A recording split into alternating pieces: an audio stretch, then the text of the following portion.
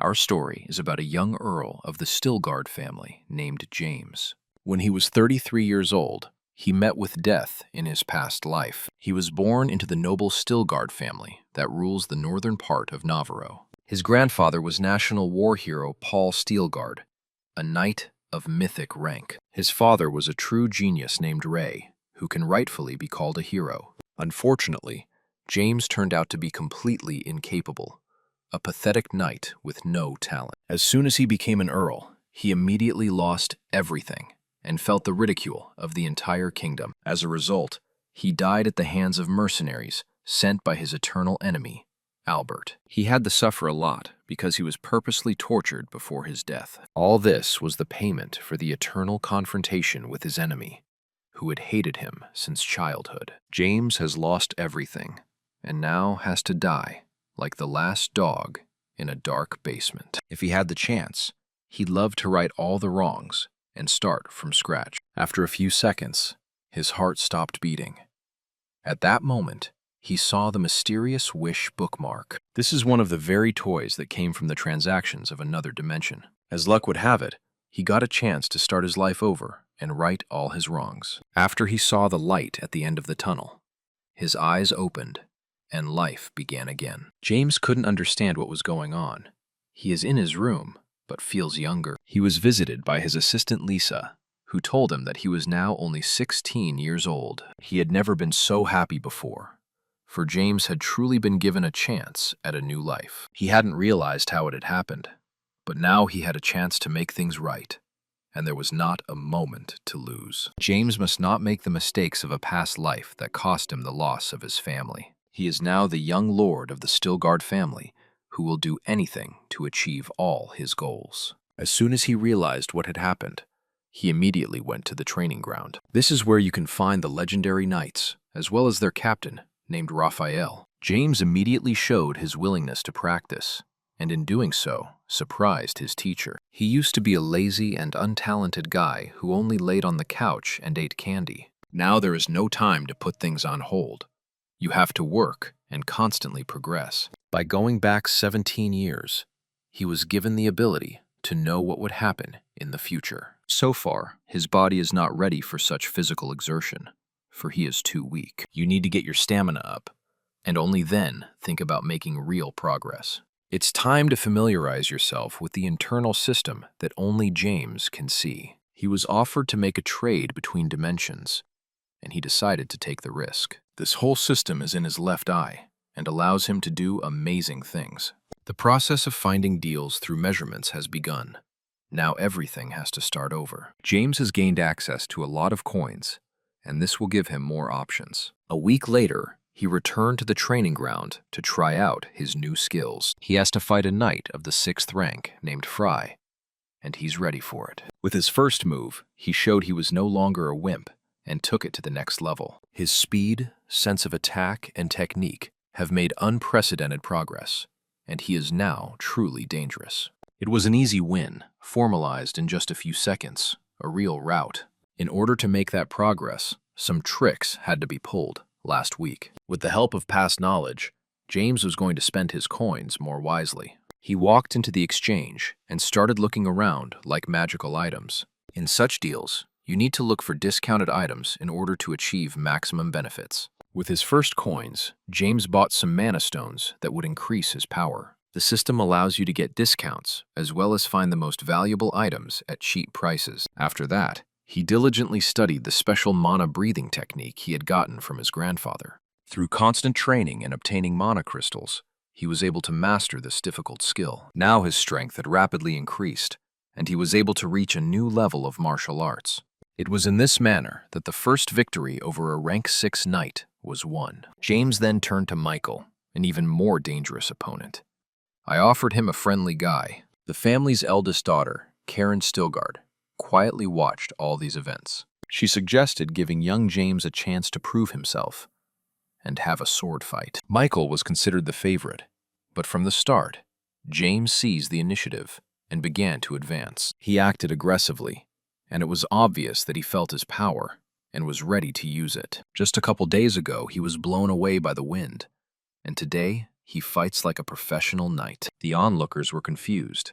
They found it hard to believe that a young slug had turned into a dangerous knight. All the while, Karen continued to watch her little brother, calmly and silently. Their father was very sorry that daughter Karen was born a girl, even though she was a great talent. In this family, only men can master mana breathing, but Karen was inaccessible to the technique. The girl approached her brother and said she was proud of his progress. Of all his family members, she sees the situation the clearest and always stays on the side of good. Toward evening, the family gathered around the table for a family dinner and some conversation. Karen suggested that her father send James to the academy, since he was old enough. Ray already knows what happened today in the training arena, and he knows about his son's talent. His father has never been interested in him before, so James must not miss this chance. The eldest son of the family is Mark, who has always treated James with disdain. His father congratulated James on his first victory in battle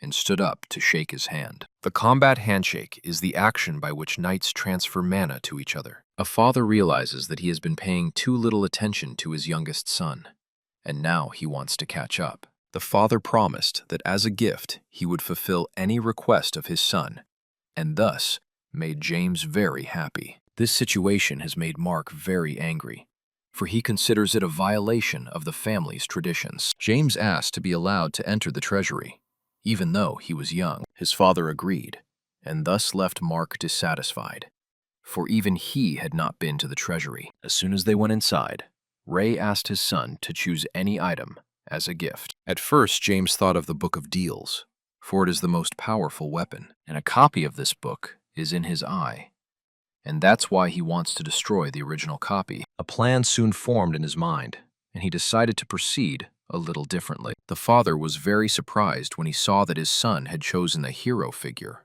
and this is no ordinary item. The hero figurine was created to be given as a gift to the head of the family who protected Navarro from the Empire. The figure is very precious, but there is nothing but financial gain in it. James explained that he wanted to use the money to buy himself a sword and a full outfit, and then he would be happy. But the father didn't notice what was happening before his son picked out this figurine in the family treasury. James first looked for the Book of Measurement Deals, but didn't find it in the desired location. Two hypotheses arose in his mind.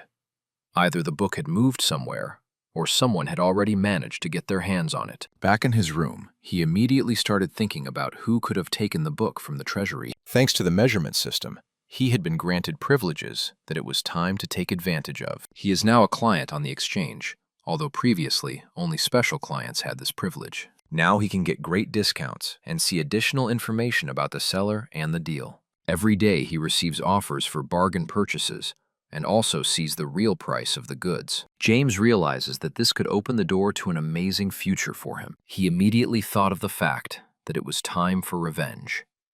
Plus, he had already had time to prepare for battle. To begin with, he decided to get coins for the hero figure obtained from the family treasury. Only now was he beginning to guess that the Book of Measurements, in his eye, was the original. Before going to bed, he decided to buy some more mana stones in order to increase his progress more and more. He wrote to one of the salesmen and called him a scammer, although this guy didn't get the humor at all. Due to the VIP client condition, sees when salespeople are lying and therefore can manipulate them as he wants. In order for a seller not to lose their ranking on the site, they must please the customer. Thus, he bought some mana stones at half the price and decided to rest for a bit. Salesman Hart was very unhappy with this fellow, for he was ruining his business with his ghosts. James had read a lot of unflattering messages from the seller since the morning, but wasn't surprised at all. In the 3 years he spent doing active deals, James has learned a few things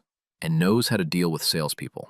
If they raise their voice at him, he can raise his voice twice as hard and show who is side A here. Something like this he had learned from a past life when he had chatted with one of the experienced salesmen. Now he knows how to run a business, and he's not going to let anyone manipulate him. Thus, the deal was finalized on positive terms, and James was satisfied, receiving a high discount. For salesmen, money is always the most valuable artifact, even more so than religion.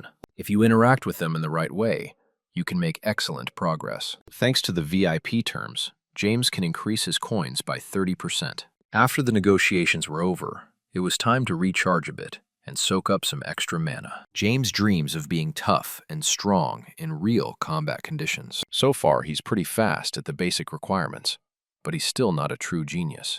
You can't rest on your laurels, because when the time of adversity comes, you have to deal with everything. He has too little time left before adulthood begins. That's why he's in such a hurry to get stronger, and is actively making trades every few hours. He's found a wholesale supplier and is reselling the mana stones at a high markup for easy profit. He quickly met the conditions for level up and can now enter additional channels. Moving into the system will allow him to finally start living for real. He unlocked the skill sponge inside his head, and now the skill learning speed is doubled. In this system, even weak slugs and restaurant workers become incredibly strong. Privileges in the system open up with leveling up, but James is only at the beginning of the journey. He soon received notice of various events that would occur in the near future. Due to the move to the first level, the exchange center rewarded him.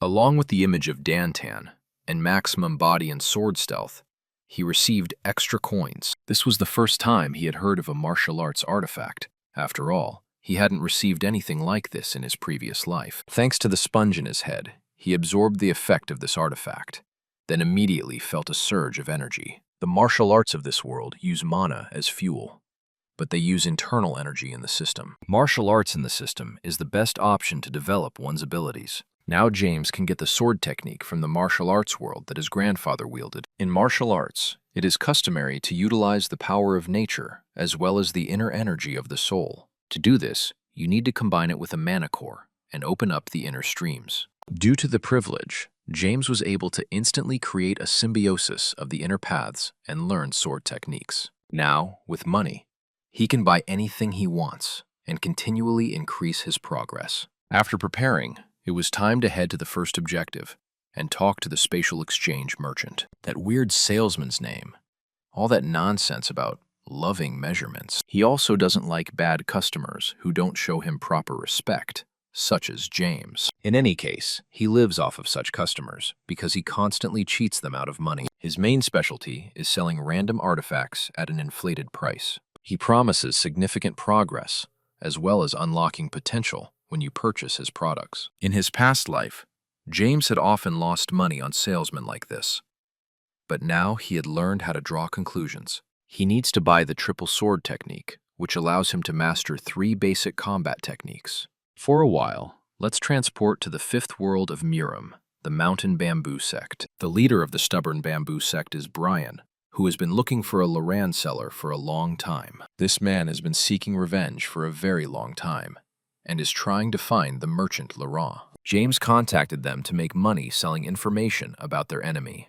He's well aware of how eager Brian is to get his hands on Laurent merchant. If he doesn't get a handsome reward for it, he'll let the merchant go right now. Brian was trying to figure out how James knew the information about the secrets of the tech book. It wasn't until a little later that he finally realized that James had heard about it from Laurent, who was still trading. Very quickly, James received 200 coins for valuable information. The bamboo sect is serious. Brian is willing to pay even more if he really gets this ugly salesman. James gave all the information available and also told us where Laurent could be found. This merchant's just a small fry. James is interested in someone big. He switched to System 1 for a martial arts scroll seller named Siok. This guy was the harbinger of the Steelguard family's demise, and James is willing to give up a lot to catch him. In a past life, he cheated him and made him spend money, leading to the downfall of the family. Now the moment of reckoning has come. James wants to tear his enemy apart. Siok has copied information from many scrolls and now sells it at a low price. James asked to be shown the range, for he was looking for sword techniques to make progress. He was offered the Plum Blossom technique, which is a secret art book. You'll have to pay 20 coins for this technique, though its real price is barely more than half that. James agreed to these terms, and the mercurial salesman immediately began counting his earnings. He loves stupid customers who are unaware of the real prices of goods. James was letting this idiot enjoy life, for it wasn't long before payback awaited him. A little later, the servant Lisa entered the room and was very surprised to see her master. Apparently she noticed his lust for killing. James shouldn't take such risks. After all, it's better to hide his skills. He immediately said hello to the girl and said he was fine. She came here to talk about the incident with Mark this morning. There really was something interesting on the training ground this morning that is important to tell you about. It was there that the two siblings of the Steel Guard family met, and they dislike each other very much. Mark doesn't usually train with knights, as their skills are too underrated compared to him. James considers his older brother a child, and has always covertly mocked his stupidity and naivete. Whenever he meets his brother, he tries to make jokes about him, even though there is an age difference. Of course, Mark isn't going to put up with the little worm's jokes, and wants to teach him a lesson. James has gotten much stronger in the last few weeks, so this attack is not a problem. He easily dodged the blow, and immediately went into full alert mode. If his older brother wants to fight, James is willing to accept his challenge and fight in a private battle. James instantly demonstrated his strength and showed that skills are more important than age. Apparently, Mark is so pissed off that he's willing to use his aura even though it's forbidden. James can do the same, but he tries not to show his true skills. While no one sees, Mark wants to break all the rules and punish his little brother. Very quickly, James made the decision to fight, for he had no choice. It was a very telling battle, because now Mark will realize that his brother is no longer a child. Apparently all this time he was upset about James entering the family treasure trove. He was trying to get revenge and was only looking for an excuse for conflict, even though he knew he was being a fool. That no one but Dad and James had ever entered this particular room, and that clears up a lot of things. Dad has never used a measurement book, and he probably doesn't even know it exists.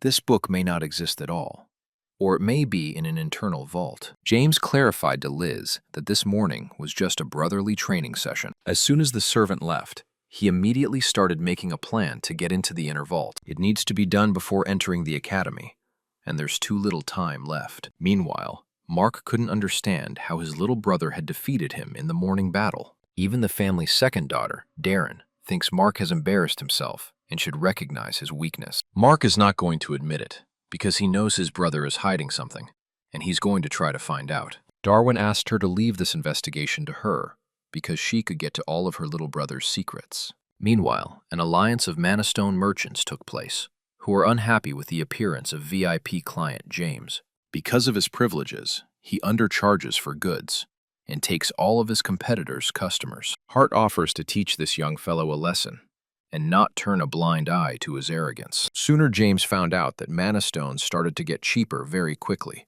and he couldn't foresee that. He sold them 1 coin cheaper than the market price, and thus made many enemies. Destructive competition can cause him a lot of problems, and our hero does not think about it at all. Its privileges give you the opportunity to earn even by trading low prices. A little later, James remembered his original goals and returned to the system. There he saw a librarian from the Library of 1,000 Swords named Chin. He offers medium levels for sword techniques, and you'll have to pay a lot for his wares. The 1,000 Swords Castle is a sect with immense influence, even in the 5th system of Murim. Yeah, I was thinking about it, and I realized he had another hypothesis to test. He reconnected with his longtime enemy, Suk, who had already provided him with several goods. Our hero can choose 2 influential techniques from the world of martial arts. To accomplish this, the entire sales team worked non-stop for several days. James said he wasn't ready to stop there, and wanted to buy more. James needs the unique primary skill of the Castle of 1,000 Swords. Although it would be hard to get it, but Syuk promised to do her best. If it doesn't catch the eye of a librarian, you can get this item. The merchant didn't even realize that this was all a clever trap from James. As soon as he saw the money in front of him, he immediately forgot his precautions. Only he and Chin are in this library. If everything is done discreetly, you can easily get the goods. He had no idea what had happened hours before this conversation. James had time to contact Chin, the librarian, and ask him some important questions. He wants to understand what happens if someone tries to steal skills from this library. Chin replied that it was impossible, for only a madman would go to such an act. Anyone who does something like this will be severely punished and start begging for death. So the first step of the plan has been accomplished. All that remains is to find the money to pay for SEOC. James was already anticipating future revenge, for he knew Siak would get the right item from the library. His supply of stones and mana is rapidly dwindling, but it turns out he can't resupply. The seller refused to continue cooperation and immediately ended the dialogue. James tried to find another supplier, but once again ran into negativity and rejections. Now it's clear what the Merchant Alliance is all about, because their main objective?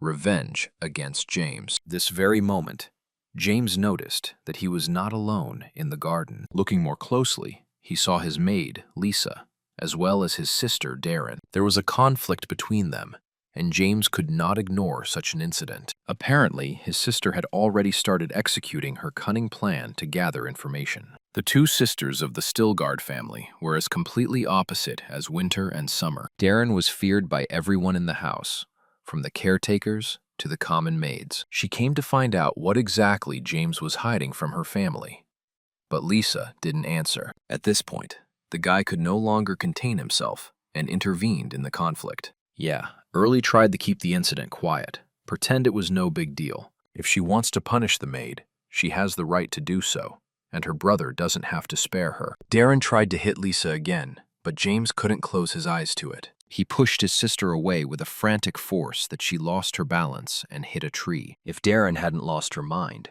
she'd better not touch his men, or it would be worse. Something strange happened next, as Darren slapped herself in the face several times. It's all a clever manipulation to get her father to protect her in this conflict. James then leaned over to her and said a few words in her ear that Lisa couldn't hear. It's unknown what exactly he said, but apparently those words really affected the older sister. She couldn't believe that her brother had actually found out such information, and so apologized to Lisa. She promised it wouldn't happen again, though apologizing was agony for her. Thus, the conflict was over. But Darren harbored feelings of hatred and resentment inside. She can't understand how he learned such valuable information, and now she wants revenge even more. A few days later, the members of the Merchant Alliance that Hart led were still arguing amongst themselves. It turns out that James continues to sell rocks at a low cost.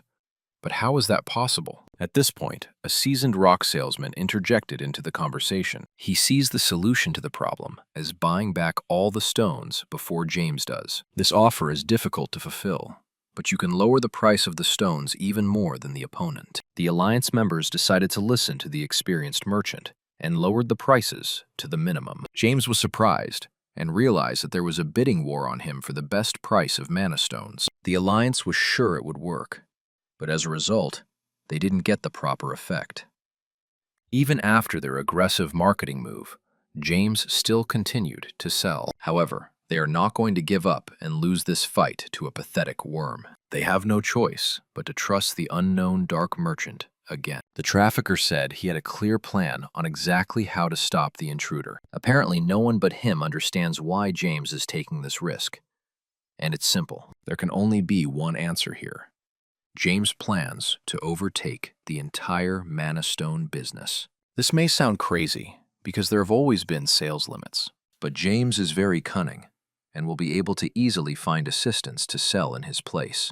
In such a case, the only thing left to do is to hope for a multi-union, get the vendors together, and increase control of the market. That way, they can finally start to control the price of mana stones and stop James. These stupid merchants, I don't even realize they are being manipulated and tricked around. James had been anticipating the formation of this alliance since the beginning of his trade. He became a member of the multi-union from its inception. He did it for the competition of bloody profit. These competitions involve several types of people, such as those who can't live without instant gratification. They are called the real crazies, because they have the blood of stupid salesmen running through their veins. The multi-union plan is to stop James and take him out of the mana stone selling game. When it reaches the limit, the merchants will strike back if they get their act together. Hart plans to become a multi-union leader and lead an army of traders. James plans to continue to lead him in that direction and not reveal all of his cards. As part of the competition, many merchants will be closely watching the multi-union battle and James. They will be forced to hire a third party to try and get all the stones for themselves. James will be the third party because he knew about their plans from the beginning. Meanwhile, in her room, Darren was still trying to figure out how exactly did her brother know her secret. Then he pronounced the name of Domain's firm accurately. She couldn't have heard it. It was at this point that James decided to go into her room for a serious talk. The Domina firm provides the home with the right materials and is considered quite reputable in its field. The firm's reps are on close terms with Darren, and in a past life, they caused James a lot of problems. The firm used the money to manipulate him, and now James wants to take advantage of that up front. He knows that the trading firm changed after Darren started getting involved in their affairs. From this girl, you should not expect easy negotiations, because she will fight to the last. The only thing he was interested in now was who exactly had made contact first, the firm or Darren. The sister said that the trading firm came to her first and offered to do a favor. James realized from the start that she was lying, because powerful firms never make the first move. However, he didn't show his emotions and calmly offered her to work together. Apparently, James wants to manipulate everyone around him and use them to his advantage. A long conversation took place between them, which did not end until nearer evening. They agreed to discuss the specifics of the contract later and went their separate ways. It's not a bad deal for James right now, although he doesn't like working with his older sister. A little later, James received 800 coins from the bamboo sect, meaning that they had caught Laurent. Bamboo pills of life were also obtained, which could only be dreamed of before. James experienced the benefits of cooperation and realized he got more than expected. Meanwhile, users of the bargain book were happy, for they were buying stones at undervalued prices. It happened because of a bloody price war between the James and the Multi-Union. Hart was trying to minimize his losses, because he knew he couldn't keep prices low for long. James has various VIP customer privileges, so he can discreetly buy up rocks at cheap prices. So he found a supplier at cheap prices, and at the same time destroys the competition. James had already managed to gather a lot of inventory, and now he had pretty much accomplished his goals. Meanwhile, the sellers were convinced that they were winning this war, but in fact, they weren't at all. Jamisa had collected a huge amount of mana stones at low prices and would soon bring down their entire business. That night, a strange man came to the demand firm uninvited. He was asked to turn around and leave, but he wasn't about to back down and ordered a manager to be called immediately. It wasn't until a little while later that everyone around them realized it was Mr. Bonds they'd been waiting for. He was immediately ushered into the central room where Mr. Dement and Miss Darren were located. The younger sister of the Stilgard family saw this strange guy for the first time. It seemed like he looked like some kind of rogue, not a mana stone seller at all. James warned that a powerful merchant was coming, and his honesty was not to be worried about. Bonds decided to get straight to the point and find out the price for his mana stones that he was willing to sell. The business owner watched the samples closely and said he needed more product. Bonds guessed about such plot twists, so he took a whole bag of rocks with him. Those sitting in this room had no idea what had happened an hour before this meeting. By then, James had already managed to accumulate a large number of mana stones, and now the final stage remained. He drank the voice changer pill and also the human mask department in order to complete his transformation. Thus, James changed beyond recognition and was given the opportunity to complete a lucrative deal. The owner of the firm was pleased with the quality stones and began the negotiation process. From the start, Mr. Bones showed that he wasn't going to bargain and was ready to walk away right now. He can't talk to people and who don't know about real works of art. He also called Darren with him, as she was the one who recommended him to this firm. Lastly, Bonds reminded them that there was another firm nearby, and they would definitely be able to negotiate with them. As soon as the sod heard those words, it immediately stopped potential partners expectantly. He is willing to pay the desired amount right now in order to settle the conflict. Though it couldn't be seen,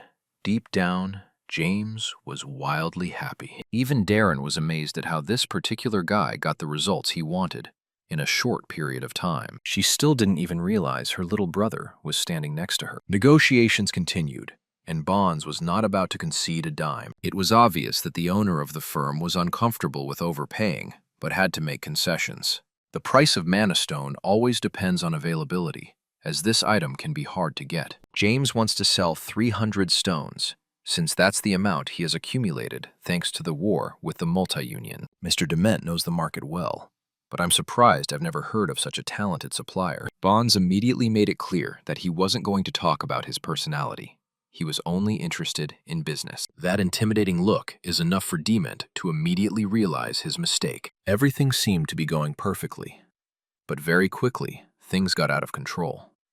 The voice pills are only effective for half an hour, and that time has passed. James had to immediately swallow another pill in order to avoid being exposed. Even though it looked strange, he was lucky no one recognized his true voice. Negotiations ended successfully, and Mr. Dement immediately paid for a large volume of goods. Now it's time for a conversation between Darren and Bonds, and the girl wants to know how he knows her brother. I had to tell her that there were some things it was better not to know, because the truth could really hurt. It's hard to get behind such a self-assured woman, because if she wants something, she's sure to get it. Darren realized from the start that this merchant didn't have a real name, and he was too suspicious. She can't turn a blind eye to it all, because her insight is always at an all-time high. Darren is well aware that this is all just a trap by her brother James, and she's not going to take his word for it. I had to laugh out loud at her words, in order to slow down the pace of the conversation a bit. Bond said no one is interested in Darren,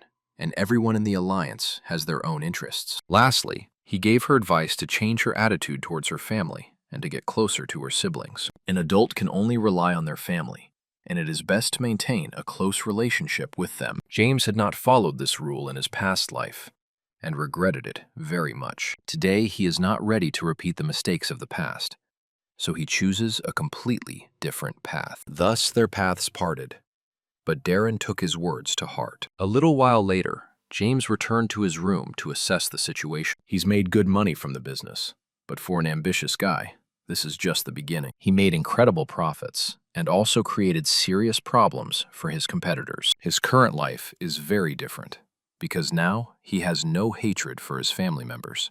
However, now was not the time for sentimentality, for he had gotten too close to his enemy, Siak. Gold coins have long been the accepted currency of the continent of Jaon, while Muram counts gold pieces. Nevertheless, everyone agrees that it is gold that is the most important measure of success. After selling all his assets, James counted his gold reserves and felt incredibly satisfied. A little later, he received a new message. It came from his worst enemy. When Suk talks to his clients, he is always in a great mood. Apparently, he finally got what he had to get, though it wasn't easy to do given the circumstances. The heavenly cultivation technique can be learned by anyone who is part of a heavenly castle. The technique of internal cultivation is a different product altogether, for it is only available to the special ones. It gives you the ability to curb not only the laws of the natural world, but also the laws of the universe. All these pretty words are just to get Siak to raise the price to the sky. He was always a wordsmith, and always found the right words to make customers pay. Instead of the pre-agreed price of 2,000 coins, he demands 5,000. He had already defrauded a huge number of people in this way, and never felt like a fraud. In a past life, James was one of this trafficker's victims and got into serious debt. Siak made him trust himself and spend all the family money to acquire empty skills. James was too inexperienced and foolish. At a difficult moment in his life, he trusted the wrong person. This cunning salesman can be compared to a puppeteer who understands psychology perfectly. It's hard for an inexperienced buyer to resist his beautiful words. James is no exception. He's different now, and now he's going to manipulate the merchant. James asks for time to think, but he only pretends to think. He soon accepted the merchant's offer and prepared to make a deal with him. James was incredibly happy, for his prey had finally taken the bait. Now the title is that sweet moment when he will take revenge on that dishonorable merchant and take his soul. The precious trap had finally been activated, and he was in for a real treat. I had to spend my entire fund balance to do it, but it doesn't compare to the feeling of revenge. James began to mock the merchant and said that this deal wasn't as successful as it seemed. At first, Suk didn't understand anything at all. It seemed to him that his client had drunk a lot of wine before going to bed. That's not true at all, as James is sober and officially calls Siak a fraud. All that remains is to ask this merchant, does Librarian Chin know what his assistant is doing? As soon as Sel heard those words, he immediately lost his composure. He had remained in the shadows all this time, but now his hands began to shake, along with his lips. Apparently, it's time to bring in a third party to check it out, since Chin's library is also online. James savored every second of this moment, for he had waited so long to taste revenge. Seok doesn't understand how this guy could know all this information, because he was hiding everything carefully. A trade that looked like easy money turned out to be a very cunning and brazen trap. Seok still can't understand how a brat from a lower system was able to find out everything about him. It was time to tell him a few rules that the merchant must now remember for the rest of his life. If he broke these rules, he would instantly become the Heavenly Sword Castle's main enemy.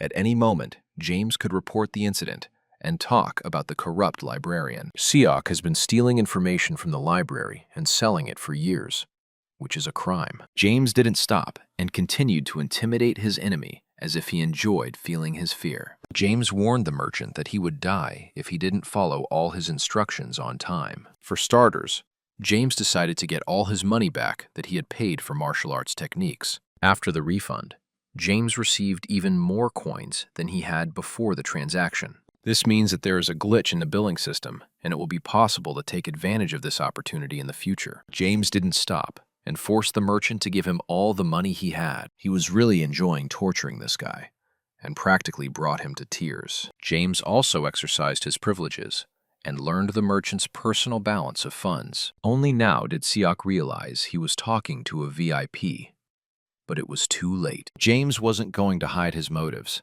and openly said he was avenging the past. In front of this devil, Seok felt like a small man, unable to do anything. The merchant has no more money, for he has spent it all on liquor, betting, and providing for his wives. All he has to do is sell all his martial arts books to make any money. It's quite a shame, but he may be able to return some of these books to the library in the future. James is not only interested in books, but in the martial arts themselves, based on energy and cultivation. While SCOC worked as a librarian, he learned a tremendous amount of knowledge, and now it was time to share. He must give up everything he knows, for otherwise, a terrible death awaits him. Agreed to the legends, all the inhabitants of the first system live and die with their martial arts. This information has never been confirmed, and it's only now turning out not to be true at all. Seok had passed on all of his martial arts to James. He had given practically everything he had. It's hard to accept, but today he's paying for the sins of his past life. Even now, his enemy remained dissatisfied, for all these martial arts were too weak. This caused the merchant to have a real tantrum because he has nothing else to offer. It was at this point that James finally stopped and decided to get behind the merchant. He can continue his life as it is and hope for the best. From the beginning, it was clear that there was no point in killing the merchant because it was unprofitable. James will long and methodically make him suffer and stretch his pleasures. Once the conversation was over, then our hero could no longer hide his inner emotions. Everything went exactly according to his plan, and now his longtime enemy is in his power. He had also commandeered many martial arts techniques, and now his life had dawned. James immediately went to try out all of his techniques he had gotten from the merchant. He was given the ability to not only run fast, but to jump as high as if he had conquered all the laws of the world. To do so, it was necessary to absorb skills throughout the night, but the result was not long in coming. Also, James hadn't forgotten about the sword skills he had dreamed of so much in his past life. The Mystic Blade was thought to be a lost technique after the death of its owner, but it turned out that this was not the case at all. James rediscovered a forgotten skill that had been lost over a decade ago. It was this skill that earned his grandfather the title of hero and mythical knight. James had always dreamed of following in his footsteps. Now he had the opportunity. Our hero could not stop and greedily mastered new heights of martial arts. Within an hour, he was already practicing the heavenly holy technique of going beyond the fringes of consciousness. Not only did he learn how to run fast and jump high, but he also conquered the technique of destroying despair. All 5 martial arts are fully compatible with his internal energy and are completely under the master's control. Now you need to focus your attention on developing internal energy and mana, because without them, there will be no progress. James went completely deep into meditation, to the point of recognizing the mirage. Cultivating inner energy is a journey of a million trials and errors. Only with incredible talent and skill can one know progress in this field. James returned home with optimism in his heart, as the future seems increasingly positive. Soon it was reported to him that his father wanted to see him, and had been making everyone look for James for quite some time. When James got to his room, he saw that the warden was there as well. His name is Kaloy, and he's a pretty important person to the family who keeps an eye on the island. Kaloy is not a knight at all, but nevertheless, together with Raphael, they are the main helpers of the head of the family. They hadn't interacted much with each other in their past lives, and James had never understood the guy's thoughts. The father likes his son's attitude towards training, because he used to be a lazy man who liked to sleep all the time. Ray is on a heroic rank, and for his son, this is a wall that will be difficult to overcome. Although this wall is invisible, but every knight dreams of breaking through it at one point in his life. The barrier is even hard to imagine, but James knows that sooner or later he will conquer this peak as well. The father knows that his son not only trains, but is also active in the trade. He's not sure if combining two classes is the right decision. It's better to concentrate on one thing. The father used to be convinced that only the eldest daughter had a talent for trading. If James is also talented, he shouldn't have to hide his skills. Ray Steelguard called him here to talk about a mistake his son made. James isn't stupid at all and realizes that he shouldn't have used the family name to trade. This man's shop was under the protection of the Steelguard family, and it was impossible to do business with him. At first, James didn't see where this was going, but then he realized how bad it was. His father made the decision to meet with a merchant named Bonds tomorrow morning. James promised to arrange a meeting, but his heart, at that moment, started beating twice as fast. He's leaving for the Night Academy in 3 days, so he has to finish all the preparations. The conversation ended, but the father couldn't help but notice that his son had changed a lot lately. It feels like he's hiding something, but still, he tries not to reveal his secrets. As soon as James left the room, he was immediately stepped on by Kaloy. He offered the youngest son of the family some privacy, though it had never happened before. Turns out, he wants to know how James knew about the relationship between Darren and the Dement firm. James immediately sensed the tension of the situation.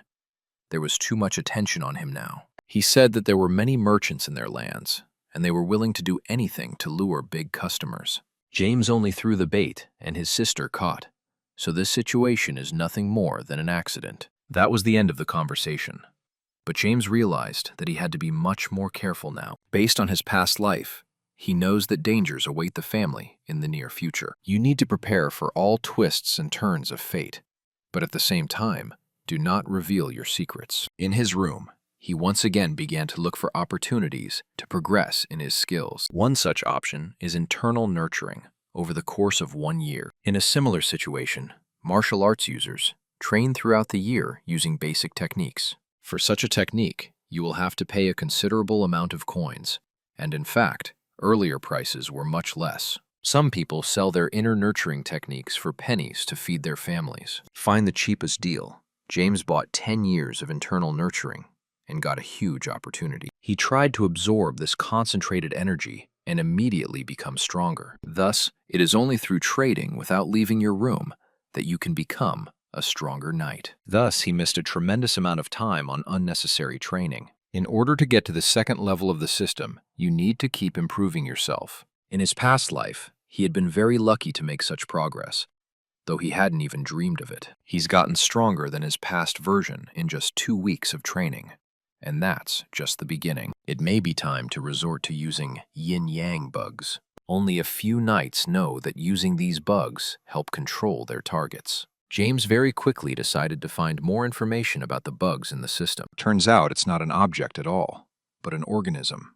And these bugs stand for the symbol of loneliness. They are just parasites that live in humans and cause some interesting symptoms. Yin-yang bugs are a very interesting pair, and it's best to never ingest them without a firm intention. A man who used these bugs turns into a liar and a curmudgeon. Even the most saintly members of humanity lose their temper and turn into cattle. All this James had learned from the evil god of toughness, who had long ago cast aside his humanity. He can be compared to the devil, who has a human form, and uses black magic. It is also not advised to use these spikes on your family or close friends. It may give you complete control over them, but there is no way to avoid the side effects. Once they enter the body, it is almost impossible to relieve the side effects. From James's reaction, you can tell right away that this is exactly what he wanted. He doesn't have to worry anymore.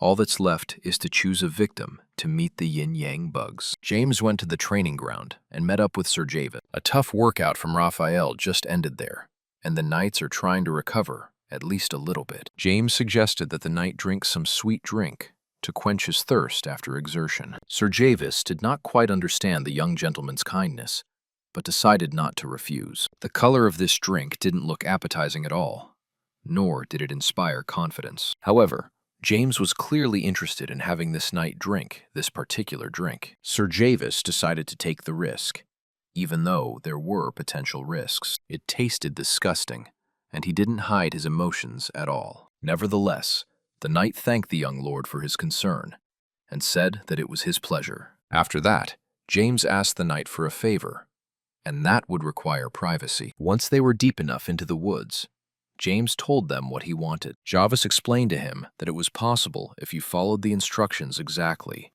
but it wouldn't be easy. The young heir looked very excited and emotional. He asked the knight to show his aura. All this time he had been acting like a child, but by doing so, he had bought the knight's trust. He normally doesn't show his aura to other people, but now he was willing to make an exception. One of the best knights in the army was indeed very talented, and immediately showed his skills. The quality of light, along with the density of the aura, was not even comparable to the eldest heir of the family. Nevertheless, James was pleased, for everything was going exactly according to his plan. He began praising Javis and saying he was honored to be observed by such a talented knight. He chose him because Javis is the youngest aura user in town. James also wants to curb this power, in order to finally conquer the invisible wall of chivalry. After that, he abruptly changed his attitude towards the knight and began to look at him haughtily. At first, Javis did not realize this change of emotion and thought he had imagined it. It felt like he was talking to a different person,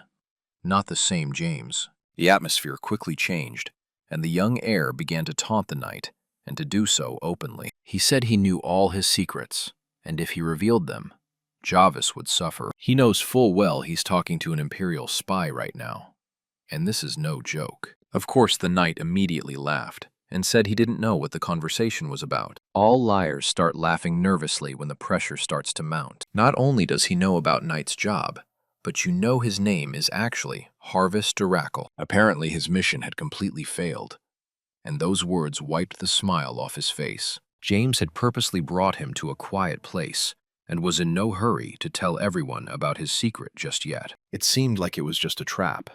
Apparently James had no proof and was just working off suspicion. Harvest Duracle continued to bend his line and talk about how he dismisses any accusations. Now they are in a dark forest, and whatever happens between them will remain a secret. Spyro tried to understand James's thoughts, but it was nearly impossible to do so. Without much thought, he decided to take a chance and go in for a frontal attack, without warning. In fact, that decision was made back when he heard his real name. It seemed like he would easily tear this little heir apart, but the reality was quite different. At the last moment, James disappeared, though the knight was sure he had struck an accurate blow. All this time, James had been close by, just waiting for the moment to counterattack. His aura has announced itself, for he is no longer going to hide all of his strengths. With one of his strikes, he was able to break his opponent's sword and practically disarm him. Up to this point, Harvest had never worried about Stilgard's youngest son.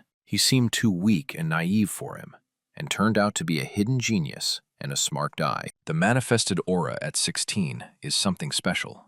It feels like his grandfather's blood has been awakened in him. Harvest prepared for a fistfight, for he was willing to risk his life for his secret. At this moment, James immediately threw his sword aside, and did so without a drop of hesitation. Apparently, this guy is so confident that he's willing to fight in any conditions. His martial arts reached a new level after gaining more knowledge. Now it's no longer the same lazy guy from the past.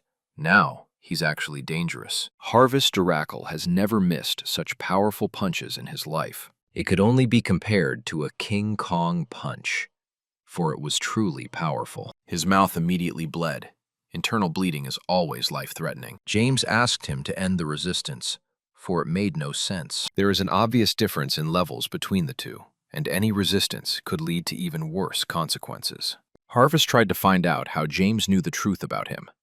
Had the inspector really told him that? The young heir immediately clarified that he was asking questions here, and ordered silence. This island is famous for the legendary knight Paul, who stopped the Empire on these lands. It's not a research center or strategic point at all, and it's not entirely clear why the Steelguard family is being researched. Harvest was in no hurry to reveal the secrets of his government. He was as silent as a fish. Not only does he have all the skills of a spy, but he also has a high-class knight aura. If the Empire sent such a talented guy, it clearly has an interest in these lands. Harvest is ready for any torture, but he's not going to say anything, because he's a professional. James knows that torture won't help in this situation, because all the spies are well-trained. That's why he brought along a little friend who would quickly solve the problem. These are not unusual grubs at all, but rather the legendary yin-yang beetles. And one of these beetles, Harvest has already eaten. He mustn't forget the delicious beverage he had enjoyed half an hour ago. Now this bug is deep in his brain, and that means a lot. Yin-yang beetles share not only feelings, but also pain and worry about each other. If one of the bugs dies, its other half will lose the will to live and start eating Harvest's brain. The experienced spy is not going to believe in fairy tales, for he has never heard of such creatures. James was ready for such words, and so he took a long needle with him. Now they will be able to test all this theory in practice, because it is so easy to do. As soon as James pricked one of the bugs, the spy immediately felt a hellish pain in his body. It was like a thunderclap. Everything was exactly as the demon had told it. He warned that it would be problematic if the test subject died, so gave James some advice. First, you have to induce pain, and then throw him in cold water so he freezes immediately. After he experiences frostbite, you need to put him in near the fire so he feels the real hell. These 3 steps are enough to drive anyone insane. As soon as James heard all these clues, the perfect plan immediately matured in his mind. The demon's words proved true, and Agent Harvest Oracle immediately began to tell the whole truth. He is a spy for the Imperial Information Department, and that's not all. The Empire sent him here because it fears the heir to a legendary warrior, the head of the Steelguard family. Mythic ranks had long since been lost to history, so now the legendary rank was considered the highest level after Emperor. This opinion existed until a knight appeared who was able to stop the Empire. He was called a Heart of Steel, and to this knight was born a son, a knight of heroic rank. All this information has been known for a long time, but it's unclear why the Empire cares so much. Apparently they realized that there was a coincidence, in that the heir to the mythic rank became the heroic rank. The Empire has begun to speculate that the whole reason is due to the blood of the Steelguard family,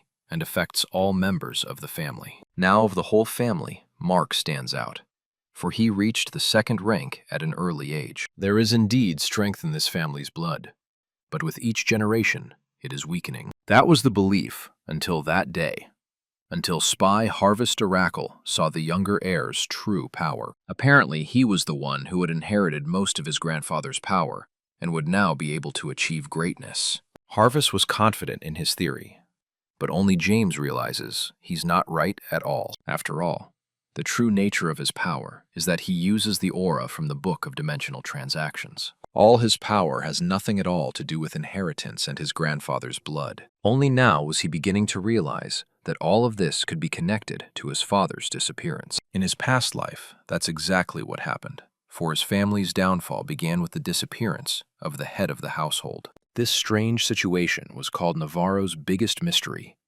and even now, James still didn't understand what had happened in his past life. Now the Empire not only wants to keep an eye on his family, but also to prevent the birth of a new Steelguard hero. Meanwhile, the father of the family did not forget about active training and self-improvement. Lately, he has started to have problems because during his workouts, his throat starts to hurt and he starts spitting up blood. There is no recovery during rest, Regeneration stops working at the proper level. It felt like he was facing an inner demon, a mind power he had never fought before. A little later, he was disturbed by Kaloi, for the Lord must know that the younger son had brought the merchant bonds. It was unclear why such mundane news would be announced on an emergency basis, but Kaloi soon explained. The merchant didn't come alone. He brought an imperial spy with him, and that changes everything. This was strange to hear, and so the Lord immediately headed towards the entrance of the manor to see for himself. Many people had already gathered there. It wasn't only family members, but also knights who were interested in seeing the spy. Of course, everyone recognized the spy, as he had been part of the family for many years. Now the man is dead, according to James. He tried to keep him alive, but failed. He didn't come alone, but with the bonds merchant, who was already now ready to confirm everything that had happened. Indeed, as strange as it may seem, the Mana Stone seller was right next to James. James quickly explained to meet the merchant and noticed they were being followed. He grabbed the spy and asked him to explain his actions, but Sir Javis immediately drew his sword and began to attack. James has unequivocal confirmation that this man was a spy. It is in his letter. Everyone around was eagerly awaiting the Lord's opinion, for this whole situation was really too strange. James looked tense, but kept his composure and tried to keep his emotions in check. Father read the letter, and then loudly announced that he believed this confirmation, and Javis was indeed with the spy. There was some kind of code in the letter. The Imperial Information Department often does tricks like this. It was obvious that the fearful son of the family didn't believe the evidence.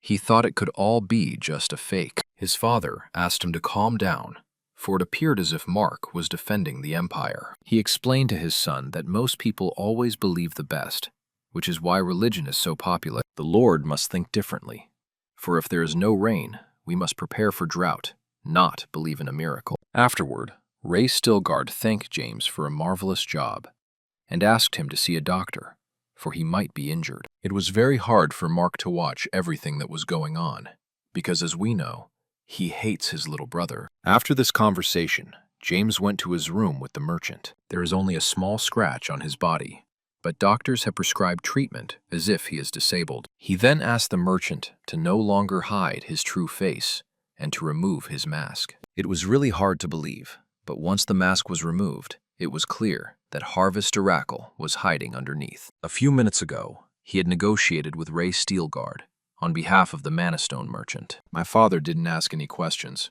It was clear that he wasn't interested in the mysterious salesman at all. Harvest could not fully solve the mystery of this young heir. He began to ask many questions. He wonders where James got his various masks for changes in appearances from. And why is he hiding his abilities? James only gave generic answers and always tried to change the topic of conversation. A little later, Harvest said he already knew a lot about the Steelguard family, but he wouldn't use it for blackmail purposes. James asked him not to mention this information, for few people would believe it. He also reminded us that Harvest is completely at his mercy, thanks to the yin-yang bugs. A little while later, they got down to business. James decided to check out a report that had been written by a spy about the Stilgard family. Each family member received a detailed characterization describing their best and worst qualities. There was nothing particularly interesting about this characterization, as the father was still on the same level and his eldest son was slowly developing. It was revealed that Jason Steelguard is trying to explore his body and find himself, and James had the worst characteristic, for he is nothing that has any signs of progress. James was a little displeased at being called a lowlife, but nevertheless agreed that the report in these plausible. All communication is through Agent Arcadio, which means James needs to go on a little trip. After a brief conversation, they parted ways, and now Harvest Oracle must play the role of double agent. James will also have a lot of work to do, because it is necessary not only to keep an eye on the Empire, but also to find out its future plans. A few minutes later, the father of the family entered the room to check on his son's well-being. James assured his father that he was fine, and that this battle with the spy hadn't taken much of his health. He had a rather strange feeling, for in his previous life, his father had hardly ever come to his room. They didn't have face-to-face conversations, and it's pretty hard to get used to that now. Ray remained calm, But it was obvious that his son was very uncomfortable with the lingering silence. Father thinks we should increase the number of guards to make sure there are no more spies. His father now realizes that the Empire is targeting his family and will not be as careless as he was in his previous life. He wants James to be more careful now, for he fears losing his precious son to spies. In his past life, his father had treated his youngest son very differently. It was a cold but respectful attitude. Now he has changed completely. Though he remains strict and disciplined, he treats James more warmly. Strangely enough, James saw the downfall of every member of his family, except his father. The disappearance of the characters will happen 2 years later, and during this period, in his past life, James was at the academy. Now is a good opportunity for him to bond with his father, to understand his motivation and perception of the world. Soon the conversation was over, and the father promised to show his son the inner secret vault. James immediately said he wasn't interested in gold, so that his father wouldn't think his son was too mercantile. Ray took note of this and left his son in the inside of the vault for a while. Now James can finally let his ideas run wild and find everything he needs. The outer secret vault holds emergency supplies, just in case of emergencies. If we talk about the inner vault, it's not like that at all, because here you can find rare and unique items. For example, the commander's shield that was discouraged by the king and is an enchanted, morale-boosting magic. Such a shield can maintain the spirit of an entire army. But a true hero can do without this artifact. When the king bestows something like this, he always has ulterior motives, insinuating that the Stilgard family is his shield. When the king's motives were revealed, the grandfather of the family placed the shield here, and it was forgotten for a while. After winning the war, Paul could do anything he wanted, as he is a knight of mythical rank with the backing of the community. He could even take over the entire kingdom. But he remained neutral to the last. His rewards from the king were countless, but none of it compared to his contribution to the defense of the empire. Also in this vault, you can find the equipment of a mythical warrior, which is legendary. The main artifact of this outfit is a sword called Dark Sky, which has destroyed thousands of enemies. James decided to put this sword in his inventory in order to test its characteristics. It turned out that the blacksmith created this weapon for 100 days, and thus the sword contains the spirit and perseverance of the master. After James had satisfied his curiosity, he continued wandering through the vault. We must not forget that he came here to find the Book of Dimensional Transactions, for it is too important to his future. If it falls into the hands of his loved ones, he may repeat the mistakes of the past. So this should not be allowed to happen. James isn't quite sure if this book exists anywhere but in his head, since he hasn't even found it in the vault. If the book isn't here, you're left to change your focus and ask other questions. James needs to figure out how he got to the past and started interacting with the spatial exchange system. Since the day he came back, it seems to him that it's all the fault of the wishbone he saw before he died. He was in so much pain then that he doesn't even remember what happened. But it seems he asked fate for another chance. It was strange, since the wish tab only gave him the ability to use one wish, and he wanted a lot of things. It was a request not only to get a second chance, but also to monopolize spatial trade. Since he couldn't find the Book of Measurements, James decided to bring something else with him, so he wouldn't be left empty-handed. His father didn't assign him any limits, so you can even take the Dark Sky sword that belonged to his grandfather. For a while, he was really sure it was the best gift, but then he realized it was too much. Many magical items can be found here that used to seem incredibly valuable, but he doesn't need them now. At that moment, James saw a black ostrich egg beneath him.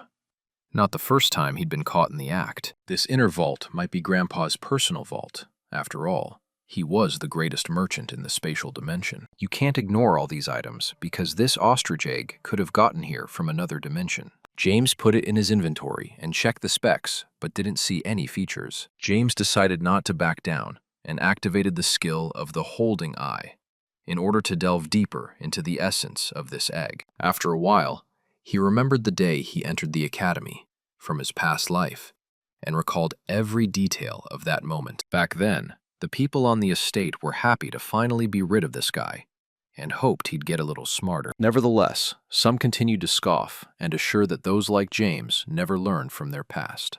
It was like a celebration of the people getting rid of a man they massively hate. Now the picture is quite different, because this guy is seen off almost with tears in his eyes, asked to be careful and come back quickly. James is pleased to see such a change in attitude, for he himself is a credit to such a change. He used to be the one everyone avoided, but today he is the main hope of the Steel Guard family, and that can't be helped. To say goodbye to the youngest heir came the elder sister, who had always been warm to James. In addition to general wishes, she handed him a small bag of gold to ensure that James wouldn't deny himself anything. Karen had always pleased him with her attitude. The same could be seen in his past life. At first, James didn't notice anything special about the gift, but then he thought about it. He remembers very well that in a previous life, his sister never had extra money. She had always worn a ruby pendant around her neck before, but now it had suddenly disappeared somewhere. He said goodbye to his sister and sat down in his quarry.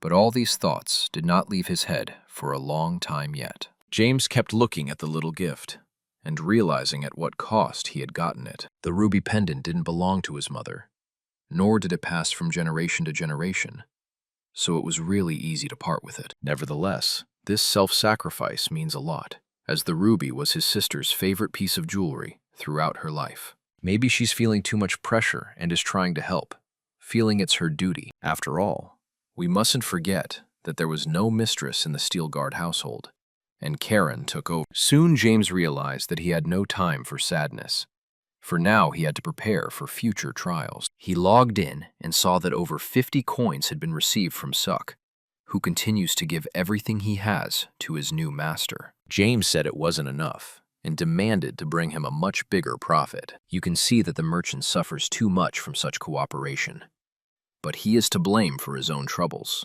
There is now a slave contract between them that was made after the last conversation. In exchange for secrecy and protection, SEOC must follow all orders and give 80% of the profits to James. The contract is written for the next 100 years, and now Seok must forget the luxuries and fun he has enjoyed in the past. James doesn't feel sorry for the guy at all, and he's really enjoying the process. A little later, he ordered the merchant to get him the book of Patricia's Breath, who is a sword master. This book gives you the opportunity to improve your skills and not worry about potential problems. From cooperating with the merchant, James gains more and more benefits, and there is no stopping there. This is a pretty good martial arts book that James decided to give to his older sister. He realizes he has to take care of her, and he also knows how close to her the sword-fighting arts are. Karen has a certain talent, and in past lives, she was much stronger than James. If she could learn Iron Breath now, it would help protect the Steel Guard family. Becoming a knight is very difficult, but the sister will not miss the chance to use her talent. Lastly, James turned his attention to Darren, for they hadn't spoken in days on end. He hinted to his sister that even though he was leaving for another city, he would continue to watch her from a distance. In a past life, going to the academy could be compared to going to hell to meet the devil. A lot has changed now. For now, his family looks at James very differently. The positive views of others affect the perception of happiness, and James feels more comfortable. It resonates too much with his past, and all these changes are not only good for him, but for the family as well. How the differences will only grow in the future, and he will be able to prevent the fall of Steel Guard. Now it's time to deal with the mysterious egg, also called the Bulgasari egg. At birth, the creature from the egg will be very weak, but will then grow stronger and turn into a beast that loves to eat metal. Adult Bulgasari is so powerful that it can cause real natural disasters, even though it's hard to believe it now. James contacted a seller named Henry and said he wanted to buy the Bulgasari Taming Guide. Henry isn't going to sell that kind of leadership, but after all, it's just a matter of price. He tries to make the most of the Taming Guide, but James is too cunning to play other people's games. He tries to use a licensed item without paying the full amount, and after all, this item was created by the Emperor himself. This book has a copyright tag on it, and it is officially illegal to sell copies with such a tag. If a seller is caught engaging in such activity, they will be banned forever and have all the coins taken away. And that's why books like this cost more. Soon, James was able to sell the price and buy the book for a good discount. All thanks to his VIP customer privileges. This is how he gained access to the secret knowledge about Bulgasari, who is a regional level werewolf. This monster could reach the planetary level, and after all, it seemed to be just an ordinary pet. As soon as James heard about the planetary level, he was immediately scared, for it was an unthinkable power. He soon absorbed all the information, and that knowledge was indeed worth the asking price. Bulgasari is called a beast emperor for a reason. He can make incredible progress. Hatching the egg is only the beginning, as this monster will be difficult to raise in the first system. A werewolf is an imperfect organism and needs the genetic information of another organism to breed it. In order for it to get bigger and stronger, you need the support of genetic information as a foundation. So James has to find a strong organism, and before that, some kind of beast would be ideal. Beasts exist even in the first system, though martial arts users refer to them as spirits. Such beasts are actively sold in the store, for they are very valuable commodities in any market. I had to contact Suk again and warn him that he had to tame a spirit to cultivate Bulgasari. He said that the blood of an ancient turtle would be ideal for nurturing, but don't expect stunning results. You can also use a blood fire dragon. This is what snakes that have been trained for thousands of years become. James decided to use the blood of a blood fire dragon and bought a small portion for a reasonable price. This egg had been in storage for 10 years, but now it was time to develop. The Bulgasari egg immediately reacted, and even though it hadn't made any sounds before, now we just have to wait. Sooner or later, the beast will finally hatch from the egg. James tried to keep himself busy with his inner search for energy and meditation. Several hours passed over this activity, and apparently, the blood of the bloody fire dragon had finally taken effect. Now the infamous werewolf is due to emerge and reach planetary level and become a living disaster. It seemed like this monster would look exciting, but the reality proved too harsh. Even though James thought the werewolf should look completely different, he was still happy. I had to make a wound on my arm to keep the baby from starving to death. Bulgasari adults have no mammary glands, so they feed their children blood instead of milk. Kids will remember the taste accept and treat the species as their own. So James will be a real mom to the monster. The main thing is not to overdo it, because you can die from blood loss if you feed your baby too often. Without much thought, John decided to name this little assassin Sari, because it's pretty consonant. Sari Bulgasari. Soon, James met again with the Empire's double spy, Harvest Oracle. He is now in charge of his safety, and his main job is to protect James. It was now decided to stop for a short rest and then continue on until sunset. Harvest always looked carefully around and immediately sensed the approach of an unknown object. He instantly grabbed his weapon and prepared to fight, but was stopped at the last moment by James. It was much simpler than it seemed at first glance, because it's just little Sari. James tells me that it's a small animal and doesn't need to be attacked, although it is a real killer. We must not forget that Bulgasari is a ferocious beast and grows stronger as it eats metal. It is also adept at taking other forms, so there are so many benefits to using it. Sari may be difficult to control in the future, so James should consider leverage beforehand. Based on the Emperor's theory, this beast's potential strength is beyond the limits of normal capabilities. To make a beast stronger, you have to give it the power of the body. And James did this by using the dragon's blood. Now you need to find energy and buy elixirs. But the problem is that such items are too expensive. Right now, Sari is now gobbling a bamboo life pill obtained from the mountain bamboo sect. But its price is not childish at all. Even after selling all your stuff, it will be difficult to fulfill the baby's needs, so you need to come up with something. There's only a little time left until James can trade in new merchandise. He has to choose something that has a high underlying value to make a big profit. After a few seconds, he had an epiphany and finally realized exactly what he needed. His choice was internal nurturing, because it sells great and has a surprising demand in the first system. You can make a lot of money on such a product because its cost is quite high. To become incredibly rich, all you have to do is engage in classic reselling, and you don't have to make anything up. It is even difficult to imagine how much you can earn already for the first months you sell, although the exchange center can create some difficulties. James has received some bonuses from past sales and is ready to put that money towards buying elixirs. All of these investments are for future enrichment that will help solve many of the family's problems. Sari has changed quite a bit over the next few days. He's growing by leaps and bounds. James can't be happy because he finally has a close friend to play with. Bulgasari's fur light depends on the creature of first blood. Eventually, his fangs and fur will change when the baby stage is over. There was no point in feeding him elixirs now, as he was old enough and the coin-eater stage was over. About half of all the funds went into maintaining and feeding this little monster. But it was worth it. Now James wants to put some money towards improving his appearance, because that's important too. He had been irresistible in his past life, though it had lasted a short period of time. Appearance is also a strength, and in this life, you need to do your best to look your best. While James had been trading, time had passed very quickly, and their journey would soon be over. All the while, they were inexorably approaching the second city of the Navarro Empire, called Arcadio. It offers beautiful architecture and beautiful sights that are not available in all cities of the empire. James ordered his assistant to take care of housing all of Stilgard's servants and gave him the money he had gotten from his sister. There is also an important meeting coming up. Harvest has already left a marker near the castle walls, and they will be contacted soon. In the evening, the newcomers enjoyed the hospitality and a well-deserved rest after a long journey. James spent all his time with Harvest, but later the knights and servants took him out for some beer.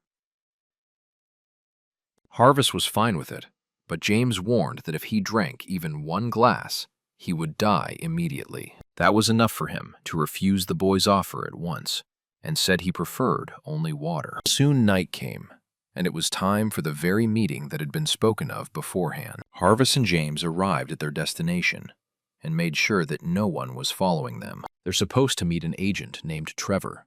Harvest used to be paired with this guy. They could go head-to-head together, but Arcadio has too many eyes that can see the extra. Harvest is absolutely right, but James can't trust his every word. He is a spy, after all. Even though they've gotten closer lately, it's not enough to build a real, trusting relationship. He ordered the progress report to be shown immediately, because despite everything that was going on, he had to be attentive. Soon James was convinced that everything was fine, and there was no need to worry too much. It was obvious that Harvest resents this kind of relationship, but he understands. And now he understands his place, and doesn't want to go through hell again because of some obscure suspicion. James didn't search him and calmly gave the report as if those words would affect him. Spyro left for the meeting and promised to return as soon as the negotiations were over. It's always difficult to understand another person's real intentions, and so, James must go through an important process. He activated invisibility thanks to the third circle of transparency magic. His body immediately became invisible, and now he could do whatever he wanted and remain incognito. When a small amount of mana is added, the body becomes light, and one gains the ability to soar through the air. Now from James easily goes unnoticed, as if becoming a living shadow. From his comfortable seat, James will watch Harvest and Trevor meet, and will have no fear of being discovered. So far, Harvest has behaved quite professionally, remaining calm and fully adapting to his surroundings. Only after a while did it become clear that he was being followed by several people at once. James realized he'd made the right decision to stay in the long distance and not risk his reputation. Soon Harvest came to the right house, knocked, and without further explanation, went inside. So far, he's doing everything according to plan, but James still has to try out new martial arts abilities. He has improved his perception, and now he can hear absolutely everything that happens in this house. So far, the conversation doesn't stand out as anything special, though it's immediately clear that Trevor and Harvest have indeed met. He gave him some general information about the Steelguard family, and then got to the point. Harvest told her in a calm tone that Gilbert, who was also undercover, was dead. He was probably caught and tortured for a long time before being brutally murdered. So it's really a shame about this guy. Then Trevor hesitated, and very quickly changed his expression, as if something had hit him. He looked at his interlocutor carefully, and said that the academy was very far from Arcadio. He hinted that the special agent's story didn't look very believable, because he had no reason to come here along with James. The situation turned upside down in an instant, and the tension in the room reached a climax. Oddly enough, Harvest remained calm and said he didn't see anything suspicious about it. His confidence really transferred to these guys.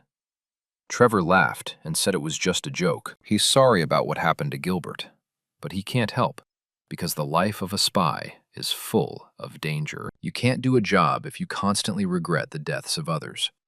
So you have to accept things as they are. Harvest said he got here on a silly pretext and used the younger heir to do it. He brought here a report on the progress of his work and asked that the report be encrypted and transmitted to the Empire. That was the end of their rather strange dialogue, though there remained a sense of understatement. Thus James saw what the life of a spy meant, and that it was not at all sweet. James was about to leave, but witnessed the continuation of the conversation that concerned his family. Trevor and his men discussed that it was all rather odd that the agent was alive and the contact was dead. Trevor doesn't think much of Harvest being able to switch sides, as he's a very reliable guy. He also said that Harvest values his family incredibly highly and would rather die than cause them trouble. Everything has to be decided by the top management, and all they have to do is pass on the information they receive. This whole conversation has revealed some information about this guy, and now it's clear that he has reasons for certain actions. Jeff was about to go back to his chambers and go to sleep,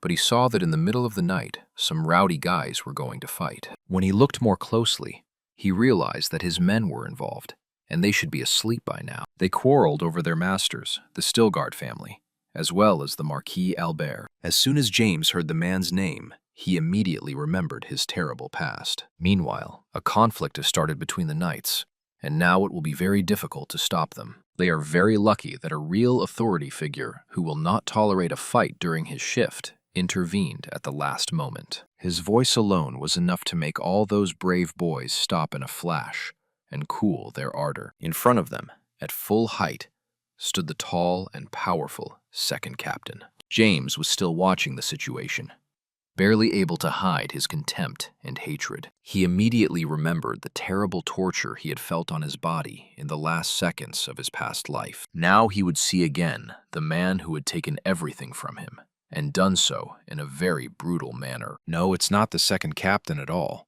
It's the one behind him, leading the knights. Albert, the same man who makes James's hand shake and her heart rate increase. He couldn't even suspect that their meeting would take place this early. And yet, he still dreamed of the place. James tried to restrain himself, but he has to figure out what to do first, because he wants to kill this guy so badly. Of course, it would be foolish to do it now. After all, you can't kill him quickly and without pain. It's not enough. Until such an occasion, you'll have to free up a few days in your schedule to fully immerse yourself in a world of torture and brutality. Meanwhile, the second captain ordered the knights to disperse immediately, or they would regret being born into the world. This captain's name is Derek, and he's known for his unscrupulousness and fighting skills. He tried to find out what the Steelguard warriors were doing here, for they were far from their home. The knights tried to respond, but at that moment, a new hero entered the scene. James appeared out of the darkness and said that he was ready to personally answer for the actions of his warriors. His gaze was calm and sharp as a dagger.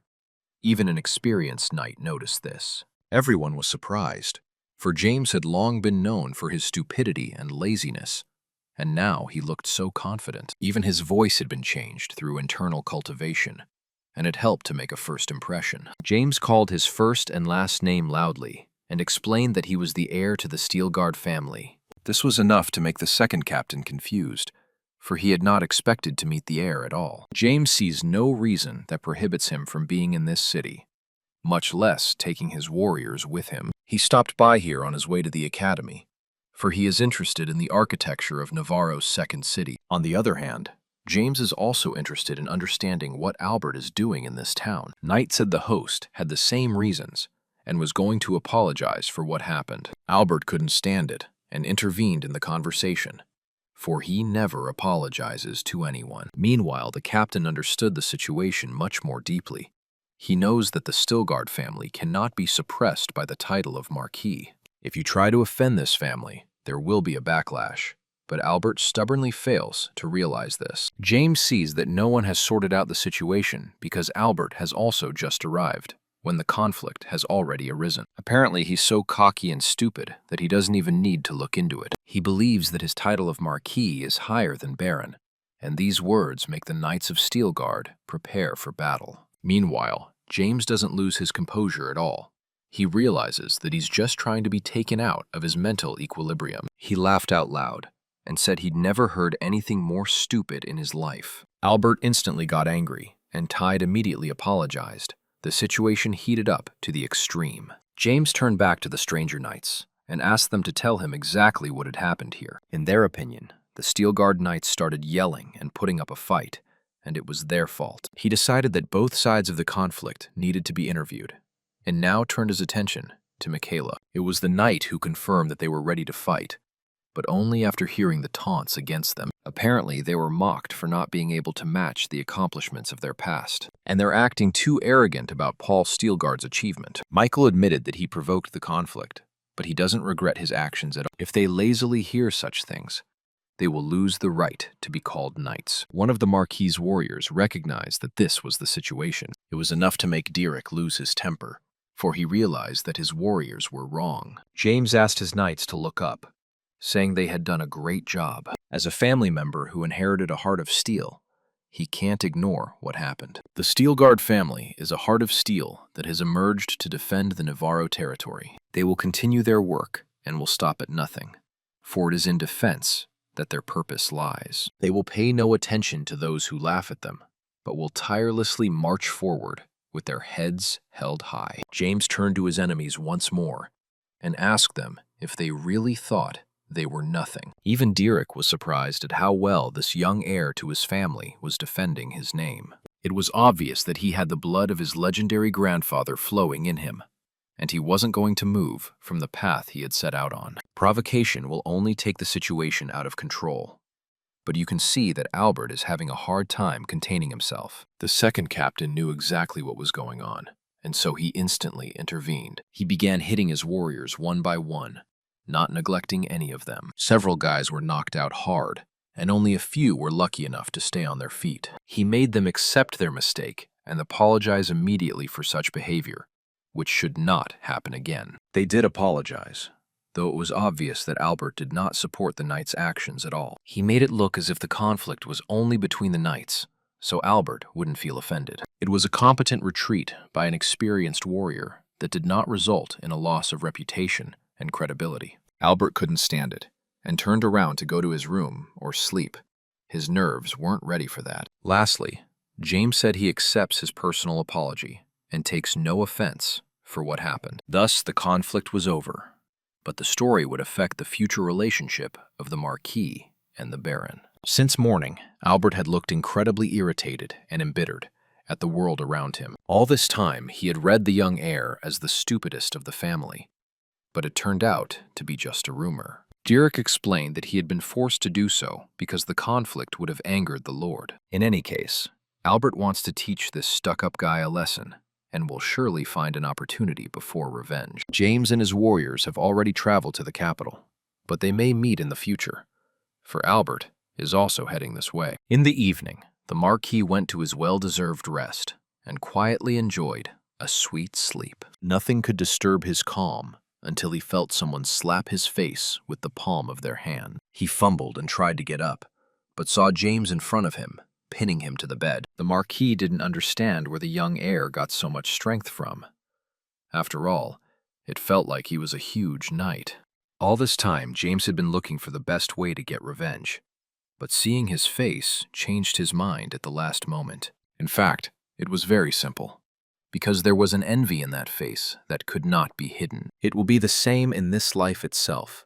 The Marquis will continue to pursue Steelguard and try to take everything from them. And tonight, his life hangs in the balance, for he could end his miserable existence right now. In a past life, James couldn't understand why Albert was doing all these nasty things. To such questions, Marquis always replied that she had hated the Steelguard family since their first meeting. Because of this, he has taken over their lands and is trying to take away even their light name to leave them with nothing. Marquis is sure that he is no inferior to James, for he too learned steel breath and was also good at martial arts. However, because of the fame of past generations, James was welcomed everywhere with a smile.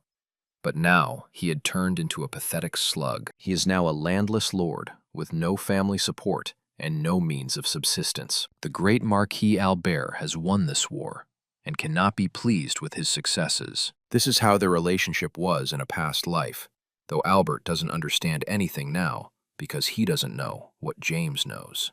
As soon as the Baron let go of his hand, Albert immediately began screaming and calling for Dierik's help. At that moment, his voice was gone, for James had pressed a pressure point and blocked the ability to speak. Until he unlocks this point, Marquise is forced to remain silent and listen to whatever he is told. Albert wasn't about to give up. He jumped out of bed and ran for the door, hoping to find some support. He thought he could run away from the past, but the past always catches up with you at the worst possible moment. James is too strong now. He's no longer the weak guy with no training that he was in his previous life. He asked the Marquis not to cause any unnecessary trouble, but instead to do as he was ordered. James put a piece of paper in front of him and ordered him to write whatever he said. As soon as the Baron realized that the Marquis was not going to obey him, he immediately drew his sword. He wanted to show by his decisive actions that he would achieve the desired result anyway. With a slight sweep of his hand, he cut off his arm and said that if Albert did not obey his orders, he would instantly lose his headless head. For some time, it was difficult for the Marquis to speak, for he was constantly screaming and coming in pain. He was asked not to complicate the situation, and so it's his own fault for what happened, although it's not too late to fix it. Now he was quick on his feet and said he would be sure to write whatever he needed to write. The pain made him submissive. He tried to comfort himself with the thought that the prosthetic could replace his living arm. Equally, all the dirty work is taken from his servants, so the hand is not considered a vital necessity. He hopes that Dierik will hear the commotion in the room and come to his aid.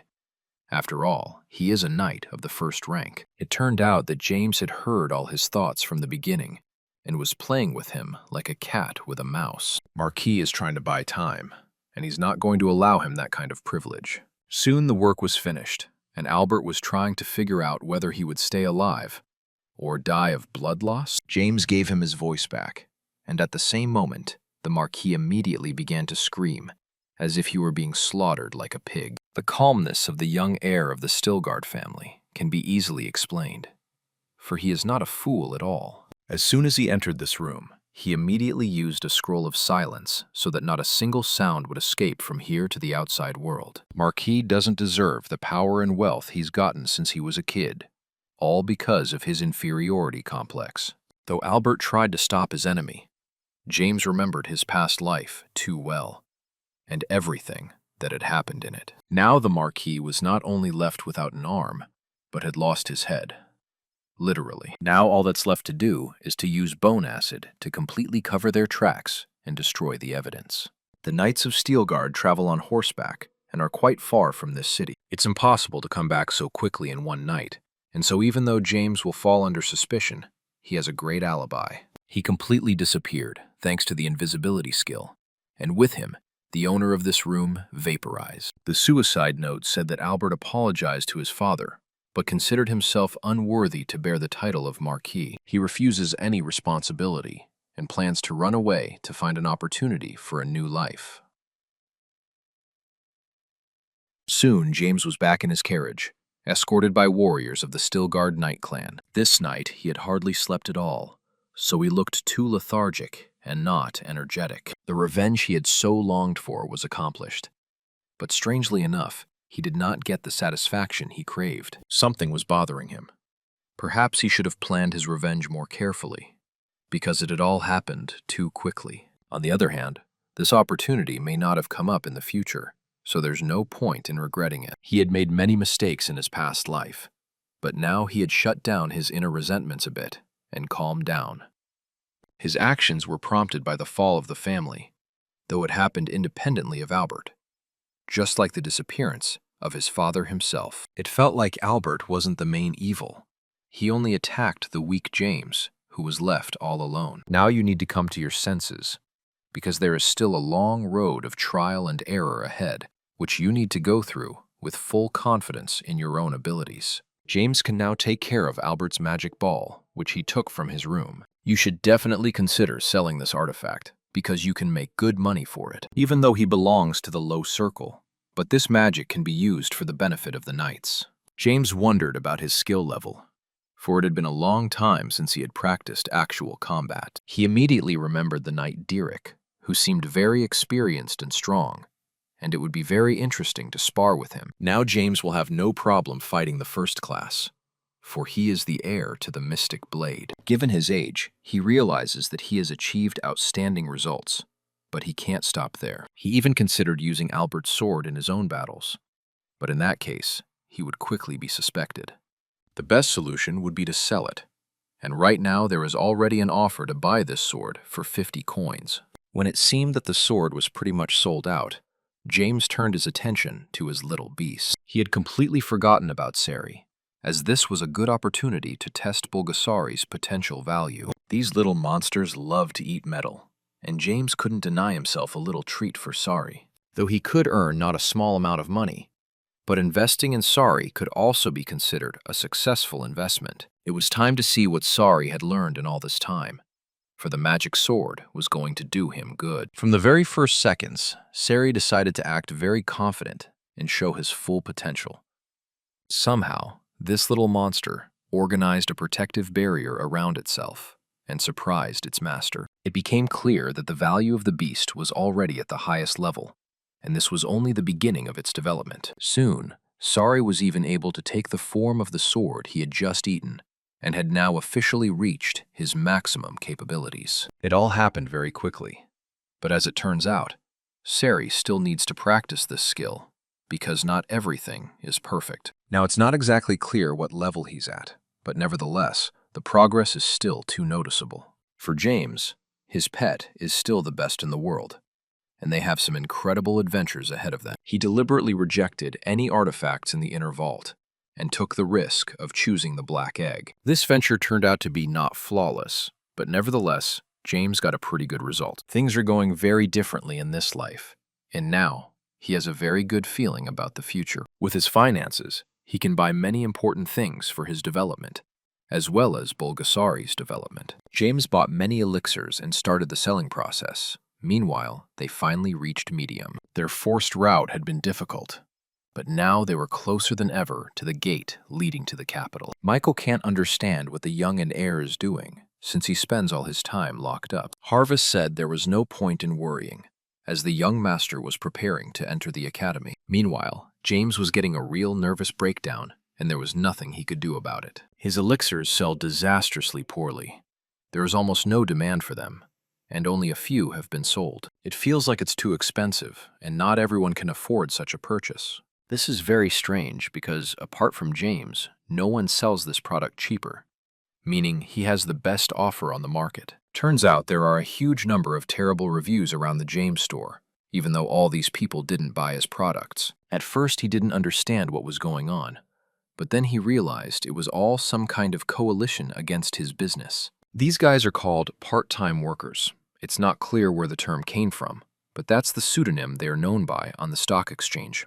They are among the 5 Tier 1 partner stores, all exactly as James had envisioned. The 5 main elixir makers, who are the personification of every Muram world, have united against him. James undercharges and keeps them out of business, and therefore becomes enemy number 1 for the coalition. They try to team up and immediately crush the competitor's capabilities before it became too powerful. James accepts the challenge and promises to mix them with dirt and then tear them apart in this business duel. They messed around with nothing at all with a person to joke around with, and will regret their actions. The salesman soon found out that this crazy guy from the first system had complained about them. They started discussing what to do and how exactly to stop James, because in that case, their reputation could also suffer. Each participant in the dialogue had a different vision of how to solve the conflict, but they all agreed that it was impossible to give in to the young, insolent man. Even though they realize there's no point in fighting with each other,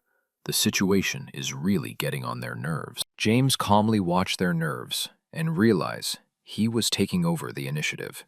He joined their conversation and said he didn't understand why they were so angry. At this point, which had reached maximum tension, the general chat was suddenly blocked. Silence was on, and it felt like the merchants immediately realized what that meant. The channel master, named Monfils, appeared and thanked everyone for joining the conversation. This meeting was prepared to hear the claim against Merchant James. After the workers calmed down, the regime was unlocked again to hear all sides of the conflict. Apparently, the merchants don't want James to complain about them, because that way their reputation suffers. They have to find the right way out of this conflict. But James isn't going to play by anyone else's rules. He provided all the evidence and confirmed that all the complaints about his product are bogus, because these people did not buy his elixir. He confirmed that a team of part-time workers is organized against him, and he is not going to give up without a fight. Monfils verified the information and agreed that the document could indeed be considered evidence.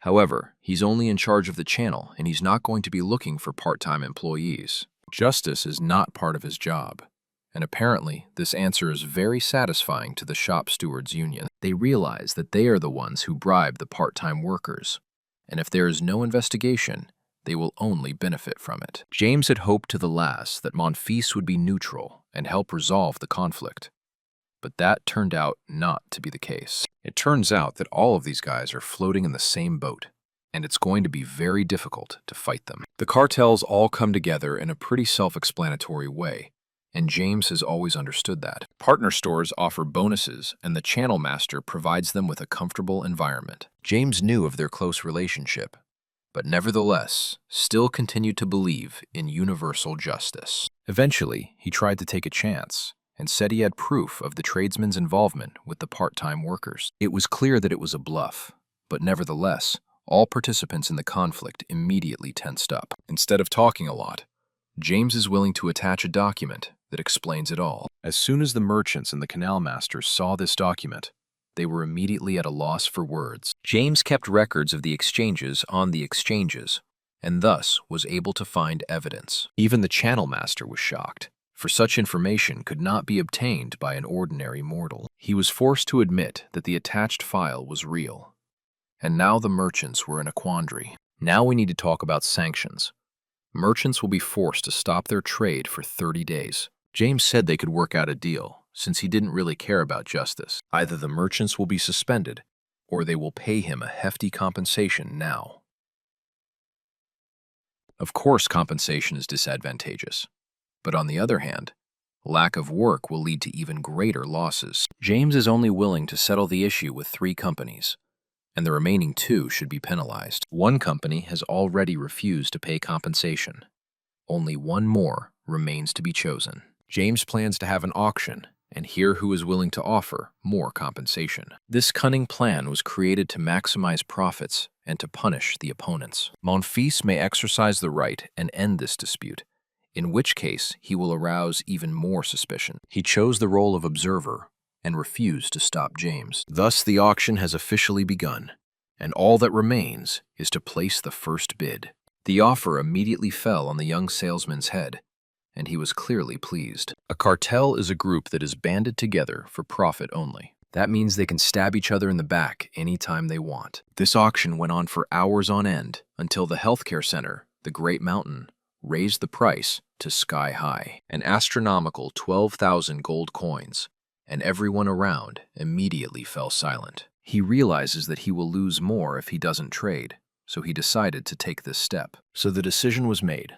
James got the money, and at the same time penalized most of the sellers. It was a fiasco for them, and now they will remember this cocky guy for a long time. James warned that he would act even more aggressively if the situation happened again. Soon the salesman left the conversation, but you had a lifelong hatred for him. Only the channel master remained in the dialogue, and was in no hurry to leave the chat. All this time he's been condescending because he still thinks James is an auditor. Monfils is absolutely confident in his theory, because only an auditor could get such information in the form of evidence. James immediately realized that he now had a golden ticket in his hands, a chance for even more power. Now he will not miss these opportunities, and will pretend to be a real auditor. Realizes that any crisis is an opportunity, and you can always get away with it. He won a confrontation with the top 5 manufacturers to the first system. Also, don't forget that the channel master mistakes it for a revision. James has made a lot of money lately and has forgotten about his debts. Now he can sleep well. Soon their journey continued, and in a short period of time, they would be in the capital city. He may have gotten easy money, but that doesn't mean he should spend it recklessly. James is trying to choose the best use and make the right investment in his future. Now his inner strength has reached its maximum. He needs to raise his internal energy level. This can be done by cultivating internal chi energy, but it won't be easy to do. The best way is to work out calmly in a regular routine, moving slowly but steadily. This is exactly how it was before the measurement deals. But now you can save a huge amount of time. James chose some techniques to purchase and asked Suk for advice. The merchant told me that there is a problem, because the more you absorb magical power, the less you can do. You have to always keep a balance, because the deeper you delve into magic, the harder it is to master martial arts. In the past, choices and opportunities were limited, but now is an era where everyone can learn and internalize martial arts. Perception has changed a lot. And now, you should always think before you start learning. To reach a high level, you need to empower yourself with pure martial arts. That means forgetting about magical techniques for a while. It would be fun to hit someone with a lightning aura, but such an opportunity must be put aside for later. Now it remains to choose a teaching methodology. It is not easy. There are so many options. James decided to focus on the Northern Lights technique, as it is the pure essence of the martial art. James was faced with a difficult choice. For every art has its strengths and weaknesses, but he always tried to opt for the option that would give him the most benefit. At the end of the conversation, something strange happened. For Siok fell to his knees and began to beg for mercy. He's tired of this horrible life and asks for another chance to get out. The merchant asks for the return of a martial art called the Heavenly Cultivation Technique. Murim is a warped world gone mad with martial arts. Absolutely everyone here has at least some talent for martial arts, regardless of their age or gender. Of course, Siok's life changed after he lost his art and became an ordinary newcomer, without any words, and everything is already obvious, because now he is surrounded by real animals. Now his motives become clear as to why he is so humiliated in asking for his art back. If he makes even one wrong move, his wife immediately starts beating him to a pulp, and that's not good at all. Siok advises the master to learn the Northern Lights, and then James will no longer need the Celestial Motivation Technique. He will not lose anything at all, but on the contrary will only become stronger, and will also help the merchant. If the merchant wants his equipment back, he has to find the best solution to this problem, and he only has 24 hours to do so.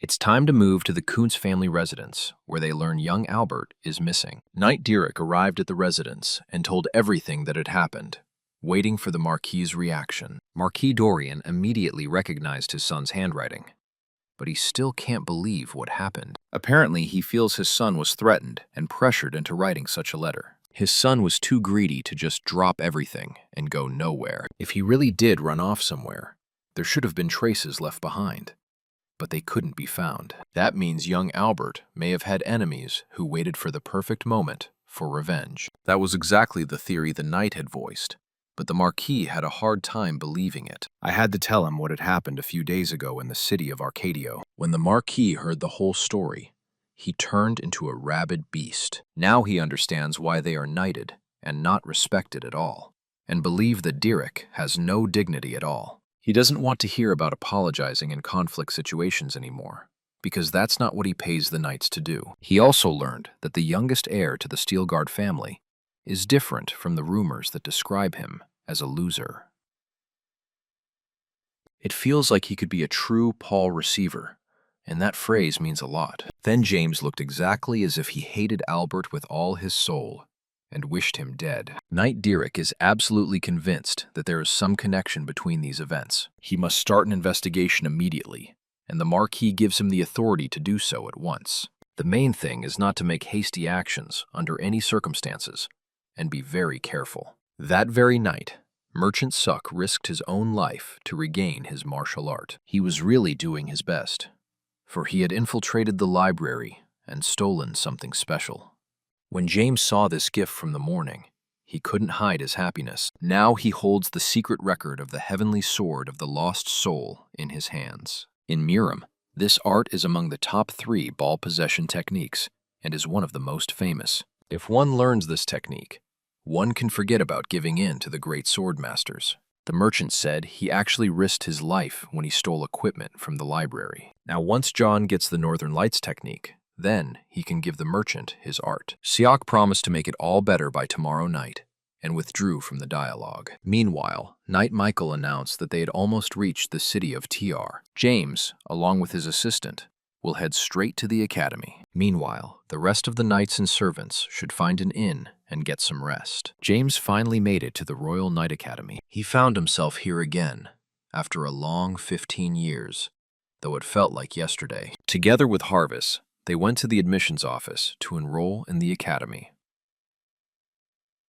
As soon as they learned that James was a member of the Steelguard family, their attitude towards him immediately changed. He was welcomed with cordiality and said that the academy was happy to meet such a talented guy. All members of the Steelguard family have studied here, and the head of the commission hopes that the Earl has reached new heights. He was always rated as the heir to a great warrior, but Ray couldn't become stronger than his father. James's siblings were even weaker, and with each new generation, the family's strength began to decline. Now he has a chance to get stronger, and he will do everything he can to make the Steelguard family famous again. James must pass the entrance test, for the academy does not grant special privileges to powerful families. It remains to be seen exactly what kind of test awaits on the young heir. The first test will be leaving a palm print on the back of the stone wall.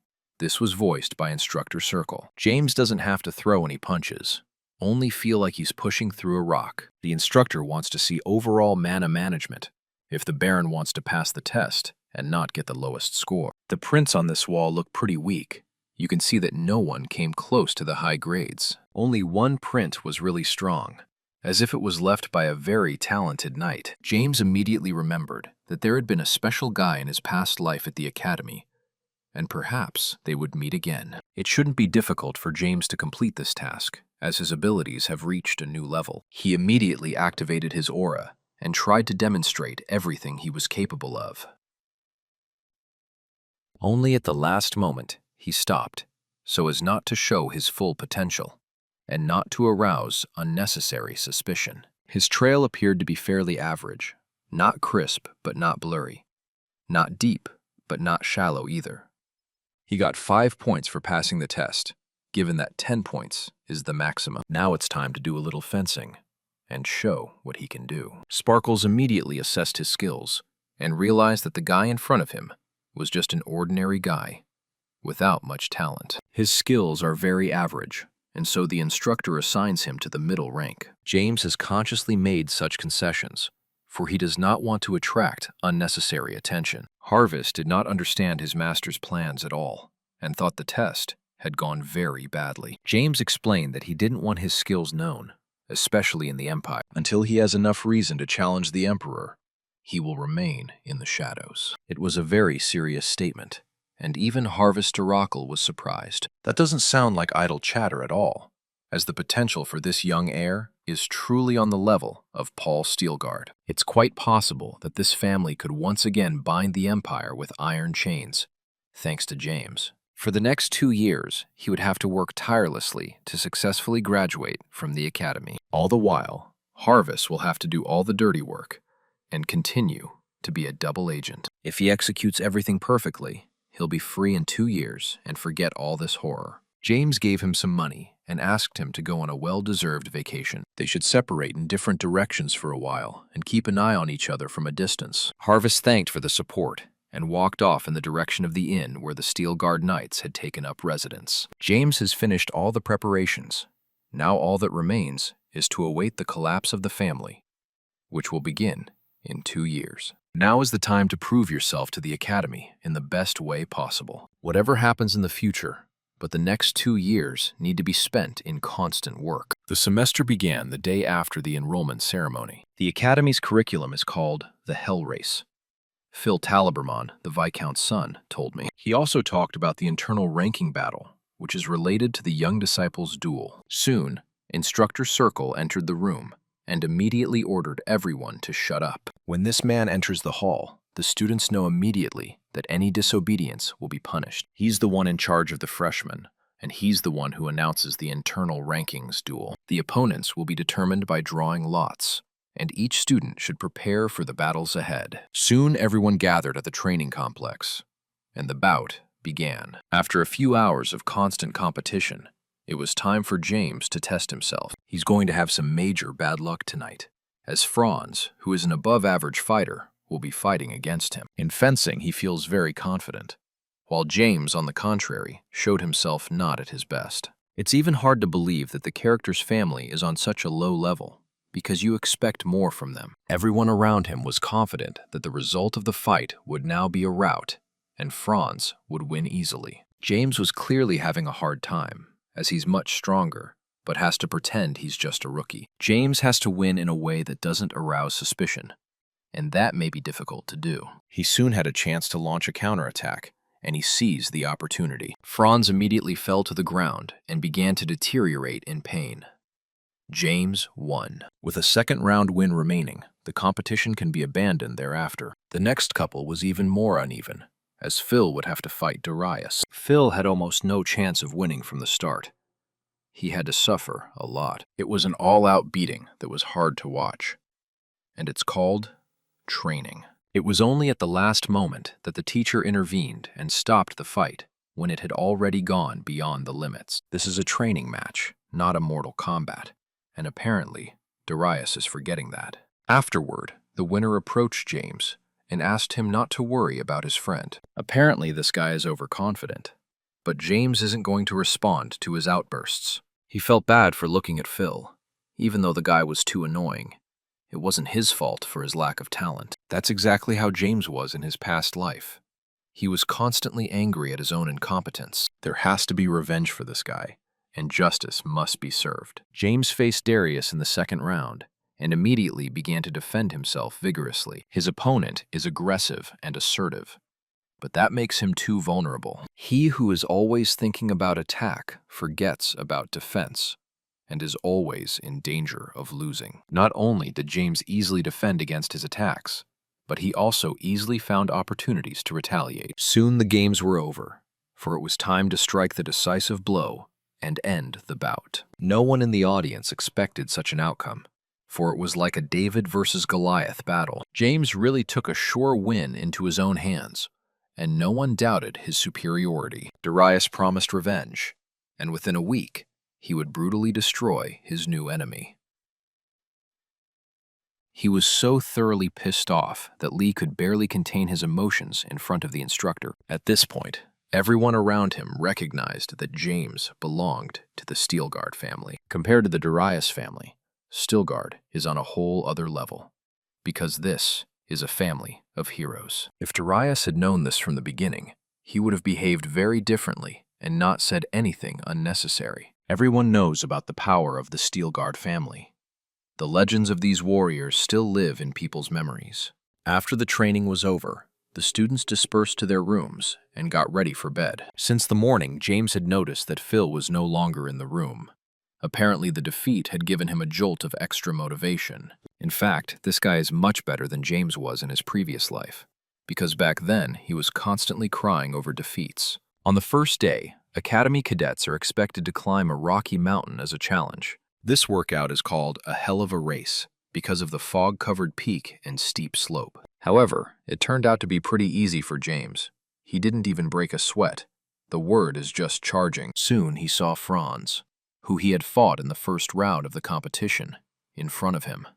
Apparently, he was waiting to meet James. He said they needed to go to a place together, because it was about Phil, James's roommate. Turns out this guy got caught in a rockfall, and we need to rush immediately to save his life. James thinks otherwise, because in such cases, you should call an instructor. But Phil insists on his own. There's no doubt it's a trap. James recognized the danger at the very beginning of the dialogue. If he ignores this situation, he will get more problems in the future. It would be better to resolve this issue here and now in order not to be harassed again. Franz returned to his comrades with a broad smile on his face, for everything was going according to plan. He did not plot this trap alone, for it is Darius who is the leader of this bandit clan. They are confident that they can punish James for all his misdeeds. But once again, they underestimate their opponent. Even yesterday, they should have realized who he really was.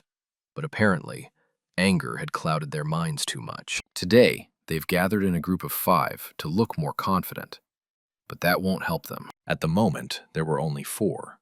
But James immediately guessed that there was a 5th member of the team lurking somewhere. He was absolutely right, for there had been backup in the woods all along in case of emergencies. Darius is not afraid of the Steel Guard family. He knows that all descendants of the legendary warrior are far weaker than their predecessor. He believes that James has no right to be called Stilgard and should change his last name immediately. It turned out that the middle brother of the family used to attend the academy and told a lot of bad rumors about James. He said he thought his little brother was too weak, and Darius remembered those words perfectly. Apparently none of this matters much, because James has changed, and his opinion of him will change too. He was surrounded, but not at all worried, or showing any signs of panic. As soon as the opponents approached at arm's length, they immediately felt the power of his fists. James was not at all ceremonious, for these guys don't deserve to be treated well. Darius personally watched as this cocky guy destroyed his entire coalition of evil. He couldn't handle his emotions any longer, and risked challenging James one-on-one. With a slight movement of his hand, the young heir of the Steel Guard family stopped this powerful strike. He quickly dislocated Darius's arm, causing him to suffer and scream in furious pain. To him, it was like playing with a child, for now, he wasn't hiding his true nature at all. There was no instructor around, and so one could not be afraid of attracting unnecessary attention and have a little fun. Phil found it hard to believe that the guy who shared a room with him had such unthinkable potential. He has to remember to keep it a secret, or we'll have to cut out his tongue. After a successful lesson on the Rocky Mountain, life in the academy turned into a sweet raspberry. The only problem was boredom, because James was on a completely different level from the rest of the students. He was not at all interested in listening to the basic knowledge of martial arts that he had learned even half a year ago. One day, sitting in class, he learned that the absorption of the heavenly radiance technique had been completed. Just like any other big city, you can find great infrastructure in the capital city of Navarro. James loves going out late at night and merging with the darkness in unison. This way, he is guaranteed freedom of action and can do whatever he wants. All this time, he is in the shadows for a reason, because he has a clear task: to keep an eye on a certain person. For the sake of today, he had watched from the darkness for countless hours and continued his preparations. Even from his back, he can recognize him from 1,000 other people, for in front of him is Instructor Circle. Now it's time to put on your personal mask and move out for new adventures. The instructor looked disgruntled.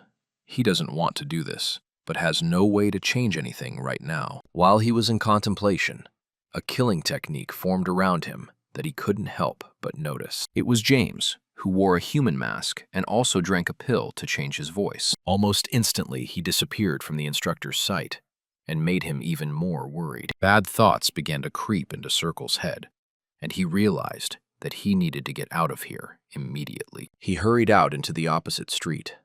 But James wasn't so easy to get away from. The academy instructor, instead of being an exemplary role model, became addicted to alcohol and women. Of course, all of this is possible, but the love between a knight's instructor and a waitress is over the top. If this information leaks out to the masses, then only the lazy won't be discussing Circle. The instructor couldn't figure out who this person was or how he knew everything, but at least he no longer felt the murderous aura. He made an almost instantaneous decision to catch the creep and find out the whole truth, no matter what. James easily dodged this attack, as his true level was incredibly high. The instructor wanted to continue the battle, but when he saw that murderous aura, he stopped at the last moment. Only now did he realize that he had a first-class user against him, and there was virtually no chance of victory. James is so well aware of the situation that he even knows the waitress's name, Sylvia.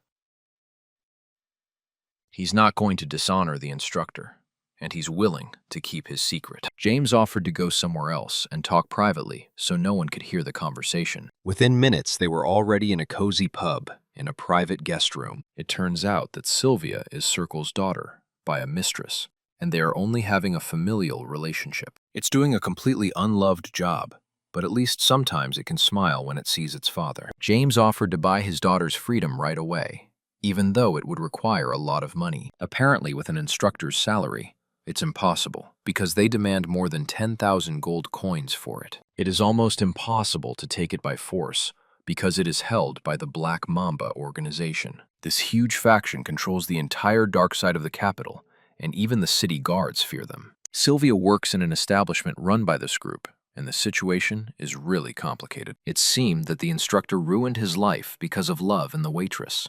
But in fact, it is quite different, because she is his daughter. James originally tried to use this information as pressure on the instructor, but it is now clear that this is a mistake. It would be better to help this guy and leave him in his debt. James has made his intentions known, but in order to do so, it will be necessary to help apprentice James Steelguard.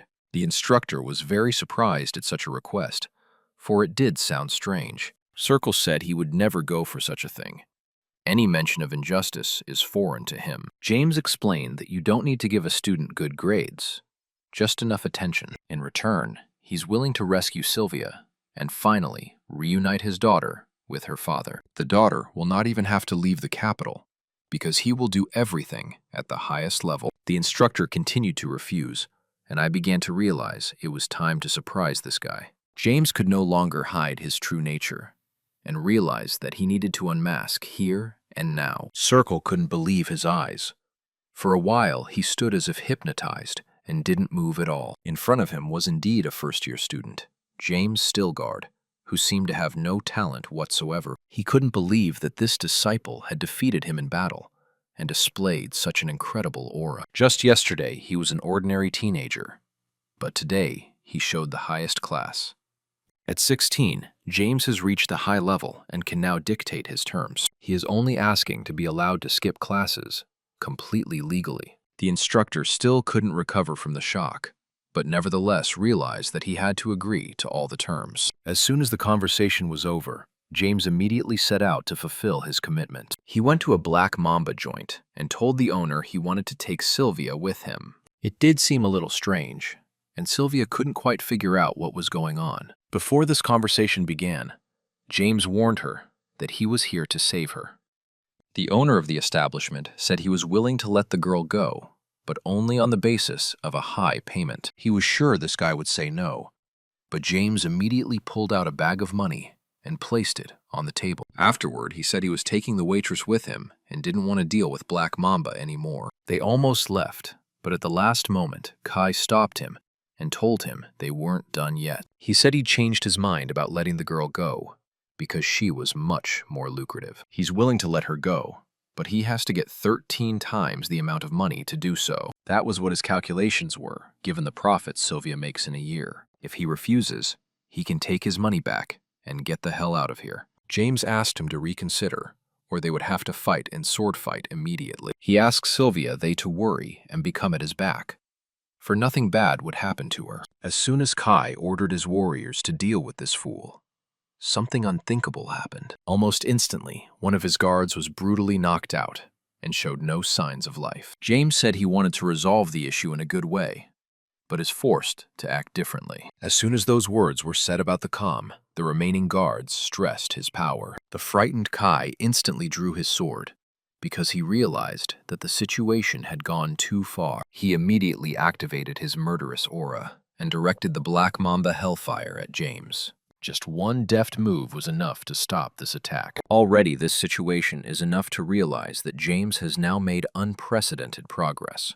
Not only is he unafraid of dark magic, but he openly challenges anyone who gets in his way. It was a harsh punishment, but Kai had deserved something like this for a long time. To avoid dying a horrible death, he is now willing to offer twice the payment. He has a lot of money, If James tells him who his customer is, he will shower him with gold. James said he came here of his own free will, and now he can be called the Punisher. It was a brutal murder, but by doing so, our hero showed that he didn't sell his conscience. Sylvia witnessed the frightening scene, but as if not frightened at all. She was interested in the identity of this mercenary, for she wondered how he had defeated all the assassins in this room. After that, they went to a nearby hotel for some rest. James ordered that dinner be arranged for the girl, and that they not be disturbed unnecessarily. He offered such a generous payment that the innkeeper immediately fell in love with him. James would be in the room across the hall. If Sylvia needed anything, all she had to do was call out to him. All traces of the crime were covered up with fissile acid. No one noticed them, and now the deed was done. They shouldn't be threatened by anyone, so James can take off his mask and relax. Today's events were made possible by teaching the techniques James purchased a few weeks ago. The Heavenly Cultivation Technique and Northern Radiance Technique had helped him a lot, but he was still at the beginning of his learning path. The meditation continued until the wee hours of the morning, because to understand the basics, you have to fully immerse yourself in the process. James was pleased with the work he had done. For now, his skills should be even more balanced. He immediately felt the fruits of his labor, and took it to a whole new level. At the age of 16, James Steelguard updated his immortal record and became more powerful. He also decided to use the appearance modification technique to change his appearance a bit. After that, he went into Sylvia's room and completely forgot to put on his mask. As soon as the girl saw the stranger, she immediately started to close the doors, but he managed to stop her. James said he used reincarnation magic yesterday, and this is his real face now. He brought her some tools so she could change her appearance without anyone recognizing her. James explained to the girl that she needed to be careful now and not to take any chances. Soon the preparations were finished, and it was so successful that even the father didn't recognize his daughter. She looked completely different and changed beyond recognition, but still retained her beauty. Circle thought he had the wrong room and was about to leave, but James stopped the experienced instructor. Sylvia was very glad to see her father and assured him that not a bit had changed. It's the result of only coloring and cutting her hair, but she's still the same girl she was before. James also gave her a magical artifact around her neck to avoid being chased by a black mamba. At that moment, something interesting happened, for someone got under Circle's robe. At first, it wasn't clear what was going on, but everyone around them got scared and held their breath. It was only a few seconds later that the horrible creature burst from the instructor's clothing. Sylvia almost fainted from fear, and it seemed as if they were all about to be killed. In fact, it was only Sari who was chosen by those shouts and immediately came running to his master. It was funny to watch the father and daughter, who were still trying to recover from the shock for a long time. Soon James secluded himself from the circus in order to discuss their future plans. It turned out that the instructor had signed him up for a private training session in a training room prepared for real geniuses. This could be a major excuse in case James misses class. James then decided to give the rest of the money to Sylvia as compensation for the years of hard work. When he covered his tracks,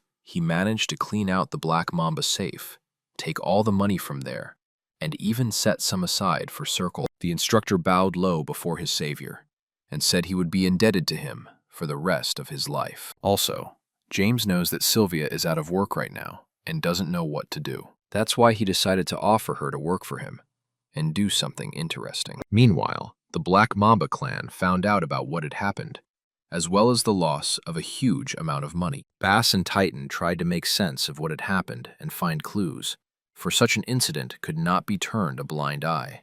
They had different theories about it, but there was no doubt that there was an aura user involved. It all looked strange. Boss noticed from the beginning that the surroundings were clean. Apparently Kai was really attacked, because it doesn't look like a staged crime. Only special aura wielders can kill people with a coin toss, so they are dealing with a particularly dangerous opponent. It doesn't matter who he is. Either way, he should be punished for assaulting a Black Mamba. Meanwhile, James had no idea of the trouble ahead, but it's worth admitting that he doesn't care much about it. He was only trying to expand the area of chi energy concentration and awaken the Northern Radiance technique. It wasn't easy to do, But through a lot of training, the first fruits were realized. For now, such progress would be enough. In the future, he could further immerse himself in learning techniques.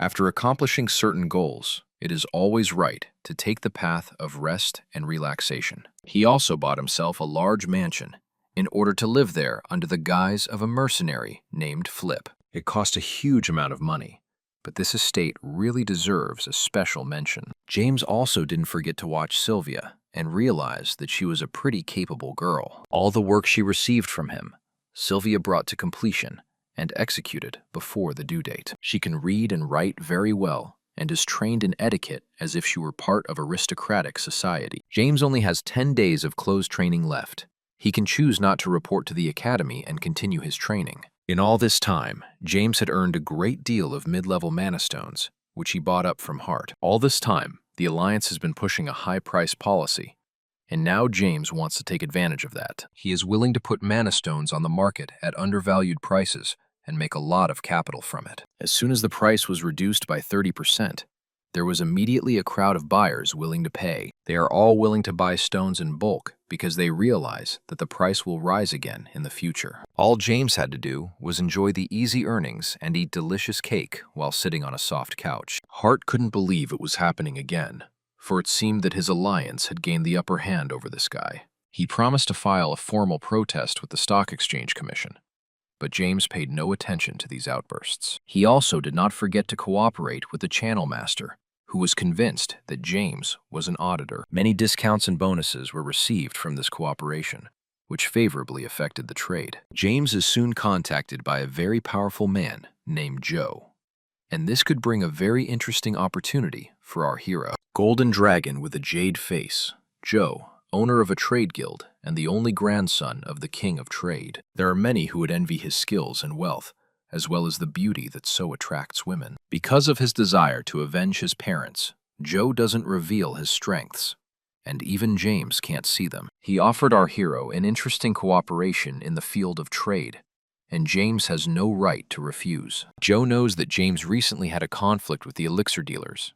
Apparently, he also knows about James having 10 report tickets, and he wants them. James replied that he had no tickets, but there were 5 rights left to report. Apparently, this pleased Joe very much, for he laughed out loud and said he could finally get his revenge. All his enemies will now burn in hell, for heaven has turned its back on them today. There are people in this world with whom he cannot live under the same sky, because they are the ones who killed his parents. All his life he had dreamed of a place, and only now had he gotten a hint of hope and the possibility of retribution. His enemies are also involved in the exchange, and in order to punish them, Joe is willing to buy the right to report. He offered sound money, and at once showed that he had sufficient capital for such matters. His grandfather is Gum.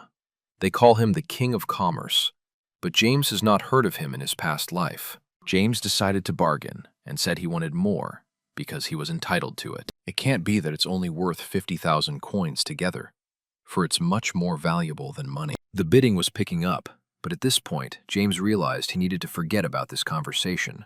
He apologized to his interlocutor and said they would continue the conversation later because there were unforeseen problems. His aura sensed the approach of danger, and indeed, unknown people appeared outside his house. The Black Mamba clan invasions are about to begin in a matter of seconds, and it's going to be a serious problem for James. Within a minute, they were on the top floor and approaching the owner's room. Everything was very quiet and disciplined.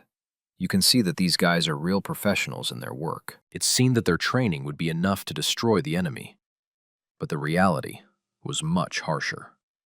James not only anticipated the attack, but instantly fought back. He destroyed the first opponent and prepared to blow this entire clan into small pieces. Though the Black Mamba is renowned for its training and ferocity, they are but little kittens in comparison. James is only trying to find out who their primary target is, or rather, what exactly is his identity. The gang leaders calmly watched what was happening and were sure that everything was going according to plan. Boss and Titan were calm, but soon noticed that their warriors were lingering too long. Boss made the decision to go upstairs with his warriors and solve this problem once and for all. He immediately warned them to be careful, for this was unknown territory to them. Soon, James stepped out of the shadows and greeted his unexpected guests. He saw the Black Mamba boss and said that she would only destroy him as much as Kai did. Their acquaintance did not go well at first sight, for the mercenaries immediately began to attack the master of the house. The Titan was especially angry as he raised his huge sword and prepared to cut off the head of this cocky guy. He turned out to be really quite technical and strong, but just not for an aura user. Talented guys like this shouldn't be wasting their time working for criminal organizations. They could have become professional hunters, but now have to be destroyed for their bad deeds. Boss realized that their opponent was stronger than expected, so they made a tough decision. He is willing to go to extreme measures to achieve victory, and so he signals to his warriors. As soon as he gave that signal, everyone around him immediately stopped and realized what was about to happen. They must leave immediately and save their own skin, because Bass is planning to have a real rock and roll party. The Ice Blast should destroy their opponent, as even an aura user would have a hard time stopping such an attack. Everyone ran for cover because they realized what was about to happen. There was not a second to lose. All that remained was to lie low and wait. Wait for the moment when the master of the house would be torn apart. Indeed, a few seconds later, there was a huge, icy explosion that messed up the interior. Black Mamba was ready to celebrate the victory, but at that moment, it turned out that the opponent was still alive. They're going to have to reimburse the cost of repairs, and if they're not willing to pay, they're going to decide right now without their heads. These pigs need to be punished, and James isn't going to play games with them. Tonight was a fun night on the estate, and it seemed to the neighbors that there was a party going on.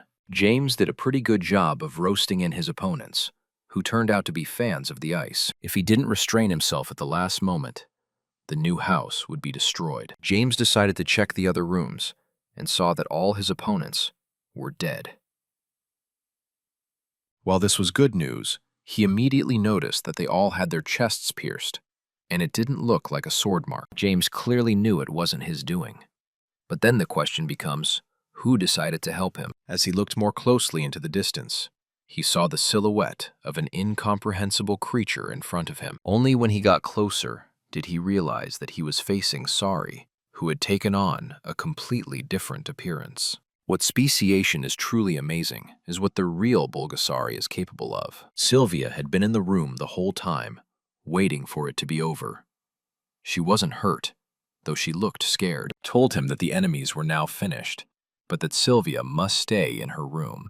Apparently this bloodthirsty guy is planning to set up an interrogation because he has too many questions. The leader of the Black Mamba cult, Bass, woke up to find he was still alive. This was exactly what James had been waiting for. Now he was going to have a long conversation, so Boss would have to be patient. The mercenary couldn't move and tried to figure out what had been done to his body. It turned out that Titan was also alive, and he still couldn't move or move his limbs. Apparently it's some kind of magic, and James plans to torture these two creeps for a long time. He is willing to continually bring them back to life and then kill them again, and so on throughout the night. James realizes that the real bosses of the clan would not be involved in such an incident. This means that the real boss is somewhere far away because they will not risk their lives. Turns out this group was thrown out by a new boss who said they didn't need them. It's quite a high-caliber training, and it's hard to believe there's no work for them. Their boss is called Kamazan. He is terrible, because he throws talented people to the bottom because they did not take his side. Nobody needs these guys now, and they can safely be called expendable. The bosses will benefit from their deaths and return with the stolen money. He loses nothing. They were able to find James thanks to Sylvia, even though her appearance had changed. Though she had changed, her habits and gestures were still the same. Bass proved to be a professional at what he does. He is intelligent and insightful, as well as very attentive. He tracked down the waitress, and Titan helped him organize a competent attack. They act as a unit and complement each other, so these guys could be good for James. They tried to intimidate their enemy, and kept saying that the organization would not turn a blind eye to the incident. They have a lot of connections, and if James kills them, he'll have to face a real black storm. Of course he paid no attention to all these stories, because the Black Mamba does not scare the talented warrior at all. He said he had a way to get rid of all their problems and make sure they all stayed ahead. It was hard to believe, but now the members of this squad must get rid of Kamazan. The Black Mamba boss must die. Bass and Titan have accepted James's offer and are ready to organize a rebellion. They won't be able to kill James, so it's much better to team up with him and act in their common interest. The Titan gave a small and motivational speech to get his warriors to venture out and try to do something big. These two guys will do a great team job, and James has no doubts that they will be useful. Thus, they manage to change the minds of their warriors and unite for a common goal. This means that tonight, the host of the night of the capital city of Thear will be changed. The king will fall, and a new king will enter the scene. Nightlife as the capital is always more interesting than anything that happens during the day, and TR is no exception. Kamazan reported that they captured his enemy who kidnapped Sylvia and killed Kai. He is now on the first floor and has been brutally drunk and tied up. The clan boss immediately realized that his opponent wasn't very strong, because otherwise his men wouldn't be able to handle the task. He wouldn't mind if all the members of this squad died in battle, but either way, he's left with the upper hand. Soon James was led inside. He looked battered and exhausted, and completely unable to move because of the chains. His face seemed familiar to the clan boss, and he immediately started a tough conversation. Kamazan wants his money back, and if Flip does, he might still be alive. Of course, James hides his real name and appearance, and operates under a false name. He said he wasn't going to give up the money that belonged to Kai and was now his. Such insolence infuriated the clan boss, and he reminded that all the money of the capital belonged to the Black Mamba. He ordered Boss to find the money immediately and put it in his hands. But the mercenary ignored the order. Boss thinks there's no point in talking to a living corpse, much less following his orders. All the wars around tensed up. They weren't at all surprised at what was happening, as if they knew this part of the plan. James waited for the signal and manifested his aura. Now the chains wouldn't be able to contain his anger. He came here to take down the King of the Night, and he'll do it no matter what. He ordered Boss and Titan to get out of here immediately if they didn't want the blast wave to tear them apart. All the guards who continued to be loyal to the boss felt this guy's anger. They screamed and parted with their lives in incredible agony, for James was killing them with iron chains. Kamazan had a strange premonition from the beginning, but he ignored his intuition. Soon he realized what had happened, guessed that he had been betrayed, and decided to stop the rebellion by his own efforts. Even though he had to fight with an aura wielder, he was confident that he could win. Self-confidence sometimes plays a cruel trick, and that's exactly what happened today. Thanks to Kamazan, James will completely take over the Black Mamba clan and become the new king of the Night City. It was cruel and harsh, but James wasn't used to being cautious in the face of his enemies. It was Titan and Bass who were shocked by what happened, and they had seen things far worse than this. They reported that all the Kamazan bandits had been wiped out, leaving only those willing to sell their allegiance. James said to finish all the work before sunrise. He contributed enough to the overall victory. All that was left was to sign over all of Kamazan's business. All we have to do is spread the rumor that Kamazan betrayed his clan and had to get rid of him. That way, all of his associates would come over to their side, and they could take over completely. James is a shadow that few have seen, meaning that these two mercenaries must come to the forefront. They will play a crucial role in this plan, and must now take some of the responsibility. Once the deed is done, then they must come to his mansion and report back to him on the work done. Soon James found himself at home, taking a bath and getting ready for a well-deserved rest. Starting the rebellion was perfect, and now he had completely taken control of the Black Mamba clan. It's time to talk to the Golden Dragon, who is ready to introduce his grandfather to James. The King of Trading Gap personally welcomed the young VIP customer of the exchange, but this is not a good sign. James didn't know what to do. For now, he would have to deal with an experienced merchant. He can't see his information with his carrying eye, so you'll have to be very careful. Gum is a merchant and expert in buying and selling with many years of experience. He's surprised that James is demanding over 50,000 coins for his help. It doesn't quite make sense. James realized that he would lose in this verbal altercation, for his opponent was too experienced and intelligent. It will be difficult to get him out of his mind, because he understands perfectly how to assess the situation and behave calmly. It seemed that the king of trade would force James to make concessions and agree to their price. But at the last moment, the young entrepreneur noticed his vis-a-vis mistake. James is well aware of how dependent Gum and Joe are on this revenge, that they can now be manipulated. He is the only one who can give them what they need, and it would be foolish not to take advantage of that. It's not money or even magic artifacts, but real trust. At first, James seemed only a guy who was eager for profit, but now he had earned the trust of the King of Commerce. James wants a contract for exclusive trade, Gold Trade Association, and it's a very risky move. This could cause a stir in the world of Miram, as James wants to be a middleman and profit from making deals. It's an unheard of chutzpah, because then James would be an incredibly powerful person. It turned out that this was not all, because James made another offer and asked to invest $200,000. James' skills at trading are unknown to Gum, and so he can't take that risk. In that case, James found a way out of the situation and fully absorbed the knowledge of high-level trading. Now, oddly enough, he could be considered a merchant with a lot of experience and could be trusted. Thus, a deal will be struck. James will not only get a contract, but also an investment in his project. All his demands have been met. It is now James's responsibility to help Joe exact his revenge. Either way, it's a huge success, because making a contract with the King of Commerce on those terms is a jackpot. Now you will have to plan an attack on the enemies, and after all, they are all very serious opponents. These warriors have learned a transcendent level of martial arts, and they won't be easy to deal with. Joe is also on a transcendent level, but for the average teenager, such a challenge might raise logical concerns. James must have patience and prepare well for this meeting, because it will not be easy. Meanwhile, the two experienced mercenaries couldn't believe this was actually happening. They thought Flip was proposing too naive a gamble. Now things were really turning out the way he had envisioned. Titan decided that Bass should take the place of the boss, because he has always been characterized by his strategic thinking. Also, these guys started discussing a strange incident that happened after the win. Flip made them drink 2 glasses of an obscure drink, and was very insistent on it. He said they had become a team, so they should drink to that. Flip insisted too vigorously, and so the mercenaries could not refuse him. So they actually had 2 of these drinks, and it's not hard to guess what exactly was inside. Yin-yang bugs.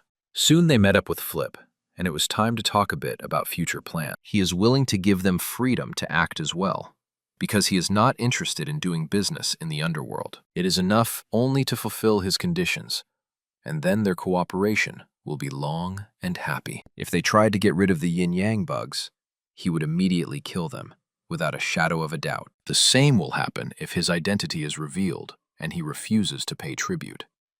Monthly. There were many more wishes on that list, and so tears came to the mercenaries' eyes. They didn't seem to like these terms, and Flip immediately made it clear that he would not tolerate misunderstandings. As soon as he saw the absolute agreement, he immediately put the smile back on his face and thanked them for their cooperation. Also, Black Mamba should fully cooperate with the Flip Trading Company. Flip said it's his personal trading company, and he has 50 years of experience as a merchant. Bass and Titan had never heard anything crazier in their lives, but they had to keep silent and take it as a given. How long after this conversation, James found himself at an academy he hadn't been to in a long time. He used the invisibility technique and was surprised that the academy had such lax security. In 15 days, he had made unprecedented progress, for he was able to rise to a superior rank. He contracted with a merchant king, and for life, he acquired the knowledge of an experienced merchant. Instead of a Black Mamba boss, he put his own people in, and now controls the enterprise. He was also able to buy out a bankrupt guild and start a flip trading company. It's been a very good and productive period, but now it's time to move on. James still has a lot to do, so we need to ask Circle for an extension on closed practices. Still need to skip some academy time in order to settle all my affairs. It turned out, except that it would be hard to do that now, because there was a problem. A man from the DA's office came here yesterday and said he was looking for a meeting with James Steelguard. The instructor said that the closed practice did not end until the next day and asked the inspector to come back later. It's not exactly like petty things, because such people don't alarm students without a serious reason. He didn't come alone, for there was another man with him, Derek from the Coons estate. James now realized what was going on, and absolutely, completely solved the puzzle. Marquis Dorian suspects him. It's completely unplanned, and could lead to trouble. Soon it was time to meet and have a serious talk about what had happened. James tried to reassure himself, for it was impossible to accuse a man who had left no evidence behind. He also has a solid alibi, so he's going to be confident and firm in his testimony. Soon, the commander of the prosecutor's night corps, his name is Zenitz, walked into the room. He asked James not to be intimidated and said he only wanted to ask a few questions. The commander personally came to handle it, which means James is in trouble. The situation is problematic because they still haven't been able to find the missing Albert. They realize that James left the day before he disappeared, and he has an ironclad alibi. Nevertheless, the commander finds it odd that Albert doesn't show up to study at the academy. James replied that he didn't see anything suspicious about it, and was sure Albert had started a new life. The commander said he had no further questions, although it was obvious he was not happy. He wouldn't be called into the interrogation room because of such nonsense, because it's too absurd. Just as James was about to leave, Zenitz remembered that there was another person who wanted to talk to James. I guess that's why he was called here, because only now the real interrogation will begin. James hasn't seen Knight Derek in a while, and this meeting doesn't bode well. The captain of the Knights immediately asked the key question. He wants to know why James did it. The day after the conflict, Albert goes missing, and Derek doesn't believe in coincidences. James said it's not a serious accusation, and he's not even going to try to explain himself. Knight is sure that it can't all be a coincidence, for he knew Albert well. He wouldn't give up all those privileges of the Marquis's life, and if he had been kidnapped, the perpetrators would have made contact long ago. There's no sign of missing Albert anywhere. Hence, it's not a runaway or an abduction. Only James had the motive and opportunity to do something terrible, and Derek is sure he's the one behind it. Zenitz asked the knight to calm down and reminded him that James is with the son of an earl and the descendant of a hero, and had better be polite. James has clearly made it clear that without solid evidence, he's not going to waste time on this. It's all just conjecture and theories, but he wants to speak the language of facts.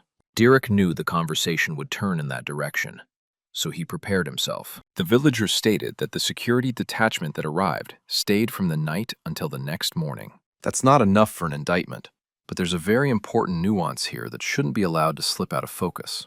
Eyewitnesses stated that there was a man who was in the room, alone. He didn't go anywhere until dawn. The man on the road was James Steelguard. Indeed, the knight had prepared well for the interrogation, but even that was not enough.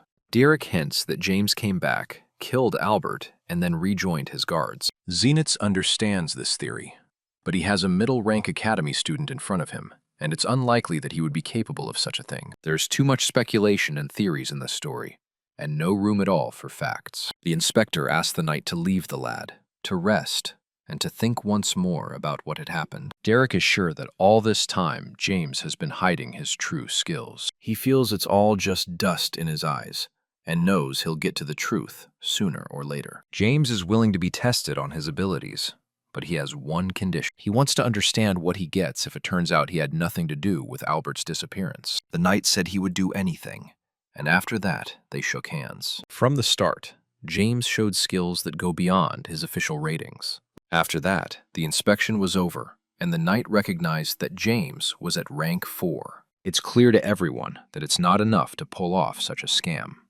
But still, James is clearly stronger than expected. Knight apologized, for he admitted he was wrong in his theories. James accepted this apology and said that sooner or later, Albert would still come home, and it would be over. Thus, the case of the missing Marquis is completely closed, and this is another victory in the piggy bank of our hero. Soon it was time to go back to studying again, and to find out that Phil missed his close friend very much. He was also pissed that James hadn't called him along with him to the private training session, though of course, he didn't deserve it. Everyone at the academy began to discuss James, for he was the one who had gotten the privilege of closed-door training. He tried to ignore it, and not pay attention to all these rumors. Soon a guy with long blue hair walked up to him and James recognized him immediately. It wasn't difficult, for in front of him was the only student who had distinguished himself in the entrance test. This professional never came down from the top of the rankings until after graduation. Castor Trouse. He was the one who caused James's inferiority complex. In a past life, he didn't just walk up because he wants to challenge James to a duel, and absolutely everyone heard about it. It's unclear why a first place from a top class would challenge a mid-tier from an intermediate class to a duel. James immediately replied that he didn't want to do that, and wasn't even going to give a reason. According to the rules of the academy, it's impossible to refuse a fight.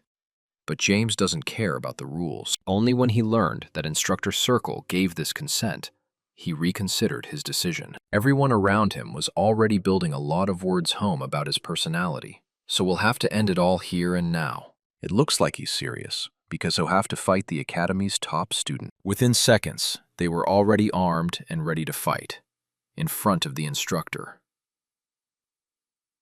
Apparently, Custer wasn't happy that James had gotten into a closed practice session, so he decided to test him in real life. Custer believes that only he can be the first in the academy, and will not give anyone the opportunity to overtake him. Now he wants to show everyone around him that James is a wastrel, that they deserve proper attention. He immediately launched an attack, but his opponent quickly repelled that attack. This was enough to shock everyone around, for it seemed that the duel would not last even 2 seconds. Custer is without a doubt a true opinion, and in a past life he was a true star. Back then, James was envious of him. But in this life, things are different, and James is on a whole different level. He had already defeated countless strong warriors, and was now ready to add another scalp to his collection. If you look back at Custer's stats, his weaknesses are immediately clear. He's great at releasing mana, but forgets about control skills. That's why you need to deal with him wisely and exploit his weaknesses. James is a master of strategic combat, and because of this, he outclasses his opponents. The instructor realized that the situation was getting out of control and declared a draw because he sees no desire to fight. Apparently, he was afraid the champion would lose, even though everyone around him was fiercely anxious for it to continue. I had to order them to shut up and return to class, for the duel was officially over. Now everyone realized that James was indeed worthy of attending closed workouts, as he didn't lose to the champion. Castor had only to bow to her teacher and silently retreat to her room with a frustrated look. What James was demonstrating was the magic of the 8th Star Darkness sword technique. He didn't fully develop this technique because he realized he shouldn't show his full potential. He knows he has to hide his skills, but sometimes you want to mess with your opponents a little. James said that he had to leave the academy again soon and asked the teacher to give him a pass. It's time to change your appearance again and turn into Flip. He came to see how things were going in his trading company, for he was now a serious businessman. His deputy, Marcus, reported that things are going well and there are no problems so far. He used to run this company, but it went bankrupt and James bought the rights to it. Now they have to increase their staff because there is a lot of work waiting for them soon. Marcus still can't get used to such volumes, because when he was the boss, things were much more deplorable. The increase in volume is necessary for Flip Trading Company to become the largest company in the capital. Flip ordered the building to be updated to make it look more solid. He also reminded that his requests should not be economized on, and he also hates lying. Marcus is a pretty good choice for the deputy position, as he is not greedy and experienced. His main flaw is his timidity in making decisions, but he won't stab you in the back. After that, Flip went inside the building to check on the secretary. It was for this position that Sylvia, who worked alongside Sari, was approved. As soon as Bulgasari saw his master, he immediately flew to cuddle. You're also happy to see your savior, because she was a Black Mamba slave not long ago. Sylvia said Flip's order has been fulfilled, and he's waiting for him in the backyard. It turned out to be an order just for the beast that Flip spared nothing for. It can be called an exclusive food, because a huge iron carriage can be very tasty. We mustn't forget that Sari loves iron, becoming stronger through eating metal. Though it's rather embarrassing to watch, Sari isn't at all shy about her preferences. It was time to check the first system, as James hadn't updated the data in a while. He had already managed to get investment from the King of Trade, and now he could channel it. His store should be diverse, in order to be able to find any kind of goods there. So far, many items are out of stock, and so we need to arrange a purchase. Thanks to James's help, Suk was able to solve all his problems and build up his inner energy. But there are also problems, because now it's almost impossible to steal anything from the library. James told the house that if Sel could find a breach in the library's security, he would benefit from it. After all, he had found a reliable business partner with whom he could make good money. He will now be working with an omni-channel store that James owns. Apparently the name doesn't sound serious, and Siak didn't appreciate such a marketing move. I had to immediately warn him that if he laughed with the title, he would be destroyed. The main thing is to ensure a large volume of sales, and then, even taking into account the small prices, earnings will be huge. After speaking with his assistant, James made the decision to restock the produce. By evening, all the work was done, and he was visibly pleased with himself. An affiliate store was opened, and the merchandise shelf was fully stocked, and even found the necessary connections. Also, Sari has learned how to transform, and that could play a hand in the future. Now there is no doubt that Sari is a Bulgasari of the highest caliber. James went back to his room and saw that Phil had already left for practice. This would give him some free time. We need to check on the affiliate store and contact Golden Dragon. Despite the fact that the revenge will be incomplete, is ready to carry out the plan. He wants revenge on a lot of people, but it will be hard to get to the main culprit. If you kill his assistants, the main enemy will hide, and there will be no opportunity for revenge. James said his enemies may be accomplices to the Nanzo massacre. He had already sent his assistant Suk there to get all the information he could. The bloodbath is referred to as the tragedy that occurred after the emergence of the dimension deals in Miram. Hundreds of people's energy was siphoned off, and they were all robbed of their lives afterward. All because of the abuse of dimension deals. Joe's parents were also among the victims. He wanted to wait to capture the main culprit, and then all his helpers. When he managed to find the enemy, he realized he couldn't stop. An incredible thirst for revenge came from his heart.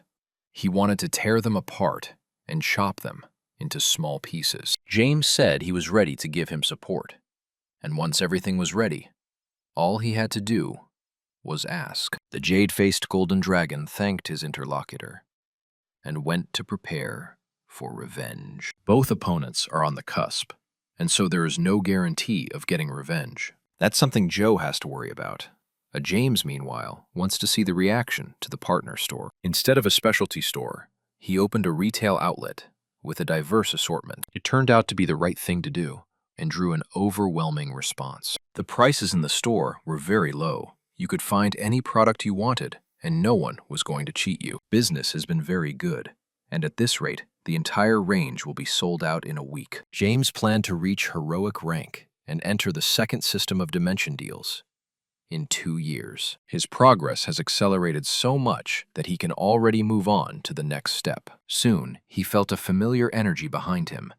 This man he knows very well. He called James lazy, but judging from the reaction, they're not enemies at all, or even comrades. Standing in front of him is his older brother Jason, the third child of Earl Steelguard, a 4th-grade knight. He was sure his brother would end up at the bottom of the class. But James had made great strides. This is strange, for he was always lazy and insignificant, and had no talent whatsoever. It is worth recognizing that Jason also did not live up to his father's hopes, because they expected more from him. Even the eldest son, who was a 2nd-rank knight, felt his father's displeasure, and Jason was even less talented than him. In his past life, he was finally broken when he couldn't overcome the wall of aura possessors. That's why he now looks so anxiously at his younger brother, who is succeeding in life. He had always ignored James the most, and ironically, was suffering from it now. Jason was only trying to be in the middle and didn't want to be the worst in the family. But failure awaits him. This guy is a real shame. And really, it's best not to waste precious time and attention on him. He came here to understand how his little brother didn't die. In a battle against the Academy's best student, he's not going to believe any fairy tales. And he realizes it's not a coincidence at all. Because of everything that's happened, there's someone who wants to see him. A man named Edward Carson. James must show up at the address given in the evening, and also put on a formal suit, for this is a serious meeting. Being invited to the freshman club is something special, so James should treasure the moment. There he will meet those whom he has long sought to meet, and whose faces he earnestly desires to see. The 21 Club is the unofficial high society club of Thear Academy. It has a limited number of participants, and only students from high-ranking and noble families are invited. The club helps you make connections for the rest of your life, which is why all Academy students dream of going there. It's where the rising stars of the current generation of Navarro gather and revel in their popularity. When a new member appeared here, everyone around immediately fell silent and tried to assess him at a glance. James's expression was confident and even slightly cocky. He put on his new suit and didn't worry at all. Here they are not used to seeing freshmen, and so everyone is unfriendly towards him. Nevertheless, if he's here, he's already automatically considered a rising star for Navarro. James immediately turned his attention to the red-haired beauty Selina Lufev, whom he knew from a previous life. In this life, he doesn't even want to go in her direction and try to make an acquaintance. This behavior is not typical with the outside guy, because no one here ignores Selin. No one has ever humiliated her like this before, and she is not going to forgive such an attitude. In his past life, James hadn't seen Selin's true nature. He was only fascinated by her beauty. It is now clear that there is no use for her, and it is best to avoid her, as well as many of the other participants in the event. Hylan, along with his brother Darius, greeted the new guest angrily and hinted that he was not welcome here. He realized he had to instantly destroy them.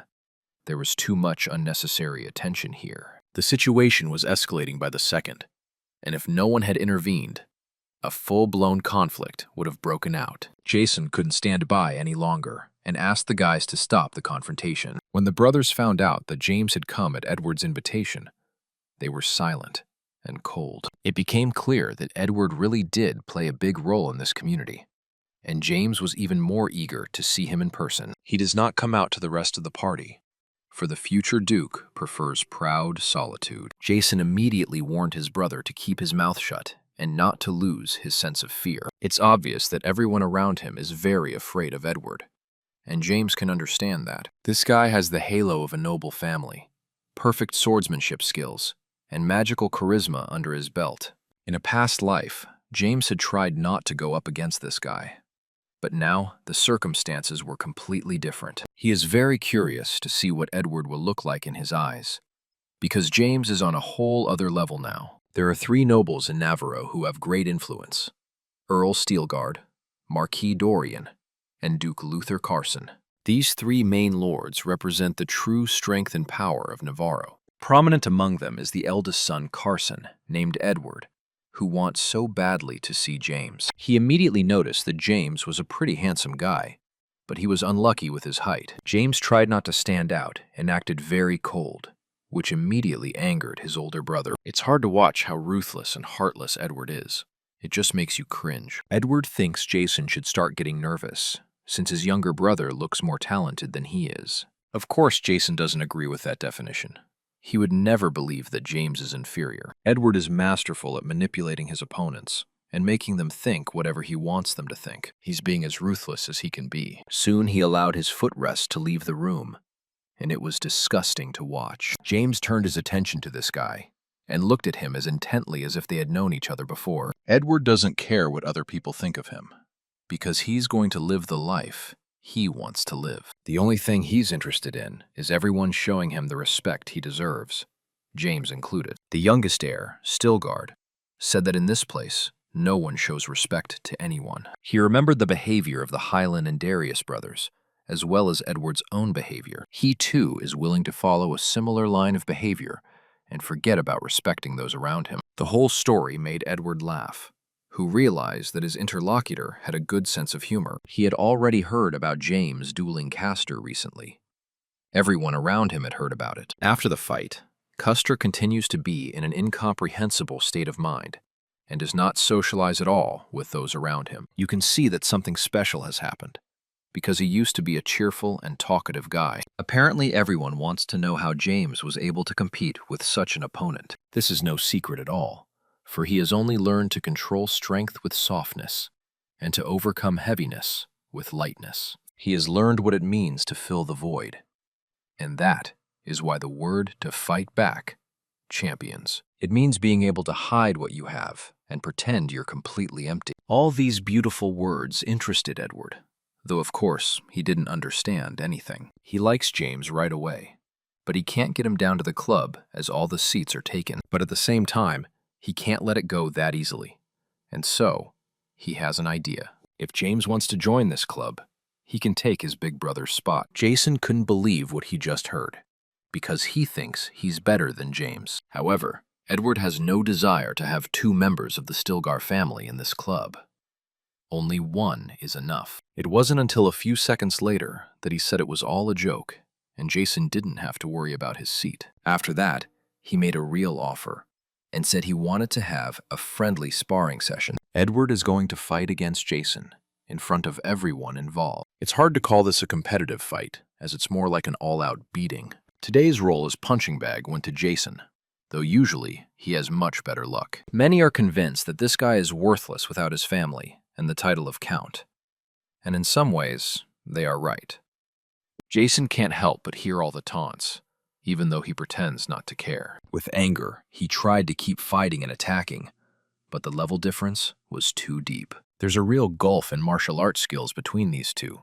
You can see it with the naked eye. The battle had gone too far, but apparently Edward wasn't going to stop at all. When it looked like Jason was about to be totally destroyed, his younger brother suddenly stood up for him. It was enough to shock all the participants of this event. Such a plot twist was clearly not expected by anyone, because few people would dare to challenge Edward. James can't call such a spectacle a real fight, because there is no intrigue here. Edward laughed in response. He didn't take the Steelguard family seriously. They were just taking advantage of their grandfather's fame. Deep down, James agrees with this, but he has a hard time accepting a reality that goes against his wishes. Their family has become a laughingstock. They are no longer the same Steelguard who brought terror to their enemies. That doesn't mean they should be ashamed of their last name, because you can always change reality. James gave his brother a hand and said that they could leave here, for they were not at all welcome here. Edward continued to taunt them and said they could get away. There is no doubt that they will meet again in the future, and then James will show who is the boss. Very soon, everything will change. You just have to wait for the perfect moment to strike a precise blow. No more will anyone disparage the Steelguard family, and the family's star will blaze again. A little while later, James felt a bitter aftertaste, and even regretted holding back his emotions. He knows he could have easily torn that fool apart, but he didn't. Oddly enough, Jason blamed his little brother for all the problems, and said what he did was wrong. Now he's going to be kicked out of class and made an outcast, all because of James, who doesn't know how to behave. Apparently, he is very much afraid of Edward, and therein lies the problem with the failure of the Steelguard family in the last decade. They have turned into weak and fearful guys who are afraid to defy fate. From the look on his face, you can tell that Jason is in complete agreement with those words. If people like Jason don't change, the Steelguard will be destroyed and cease to exist. James doesn't have warm feelings for his brother, but he doesn't reject the kinship either. He remembered the insult to the family from Edward, and would surely avenge it. He soon returned to the event, and once again met with the unpleasant brothers. He explicitly stated that he thought they were mentally retarded, and was willing to help with treatment. Edward said the brothers can destroy James and do whatever they want to him, because he doesn't care. As soon as they heard that their master allowed them to bite, they immediately got ready to fight. Apparently, that's exactly what James wanted. As soon as he saw aggression on his side, he immediately struck back. He had been hiding his true intentions for a long time, but now all masks would be removed. That was enough for the music to stop and the conversations to instantly cease. Afterward, James suggested that Edward have a friendly sparring session, completely under the same rules. He immediately smelled fear, and assured his opponent that he wouldn't beat him too badly. It was an open provocation, and everyone around held their breath, waiting for a response. Apparently, Edward is not going to tolerate such humiliation, and is ready to take the fight on any terms. He immediately became mad, and started attacking the young and arrogant heir of the Steelguard family. It seemed as if he would run him through with his strength. But reality brought a new surprise. James was many times faster than anticipated, and was once again proactive. He continued to taunt and kept Edward from getting all over himself, showing the entire failure of his technique. A situation like this had never happened in the past, and so Edward had not learned to control his emotions. He gave in too much to his rage and promised to break that little slug's jaw right now. Apparently, he believed his powers too much, and also completely forgot about defense skills. Aggression always makes you lose your temper and leads foolish warriors to their doom. James didn't stop and continued to deliver palm strikes to his opponent's face. Now he has to feel everything that Jason felt before, namely, humiliation and punishment. Everyone around them was silent and afraid to interfere, because what was happening before their eyes seemed like a bad dream. Only now did everyone around them realize that the arrogant James Steelguard turned out to be an eagle hiding his talons. Edward is not ready to dishonor his family, for he is a descendant of the legendary Luther Carson. Immediately, the guards were summoned, and 3 huge giants appeared beside James. They don't care that it was a one-on-one duel. They're willing to spit on the rules and forget about honor. The would-be knight royalty planned to tear James apart and punish him in front of everyone at the event. At least, that was their wish. But when it came time to act, James was once again stronger. The entire room of guests never tired of being amazed, and after all, you can understand them. Really amazing things happen. He single-handedly put down the best and most talented upperclassmen students, and he did it in a matter of seconds. Edward realized that only Paris could help here, and began to call nervously for help. He is one of the Academy's most talented students, and is set to graduate as early as next year. He's clearly older than James, and is about to punish the little boy for his arrogant behavior. Paris explained that they were in the wrong club for a freshman to dictate terms. The red aura signified a lust for death, and it seemed that James really couldn't escape serious injury. Also, this technique is known as the famous Red Moon Sphere of Light. Sounds really convincing. Paris is sure to wipe the goofy grin off this guy's face, but nevertheless, James is still optimistic. This guy is always confident in his abilities, even when fighting an experienced warrior. He easily shielded himself from all those red rays and remained unharmed. All that remains now is to choose the right strategy, because you can't act too naive. If he showed his full potential, everyone would recognize his true power, and that couldn't be allowed to happen. You have to act carefully and prudently to get away with it. Just when it seemed like Paris had finally gotten this guy, it turned out to be the exact opposite. It was hard for everyone to believe that a freshman had learned how to use aura at such a high level. Not only did James stay alive and well, but he was able to defeat a fierce opponent. Paris collapsed on Paul and screamed like a little girl. Just a little more, and he would start calling for his mom for help. Thanks to the fact that he knows how to handle aura, his bones will fuse together in a week, and there won't be any problem. James looked toward the club members and realized that no one would bother him now. He warned that if anyone had anything to say to him, they should write a will at once. Everyone immediately turned away and pretended as if they weren't paying attention to him, and it was mildly amusing. Edward didn't rush to run and hide.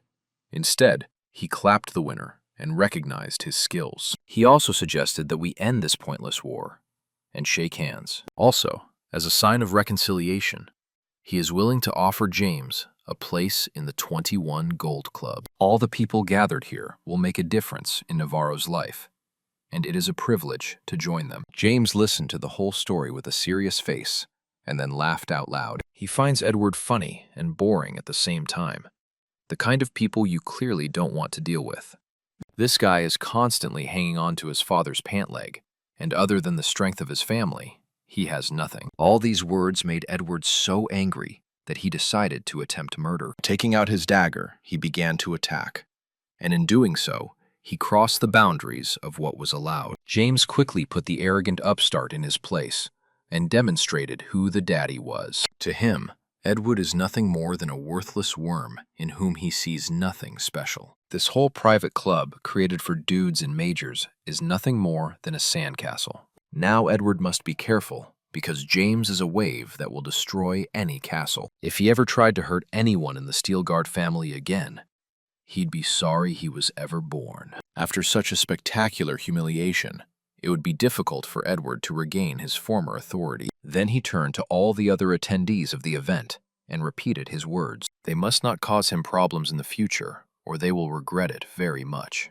At this point, the performance at the closed Club 21 was officially over. James walked outside and met his brother, who was clearly keeping an eye on everything that was going on here. It's rather strange to watch, for the Jason Lump James knew in a past life would never give up his pride. Now he came here to apologize to those bastards.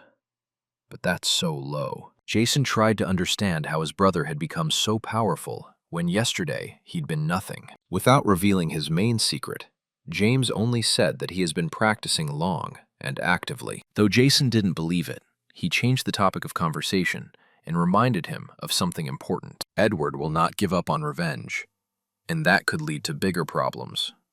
Something that should not be forgotten. James replied that he had a plan to solve all of this, and Jason would soon see it all with his own eyes. Solving this problem will be really difficult because Edward harbors an incredible grudge. That resentment had lodged so deeply that it would be difficult to pull it out of his heart, even with surgery. For hours more, he yelled at his guards, who failed to protect him from the freshmen. He also didn't forget to have some harsh words for the rest of the members, who have shown no loyalty at all. Paris, who was squirming in pain from his broken arms, apologized to his boss and promised revenge. It is unlikely to be possible, for James is strong and will have to be supported in this matter. Edward also warned of serious consequences if information about today's incident is leaked. While he was handing out instructions, no one even realized that James was around the whole time. He watches them and hears their conversations, and apparently it's going exactly as he thought it would. For a while, the members will be silent,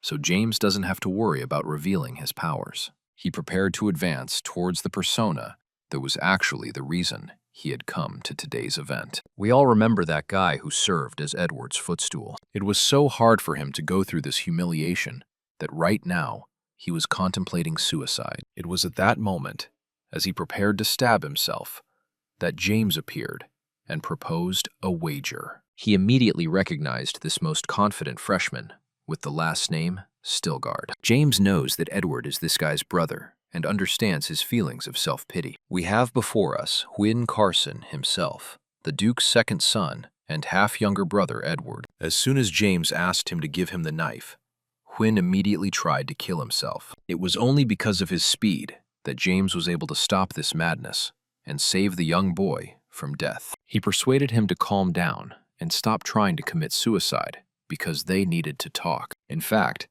Hwin had no intention of dying, for he loves life very much and is afraid of death. The problem is that his life is too complicated and unpleasant and gives him a lot of trouble. In some ways, he is right, for his older brother does make Hwin's life intolerable. His family is much kinder, as the father always treats his son with respect. Edward hates his little brother since birth and humiliates him in every way possible. He even thought about running away, but never decided to do so. Since they've already met, James is willing to reach out and help Hwin. He will make him the head of the ducal house of Carson, as strange as that may sound right now. This suggestion was so absurd that Hwin wouldn't even listen to it. Apparently, he doesn't realize who he's talking to yet, or what happened to his older brother half an hour ago. He hadn't been at the club the whole time, and hadn't seen Edward's brutal beating. Once he knows all this, he immediately finds James and agrees to cooperate. Whatever the case,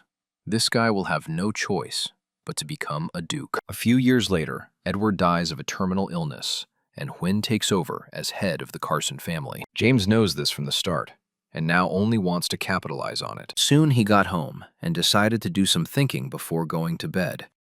Although Phil snored like a brown bear, it is the policy of Club 21 to connect with the most talented students at the academy. While it seems quite lucrative, it's really not all that rosy. James wants to pick exactly who will definitely succeed, because it's not just Hwin. There are still some talented students who will soon become beautiful swans. Among them are the future head of the ducal family, the protagonist of national songs, and even a brilliant official. All this time, James had forgotten the importance of academia, and that was a mistake after all. The people who will decide the future of Navarro are gathered under one roof, and one must be sure to connect with them. These diamonds can be of great use in the next decades. In order to make friends with them, James will try to raise his recognition as early as the next day. In the morning, as soon as he walked into the classroom, everyone around him immediately recognized the guy who stood up to Castor as an equal. Step by step, he's really becoming more famous. And yet, so far, he hasn't even tried. James got into the upper class and came here with clear intentions. A bald guy with the nickname Phantomus immediately came up to him and started asking a lot of questions. Apparently, he doesn't like freshmen hanging around here, and he's not going to let that happen. James realized that this was one of the weakest students in the class, and defeating him would accomplish nothing. He looked around and spotted a more interesting target, Corset Trouse. On the other hand, if you defeat the corset, you might draw too much attention to yourself, and that's something James doesn't want. He remembered about another guy named Max, who stayed in second place the whole time because of Custer. Eventually, he was able to graduate from the academy and establish himself as a talented guy. James began deliberately joking around with him and doing everything he could to provoke conflict. Soon, he directly suggested to have a battle and see who was more talented. The seniors definitely didn't expect this behavior from this kid and immediately fixed their gazes on Max. He had no choice but to accept the offer and promised to destroy James in front of everyone. Within minutes, they were already competing on the practice field, surrounded by a crowd of spectators. Max did his best to win, but the pressure of his younger opponent proved too harsh.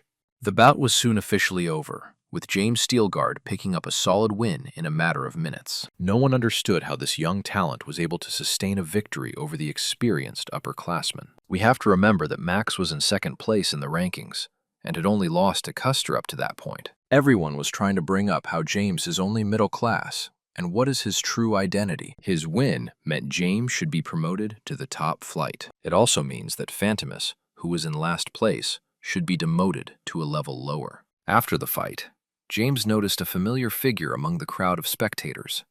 It was Huynh. He had come here much earlier than expected, and he had not come alone at all, but with the members of the 21 Club. Everyone around here already knows that James is an aura wielder, and that's all they talk about. Soon they moved to another secluded place so that no one would interfere with their conversation. Huynh has mulled over James's offer yesterday and wants to discuss their possible future collaboration. When he found out that Edward had been humiliated, he couldn't contain his happiness and constantly thanked James for helping him. He promised never to forget this kindness in his life and to be sure to repay it in the future. It was a little ridiculous to watch him rejoice in his brother's humiliation, but every family has its laws. Be that as it may, we can't forget that Edward is really crazy and even tried to poison Huynh once. This suggests that he will not leave this situation without his attention and will definitely try to take revenge. James didn't think much of it and said he'd deal with Edward again if he had to. He also reminded us that he wasn't joking at all yesterday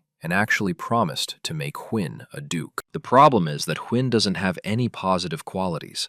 He's worse than his older brother at everything and doesn't really feel family love, which is why he can't understand how he can even claim the ducal title. James said he's willing to prepare the ground, but it's a job that will feel like a long-term investment. For this, you need to be patient and act very aggressively, because otherwise everything can end in failure. In that case, Edward will turn into a future duke, and Edward's life will become unbearable. He will be treated like a toy. And so, he must do everything he can to prevent this scenario from happening. Those words really worked on the insecure guy. He agreed that they should turn into nothing and obliged to do everything possible to succeed. To begin the climb, James suggests starting his own private club. He will give all the details soon, as he already has a list of desirable candidates. Academy schools always mocked weak students who were born without much talent. Varian was used to hearing ridicule. It had become something commonplace to him, and it didn't upset him much anymore. This guy loses too often. In all the time he's been training, he hasn't even been able to beat his opponents once. They continued to mock him and wished him luck in the lower grades. for they had no doubt that he would end up an ordinary janitor. A cadet who has connected his life with fencing starts to tremble at the sight of a sword. That's what constant defeats lead to. This guy is an ordinary orphan, and he can't afford to come back from the academy with nothing. Quickly, James came up to him, along with Wynne, and said they'd been wanting to meet him for a while. A little later, a meeting was organized between different students who didn't stand out from the rest. They are called ugly ducklings, but James knows that in the future, they will turn into beautiful swans. Barian and Mita will represent the next generation of heroic Navarro knights. Benjamin will become the youngest mayor of Arcadio, who will also be dubbed a genius. Dave will evolve into an invincible warlord who will expand the Empire's territories of possession. Benjamin and Dave are among the Academy's misfits, as their talents are difficult to display in a learning environment. Also present here is the second son of the Arab family Claus, who is known for his knightly lineage with a great history. In the future, Chappelle will become a wandering magical genius and will manifest in all magical directions. James officially started the meeting and explained that they wanted to start their own club. It will be called The Rise, because for every one of them in the future awaits a rapid rise up the pyramid. The idea looked good, but the participants weren't sure if they could actually make progress. There is not a single talented student among them who has managed to make a name for themselves, and this does not inspire hope in their hearts. Club 21 is a dream club because the elite and the most talented students of the academy are gathered there. It takes a lot of work to reach their level, but James believes that nothing is impossible. He is ready to demonstrate the undoubted advantages of the club to close all doubts. Soon he asked his assistant, Marcus, to go inside and say hello to the students. Marcus said that he is the deputy head of the flip trading company, and they have been doing very well lately. He is willing to sponsor students on a regular basis, and that is what he wanted to talk about. None of the students clearly expected that they might be of interest to potential sponsors. The idea was beyond comprehension.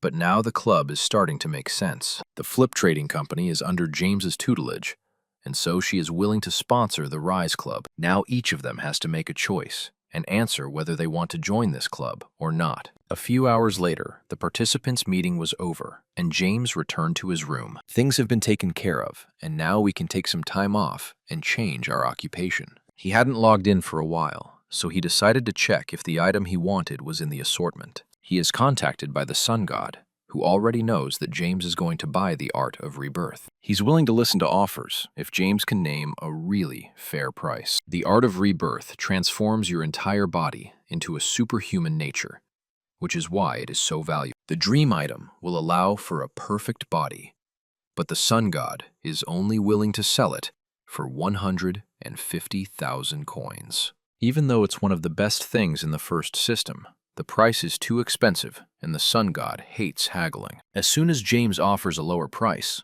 then the conversation is immediately over. At the moment, our hero has 3 times the amount on his balance, and he can't afford this artifact. The Sun God wields divine weapons, and this means that he is above the first grade. In fact, it is the highest limit above the summit, and the boundary that all Murim residents want to reach. This guy is truly the equal of a god, and that's why he talks from a position of strength. It remains to be seen why the deity lives so poorly and engages in extortion money. Now there is absolutely no money in his account. And after all, Li is the supreme ruler of the Sun Palace. He was also able to defeat the ice warrior of the Northern Sea, Sol Jinwook, though the battle lasted for over half a century. The victory took a lot of his health and changed his fortunes forever. Extremely strong ice energy struck his entire body, destroyed some of his blood vessels, and lowered him into a critical state. James is more than 90,000 short, and even with privileges, it is impossible to reach the desired mark. He needs the Art of Rebirth to create the perfect body, which is why he needs to find a way out. James said he understood why the Sun God was in such a hurry. After all, he needed to get the ice energy out of his body. It was obvious that these words hit the bullseye and hurt the god's ego. James is sure that the Sun God is in no condition to try to overcharge. If he went to sell such valuable art, he is not in the best position to negotiate. In order to completely cure his ailment, he will have to invest a huge amount of money in treatment. James negotiated beautifully and demonstrated that he knows everything about his opponent. Now he has risen to the occasion and has begun negotiating as the A side, even despite his young age. James won't die unless he gets the rebirth art, but the sun god is in a different position. If he doesn't get the money he wants, it's over for him, so he has no right to set conditions. As soon as he heard all these words, he immediately apologized to James and admitted that he had overstated his demands. You don't necessarily have to negotiate a money-sensitive deal. You can find another way out. James needs a rebirth technique, and the sun god needs to heal from ice energy, and they can help each other. All that remains is to find a way to cure the sun god, and then the matter will be resolved without a single gold coin. James was pleased to have turned the outcome of the negotiations around, and soon it was over. He got the art he wanted and started the absorption process. It would take some time. At first, James didn't realize what was happening, for his teeth began to ache as he absorbed it. Soon he saw that one of his teeth had fallen out, but it wasn't quite according to plan. It was only a few seconds later that he felt an incredible pain throughout his body, and that pain was hard to compare to anything. It feels like a million knives are digging into his skin at the same time, and it's the ultimate torture. The internal organs were no exception either, for they begged for help and shrank with incredible pain. The rebirth art turned out to be very specific, but the loading process quickly accelerated. James tried his best not to pass out and endure this pain, even though it was incredibly difficult. Soon it was time to go back to school, and by then the download process was fully completed. When people saw this guy, they were really amazed at his transformation. Today he looked brighter and fresher than ever, alert and energetic, as if he had been reborn. There was a completely different energy emanating from him, but it couldn't be different, because he had mastered an ancient art. Last night he'd already had a chance to test his new abilities and see how a born genius sees the world. In his new body, all it takes is a little effort to get instant result. If he had been born with such a body in his past life, he would not have known all these problems and hardships. Returning home, he did not lie down to rest, but on the contrary, with even greater diligence, continued to work. In this way, he was able to discover new skills and will now be able to see the psychological state of all the people around him. James also stepped up and was able to get in on the second system, and that's a very significant upgrade. Now he can get into the magical world, although not so long ago, he was just starting out in the system. He also got a magic massager, which was created by the monster Antello to cure a huge number of diseases. James was excited to start trying out all of his privileges and absorbing new skills. Soon, he began downloading the Mana Ring seal and an introduction to hermeneutics. Once the absorption was complete,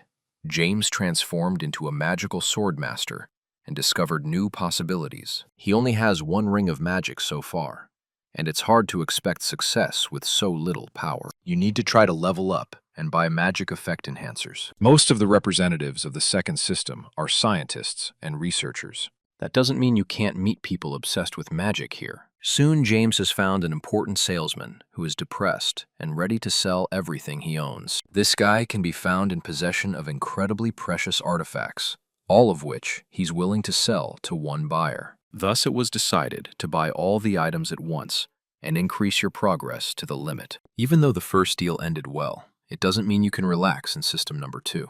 There are scammers in every system, such as Siok, that you need to know how to deal with. In this system, Sheikh is such a rogue, and soon, their paths intertwine again. Once things in the system were sorted out, it was safe to return to real life. This weekend was very productive and successful.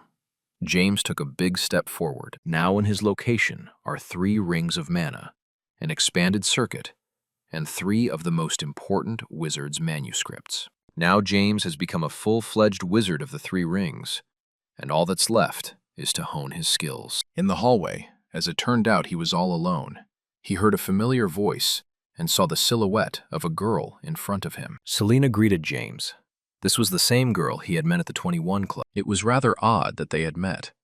It felt like she was consciously waiting for him in the hallway. James remembers who she really is, for in a past life, he got to know her very well. At first, he liked her, But then he realized how rotten her soul was, and that except for beauty, there was nothing in her. James decided not to hide his opinion, and told her directly what he thought of her, so as not to stretch the conversation unnecessarily. Selena admitted that she had lost her grip, because she didn't expect to be exposed by an ordinary freshman. In his past life, he fell into her net, for she is like a drug that is very difficult to give up. However, Selena is very cunning and trained in all the skills of manipulating other people's hearts. James has spent many years in agony trying to escape its chains, and in this life will not allow himself to fall into that trap again. Selena is sure they are very much alike, as James wants to utilize the hidden talents in his new club. These words mean that she,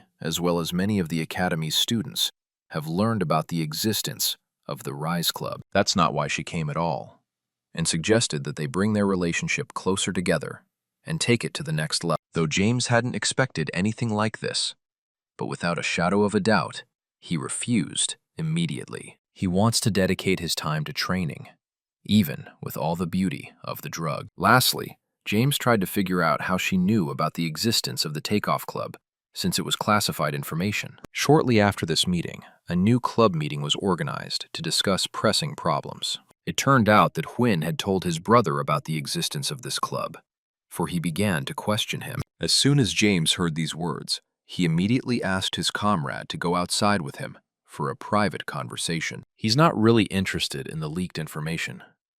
The topic of conversation is a bit different. There is no higher name in Navarro than royalty. If Huynh is a member of the Carson family, he should behave accordingly. It all comes from his insecurity, because he has no talent or skills, and he doesn't stand out from the gray crowd in any way. We need to take care of his equipment and raise his level. Otherwise, he will remain among the lowlifes. James decided to give him a ring and take the first step in enhancing Huynh Carson's progress. The Ring of Courage awakens a man's inner characteristics, suppresses fears, and destroys apprehension. You have to leisurely move this guy in the right direction, and then he's bound to make progress. When they returned to the club room, they witnessed a very interesting and unpleasant conversation. Dave and Benjamin discussed the insignificance of Huynh and wondered how the Duke could have had such a son. It seemed to them that all the good characteristics had gone to Edward, and there was nothing left for anything. The ring of masculinity changed his nature. As soon as he heard all those words, he immediately prepared to put these guys in their place. He is no longer going to be a lowlife and turn a blind eye to such antics, for he is a future Duke. James was pleased with the result, though he hadn't expected it to happen so quickly and straightforwardly. It turned out that remembering Edward gave him extra motivation. That's what could be the leverage and lead him to make unprecedented progress for the foreseeable future. If you utilize this power properly, you can definitely reap fat benefits. Soon the club meeting continued. James asked that we not dwell on conflicts and move on. He turned to Barian and Mitha and gave them pills to be eaten after every workout, despite their horrible odor. Green bamboo pills are a great remedy for fatigue, even though they don't look very pretty.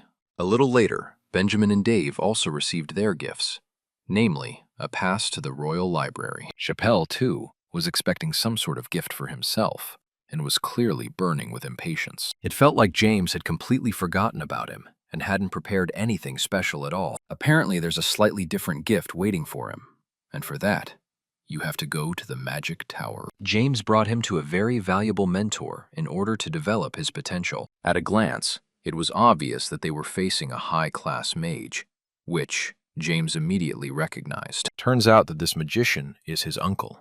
His name is Sir Kendall Risker. Chappelle still couldn't believe for a long time that this legendary mage was really Uncle James. After all, he is the youngest holder of the 6 rings, and the first in the ranking of Archmage applicants. Sir Kendall is a true legend, and such a mentor will be able to help any student progress. Soon, he is informed that Chappelle wants to learn all the secrets of magic too, and is a descendant of the Klaus family. James reported that this guy didn't have to be trained. You could just give him access to the tower's magical materials. Even though Chappelle has wasted 20 years of his life, he still has incredible potential. If he started practicing in this tower from now on, he could become the youngest archmage in history. The Magic Tower is a haven of truth and a beacon of wisdom. This place does not open its doors to all comers. Kendall needs to make sure of Chappelle's talents, so there's a little testing to be done. The main thing is not to be afraid and show yourself at your best, and then the result will definitely be positive. Now James had some free time. He was about to go home, but he heard someone's voice. Many mages are trained in this tower, and all of them are constantly busy solving equations. Seeing the lively learning, James decided to stay here for a while too, and take up learning about magic. He has recently made progress in this area, but is still only a beginner. The magical terminology quickly caught his fancy, and he was eager to begin his studies. Everything came quite easily, and it seemed to him that he could easily become a qualified wizard. Before he came here, he said he wasn't a wizard. But there are only students here. One of the guys he met earlier called him a liar and ordered him to leave the area immediately. At that moment, Kendall walked into the room with Chappelle as they had just finished a test. Kendall immediately started yelling at Raphael and ordered him to calm down immediately if he didn't want trouble. The older wizard feels that his mentor is pushing him too hard, and unreasonably so. This attitude towards the teacher seems rather odd, even in the most advanced academies. Raphael is unhappy that the students have been solving problems for a week and can't go home, but they want to bathe, sleep, and eat. He realizes that the service of a senior wizard is not at all easy, but sometimes it seems to go overboard. Raphael is unhappy that a teacher recruited a brilliant boy to give him a leadership position. He's talking about James because he's seen the tasks he solved, and now he has no doubt that this guy is a real magician. He had just solved all the tests with the highest difficulty, which is something no one in the class of students could do. Kendall remained calm and said the Stilgard family always stood out from the rest. At first, Raphael couldn't understand what it meant, but then he remembered that he had heard about the Stilgard family in the past. It was impossible to live in the Navarro Empire and not hear stories about the Steel Heart. It was now clear that the conflict was over, for Raphael had no further claims. Chappelle said that he had passed the initial test and would now be able to use the services of the Magic Tower. He's accepted and even got a special pass, so everything worked out almost perfectly. We've completely forgotten about the Gluttonous Pig Club, also known as the 21 Club. Today, Edward is displeased again, as one of the club members has lost to a lowlife named Barian. No one knew that this loser had overcome his fear of the sword, and had now reached a new level of swordsmanship. Apparently, Edward doesn't care about all these excuses, because he's only interested in the result. You can't forget that their club is looked up to by the whole academy, and they can't lower their bar. Now their main task is the complete and total destruction of the Club Vzliot. They must show who is in charge. It was decided to call the club Vzliot on a series of fights. Now it remains only to wait for the beginning of the confrontation. Soon Jason meets up with his younger brother. It is up to him to challenge the rivals to a confrontation. He is now treated with disdain and considered a potential spy. That means everything is going according to James's plan, and their duo is performing brilliantly. Edward has already decided to propose a series of duels, and now all that remains is to choose the time and place. Soon, there was a meeting of the Rising Club, where James spoke about a future confrontation. It was hard for them to believe that they would be facing a battle against the elite of the academy, because before, they could only dream of such a thing. Whoever loses will have to close the doors of their club and completely forget about the meeting. There was a real panic, because no one understood why they would take such a risk. Everyone was afraid that their club would cease to exist. But Huynh remained calm and asked the participants not to jump to conclusions. There's no doubt James has a cunning plan to come out victorious. All that's left is to trust him. When he showed the number 5, it seemed to everyone that they had 5 months of preparation. And yet that was not enough. James laughed and said that, in fact, they only had 5 days left because they had gotten it all wrong. At first it seemed like he was only joking, but soon everyone realized that his statement was completely serious. Now even Huynh had lost his temper, for up to this point he had remained calm. He kept yelling about how they were all going to die and would definitely be humiliated. Apparently, the ring of masculinity was working erratically. 5 days had passed since that conversation. It was time for the confrontation between the two clubs to begin.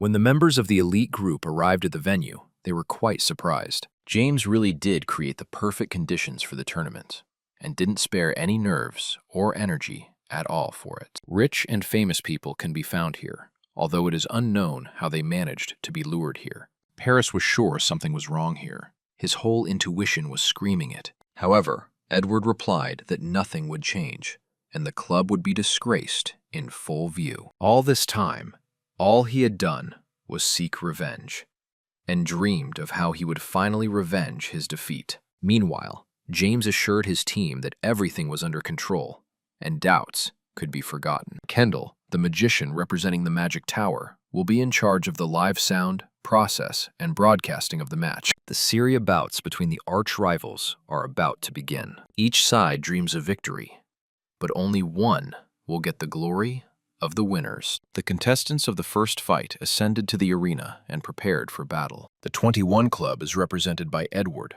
the Duke's first son, who is a talented both young man and a pillar of the next generation. He'll have a completely unexpected opponent fighting against him, and it's all part of James's plan. Against Edward will fight his younger brother Hwin, and it's intriguing from the start. Now it's time for the two brothers to face off. Long endured humiliation and insults, but today he has the perfect opportunity for revenge. In the beginning, he felt incredibly afraid, for he was even scared to look in the direction of his older brother. Edward has given him a chance. Hwin can refuse the fight and return to the 21 Club to walk away from the disgrace. Must now make a choice: give up his vengeance or still mete out punishment to his executioner. To go back to the original direction would mean enduring all that humiliation and beating again, being a nobody and completely erasing his identity and forgetting about his dreams of becoming a duke. It was a rhetorical question for Hwin, as he's not about to take a step back and is ready to humiliate his brother in front of the crowd. Thus he made his true intentions clear, and the referee allowed the fight to begin. Edward tried to attack, but Hwin was more persistent. The inner anger that has been accumulated over the years came out.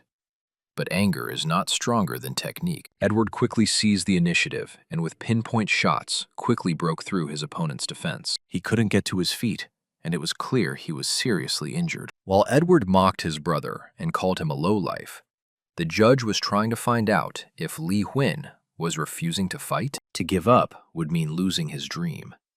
And so Hwin forgot about the pain and prepared for battle. He had never hit his brother until that moment, but now he hit him so hard that he nearly broke Li's facial bone. Viewers who did not expect to see intrigue in this battle were amazed and excited. The broken nose, the blood oozing from it, horrified Edward.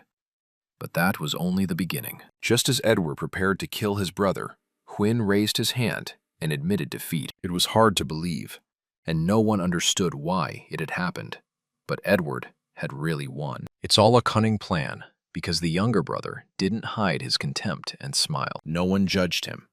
On the contrary, James only supported his comrade and laughed too. It became clear that all this is a planned action, but it is not known what exactly is the cunning plan of the team takeoff. Now it's time to continue the battle. Mita and Chappelle must prepare for battle. Though they had their doubts, James reminded them that all they had to do was trust his plan, and everything would end very well. After just a few minutes, both Mita and Chappelle had already lost their battles. They looked very lethargic. Barion's time has come, and everyone is hoping he can break the club's 21 win streak. As soon as the fourth duel began, both warriors immediately rushed forward to attack. No one was going to concede, and contrary to expectations, Barion put on a very competitive fight. No difference in rankings was felt, and a sophomore from the lowest rank was fighting on equal footing with one of the most talented students in the academy. No one could believe that a man could change so quickly, because just yesterday he was a loser with a series of defeats. The first critical moment of the battle came, for Barion struck with a very precise and powerful blow. Edward soon managed to get up and said he would continue the fight, but his health was not encouraging. The arrogant major was so angry that he promised to kill this orphan right now. He prepared to show his full potential and also show his true speed. Now the difference in levels was making itself felt again, and it wasn't funny anymore. Barian missed an incredibly powerful blow to the heart area and was unable to stay on his feet. Soon blood was coming from his mouth. His internal organs were severely damaged, and Lee's breathing was barely enough for his muscles to recover. However, this guy did not give up and continued to persevere. James, who was watching this fight, never lost faith in his comrade for a second. They spent many hours with him in vigorous training and seriously pumped up Barian's swordsmanship skills. When he started out, he was just a sweet whipping boy, but he soon turned into a real man. The result of their training was not only progress in technique, but something more. Barian proudly showed everyone around him that he was now an aura user and ready to use it right now. The audience witnessed a beautiful scene. The birth of a new aura user is always spectacular. It seemed that in a few seconds, there would be no living place left of Edward. Perhaps that's exactly what would have happened, but at the last moment, the forces left Barian. He fell, not from his opponent's blows, but from the loss of energy that had been fueling his body all along. He was one step short of victory, and now the healers must restore his health immediately. It was difficult for the audience to get away from the shock. But in any case, this fight left no one indifferent. But strangely enough, Edward didn't feel like a winner at all, despite the victory. Now a new opponent is waiting for him. And here, everything will be as serious and uncompromising as possible. James Stilgard prepared to share the training arena with him and find out who was better. He's managed to climb to second place in the overall rankings recently, and today he's ready to challenge the champion. He had guessed from the beginning that Edward would come out to fight first, and so he decided not to rush his own exit. Edward knew in his heart that this would be the case, because he wanted to get as many wins as possible before this fight. But at the same time, he was interested in getting an excuse, in case of defeat, for he was already tired. James sees these situations several steps ahead, and now he's ready to take another extraordinary step. The moment the referee allowed the fight to begin, he threw away his sword, for he didn't need it. He wants to give his opponent a head start, because he's already tired, and thus levels and chances. Now, Edward will have no excuses, for he has no right to lose to an unarmed opponent. This ingenious move, though, is considered risky, but James is confident in his skills and is ready to destroy Edward. In the first few seconds of the fight, he was able to break his opponent's sword with his bare hands. So the odds are very quickly evened out, and you can do whatever you want with Edward. Hitting the right areas immediately resolved Edward's ability to talk and move his arms normally. Now he can't raise his hand and ask the referee to stop the fight, and will be beaten to a pulp. What happened next will forever be written in the history of TR Academy, in golden letters. Never before had the Academy's best student been beaten so badly, and not done so in front of everyone. The judge didn't understand why Edward wouldn't give up. Apparently, he had everything under his control. While the audience was perplexed, James was really enjoying beating his opponent. Soon the Duke's son was beaten to the point where he could no longer stand on his feet. He was carried away on a stretcher and gave no sign of life at all, like a corpse. This win was the first success for the Rising Club, and they will now feel a morale boost. James's next opponent will be Custer, who is the top-ranked freshman. Their past tie is still in the viewers' minds, and now everyone wants to find out who is really the best. Castor remembers their first duel well, and all along had dreamed of proving his superiority. He decided from the start to seize the initiative, without letting James breathe easy. Custer turned out some serious pressure, thanks to the wind technique, and surprised the assembled guests. With this attack, he proved once again that he is not at the top of the freshman rankings for nothing. James smiled and said he noticed his progress. For this time, he felt the strength of his opponent. Castor was glad to get some solace from the real monster he had encountered. He then calmly turned around and refused to continue fighting, not paying attention at all to the roar of the crowd. His team couldn't understand why he decided to give up. After all, they should attack according to Edward's strategy. Castor remained calm and replied that they would soon understand his motives and stop being angry. He is sure that their strategy will not affect the opponent at all, because James Steelguard is a monster of a different level compared to them. Soon the following opponents were also admitting their defeats, for they could not even find a moment to attack. James had them on defense the whole time and didn't give them a chance to breathe. It was time for the final match, as the Wieslet team also had 4 wins and tied the match. We are expecting a confrontation of the best fighters from the two clubs, and from a minute to a minute, the audience will witness the final. Paris is sure that today he is going to be the winner and finally get his revenge on that arrogant white poodle. His red aura was once again ready to show its best, even though it wasn't enough to win in the last fight. James seemed to ignore all of this, and with his smirk, made his opponent even angrier. He activated his silver aura and showed that he wasn't afraid of anything. After all, he had his trump cards too. Only the most talented warriors become possessors of the silver aura. This fact helps to understand the surprise of the audience. Many of them didn't even expect James to be an aura user. But today is the day that all secrets are revealed. James is sure that he will win, because even during the fight between Edward and Berrien, he suspected something wrong. Until the end, he drove bad thoughts away from you, but soon realized that the opponents are taking banned drugs as doping. Such drugs are called explosive power concentration pills, and that's why Paris is still alive. If the dosage is transferred, a person can get into serious trouble. But usually, no one thinks about that. Seeing that Paris wouldn't admit his mistake, James decided not to spare this guy anymore and to fight at full strength. He will force him to admit his mistakes and punish him for dishonest sportsmanship that has no place in competition among academy students. It was truly legendary, as James prepared a very spectacular attack that was unstoppable. Watching such a confrontation is a special privilege, and you didn't even have to pay for tickets. When the fog cleared, spectators witnessed the winner of the battle between the two clubs. James Steelguard overpowered his opponent and brought victory to the Rising Club in a very tight contest. It was an unimaginable success, which was hard to believe, because against the elite fought the complete losers. The Rise has so bribed other people's hearts that a crowd of fans of this club was immediately formed. Many will now reconsider their relationships and want to join their ranks, even though it will be quite a challenge. James bathed in the rays of glory and never tired of hearing nice words in his address.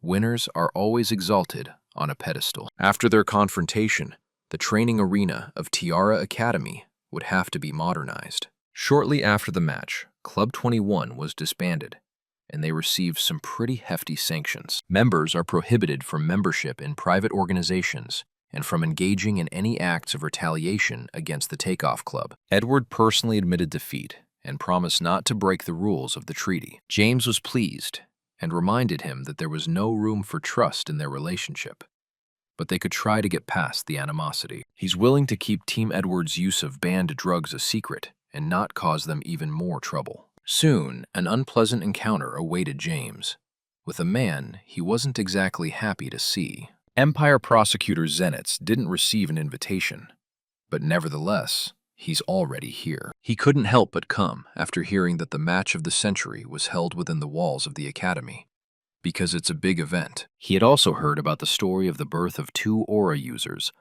though it had seemed something impossible before. It seems to him that it is more properly called a demonstration, and not the birth of talent at all, and there is something suspicious about it. It's hard to call what happened a miracle, because it's all too strange, even for gifted students. James replied that the breath of steel is a method of mana concentration that allows one to perform miracles. We must not forget that the power of Steelguard runs in his blood, and the aura is not created, but inherited. Such cases have indeed happened in the past, but that doesn't change the fact that it all looks suspicious. The commander of the prosecutor's night corps doesn't believe in coincidences and sees too many mysteries that need answers.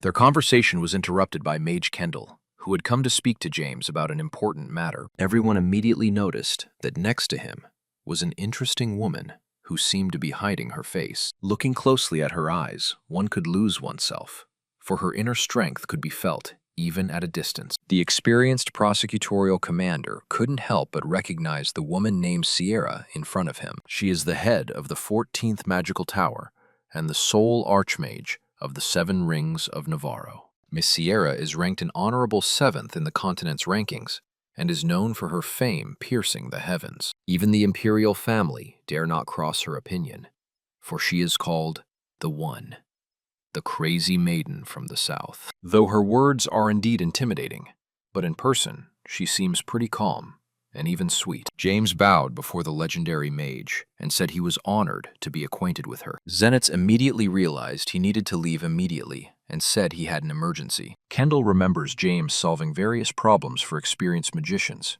and giving Raphael advice on the magic circle. It seemed that this incident was over, but the magic circle was an area that couldn't be explained by the word accident. Perhaps James had once heard of the gift of the beautiful eye, for it was a common story among mages.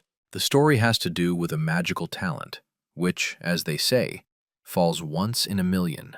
An eye that can see the beauty of the brevity and effectiveness of magic formulas is called the gift of the beautiful eye. James is sure he has nothing of the sort, for it is only second system knowledge, gained through interdimensional trade. It was unclear why he was being asked about it, and why he was in this carriage with such a dangerous woman. He was offered a quieter place to talk, and wasn't even asked if James wanted this conversation. Sierra noticed that the student was agitated, and kept glancing at her as if trying to ask something. When such a serious and dangerous woman starts talking to you, you want to fall under the ground. Sierra looks considerably younger than her years. She's calmer in real life than in stories about her exploits. She saw the formula James had come up with and felt an incredible eagerness to meet him in person. He has created a creative and very concise magic circle, and so she is forced to test his ability. If he finds an ineffective division now, he'll get what's in her hands. James wasn't surprised at all when he saw the item, as it was purchased from his store. When ordinary knights see this crystal, they immediately go crazy with lust for possession. Things look different for James, because such a crystal costs no more than 200 coins, and he has more than 100 pieces of such crystals in his possession. In any case, he quickly found the errors in the magic circle and pointed them out without a shadow of a doubt. Now Kendall is sure this guy has the fine eye skill mentioned earlier. Sierra said James found an extra mistake, because there should only be 3. One of the sections James pointed out reduces effectiveness, but it is necessary to activate the magic circle. James replied that he saw no point in leaving what could be improved, and was ready to fix the magic circle to his liking. The circle did look better after his adjustments, and even the Archmage has to admit that. It seems that the gift of the beautiful eye is indeed hidden in his eyes, and now there was not a shred of doubt about it. Now James wants to find out exactly what they want from him, and apparently, Sierra has a complicated problem to solve. She needs the possessor of the gift of the beautiful eye to finally make a breakthrough in the field, and in return, she's willing to reward her savior with quality. Archimagus Navarro, Sierra is willing to become James's guardian if he will help her in this situation, and that was a privilege one could only dream of. And besides, James had already chosen the path of the sword. Apparently, Sierra is serious and believes he can also master magic. James can gain an incredible privilege and enter territory with virtually unlimited mana power. On the other hand, he is a descendant of the Steelguard family and doesn't quite see himself in that field. In that case, Navarro's guardian angel is ready to spoil any request he makes and repay his help in other ways. If he improves the formula that's causing the problems, he gets 2 hours to think about it. James must choose something important, but also maintain his independence and not fall into the hands of this overbearing woman. Soon they arrived at their destination, and James was given precious time to deal with matters. In that time, he should find a way to get rid of this crazy woman. He's sick of her already. He came to Marcus, an assistant at his trading company, and asked him for a favor. He has to play with Sari, and he has to give the letter to the woman in the carriage outside the building in 2 hours. Meanwhile, James can safely escape without worrying about the consequences. With the help of a dream machine, he's managed to find Sierra's weak spot, and now he wants to turn the situation in his favor. He purchased many different materials in the market in order to increase his capabilities. After that, he went to the outer hills of the capital for some training. You can see that he wants to make progress faster than planned because contingencies come up. No matter how much he thinks about it, he realizes he doesn't want to go down the path of magic. Grandfather has reached the mythic rank, and Miss Sierra is only at the legend levels. He made it clear which way he intended to go. If she wanted to stop him, she could meet him in the outer hills. His brash tone infuriated the legendary mage.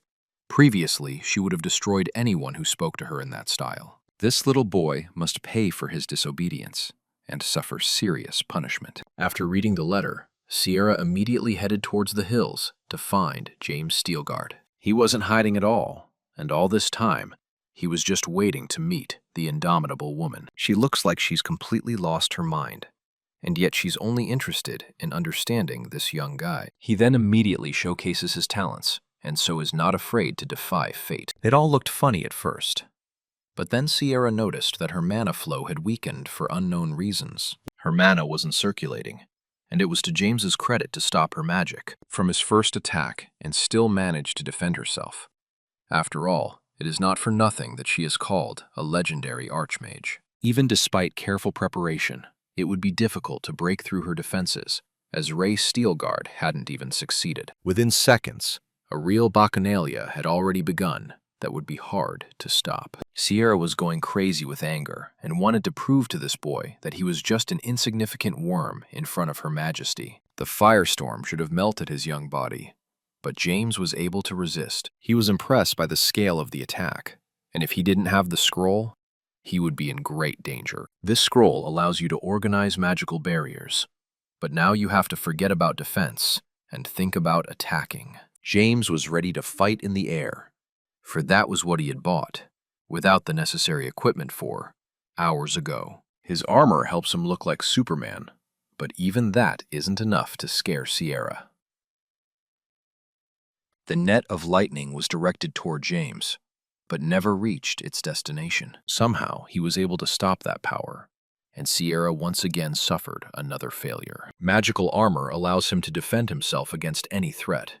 It's the best armor you can get in the second system. As long as the armor is worn by even the weakest warrior, his physical abilities are in no way inferior to the best warriors of the first system. He will also gain the ability to use various spells and not only defend, but also attack. James felt himself taking the initiative and realized it was his turn to strike back. Losing would be hard for a teenager to accept, especially for such a legendary figure. She was incredibly pleased when Kendall told her about his find, the possessor of the gift of the beautiful eye. She was a little confused by the fact that he was a member of the Steelguard family, but record-breaking ability was always more important than nationality or parentage. All this time, all she wanted to do was complete the spell in the magic tower.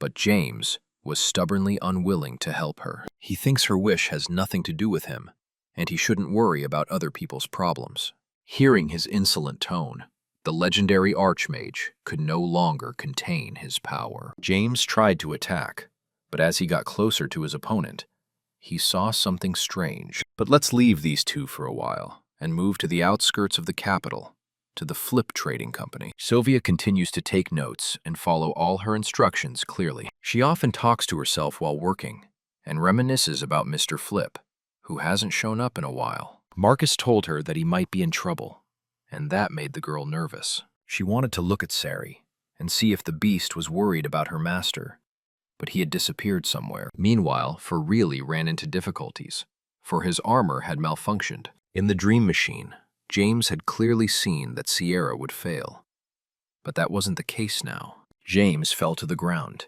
and meanwhile, both of them had a real monster appear next to him. He heard the monster begin to speak to him, though he didn't understand where the strange speaking was coming from. He soon realized that he didn't fall on the ground at all, but on a huge snake, which is his pet, named Sari. Not only did he turn into a huge serpent, but he also learned to talk to his master. Turns out, all he did was eat well, get a good night's sleep, and realized he had discovered new skills. Talking to his monster will have to be put on hold for later, because Sierra is absolutely out of control. For the first time in 20 years, she removed the restriction and used the magic of the 7 rings. And this is what came out of it. She offered a lot of effort to hide her old age, and it turns out she has much more interesting secrets. All of this was just to look young, and it was the only reason she was restricting herself from using the 7 rings. James was tired of this idle talk and asked Sari to silence her immediately. Even if she is an archmage, her mana is not limitless, and she is a living person. Soon it had to be admitted that there was no point in fighting. Strangely enough, the mad Sierra admitted defeat. Now she doesn't look as young as she used to, and can make better decisions. James has recently reached the level of an awakened monster, and now fears no one at all. He offered her friendship and negotiation, for they could definitely help each other in the future. Meanwhile, in the 14th Magic Tower, Kendall was starting to get nervous. It had been a very long time, and there had been no word from his friends. He started to think that James might have gotten into trouble.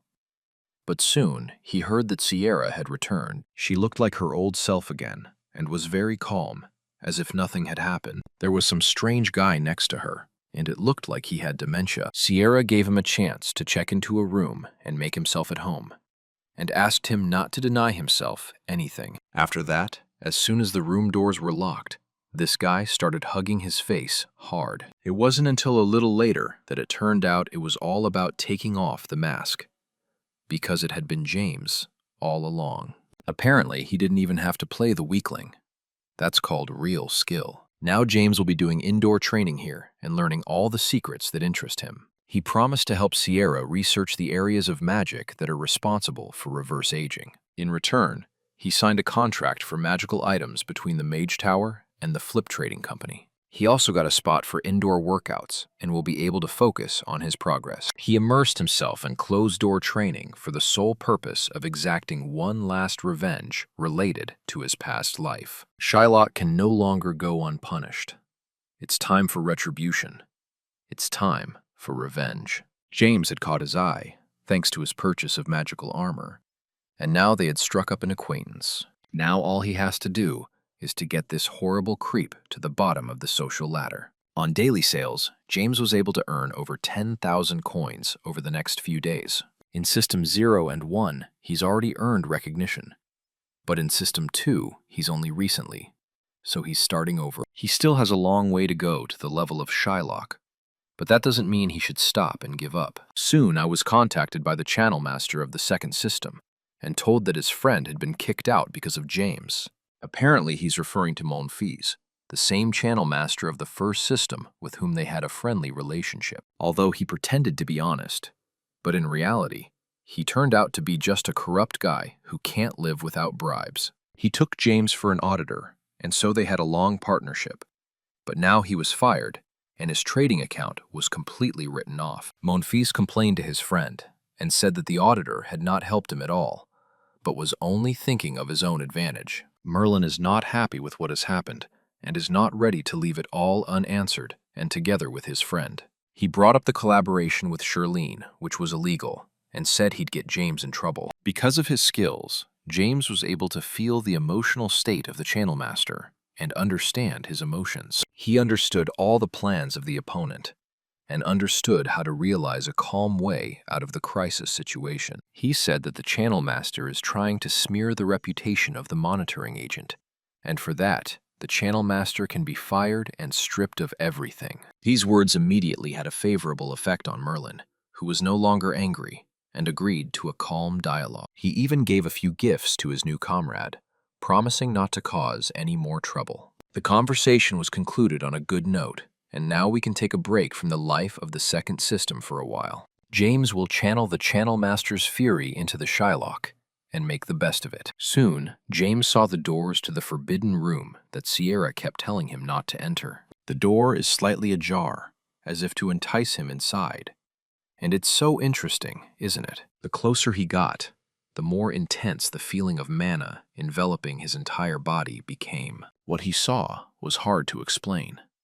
But soon, it was time to talk to Sierra about it. She asked him to keep quiet and get straight to the point, and tell her how much extra he had seen. The creature, named the Majestic Beholder, found itself trapped inside by a source of endless mana flow. All of this is needed to support this magical tower, but it's just an artificial body called an ego controller. The magical towers were built in dragon craters, where the energy of nature that erupts from dragon blood resides. The magical tower handled these flows and ushered in a full age of humanity. Dragon blood is still too strong for humans, and the ego controller is showing their limits. His voice has magical powers, and anyone who encounters him finds themselves possessed and insane. James only asked to be allowed to date the ego controller because he would be able to defend himself against his mental attacks. He got permission and said he had an interesting idea that he would talk about later.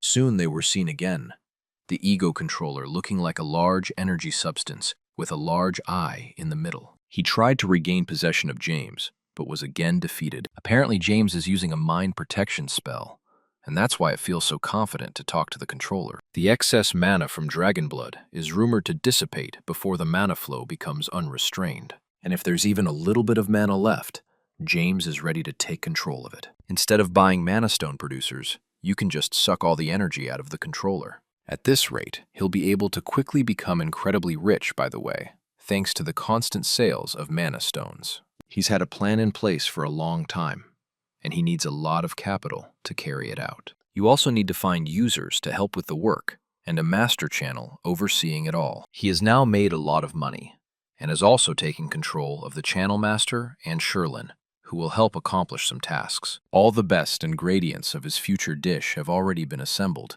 Now, all that remains is the Shylock. His enemy has been in the magical empire of Luisinia all this time, where he spends most of his time. He is very hard on his debtors, and does not spare anyone who owes him even a cent. Mareem, that is what his real name is.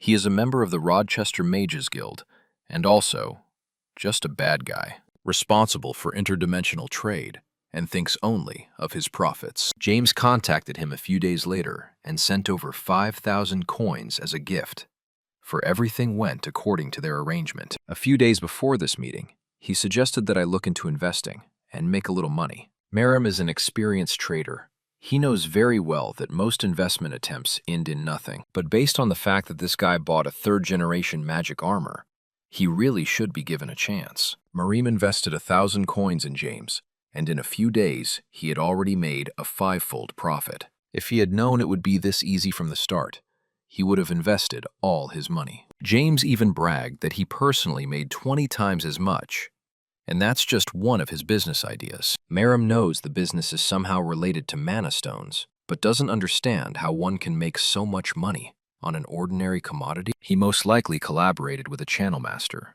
but even that doesn't explain such overwhelming success. It feels like James is above a channel master, and back then, it would be very helpful to have a friend like that. Mareem felt that he got a chance to change his destiny. He is ready to try again and invest a much larger amount. James offered to play big, and his worst enemy agreed without question. Once Mareem had taken the bait, James calmed down.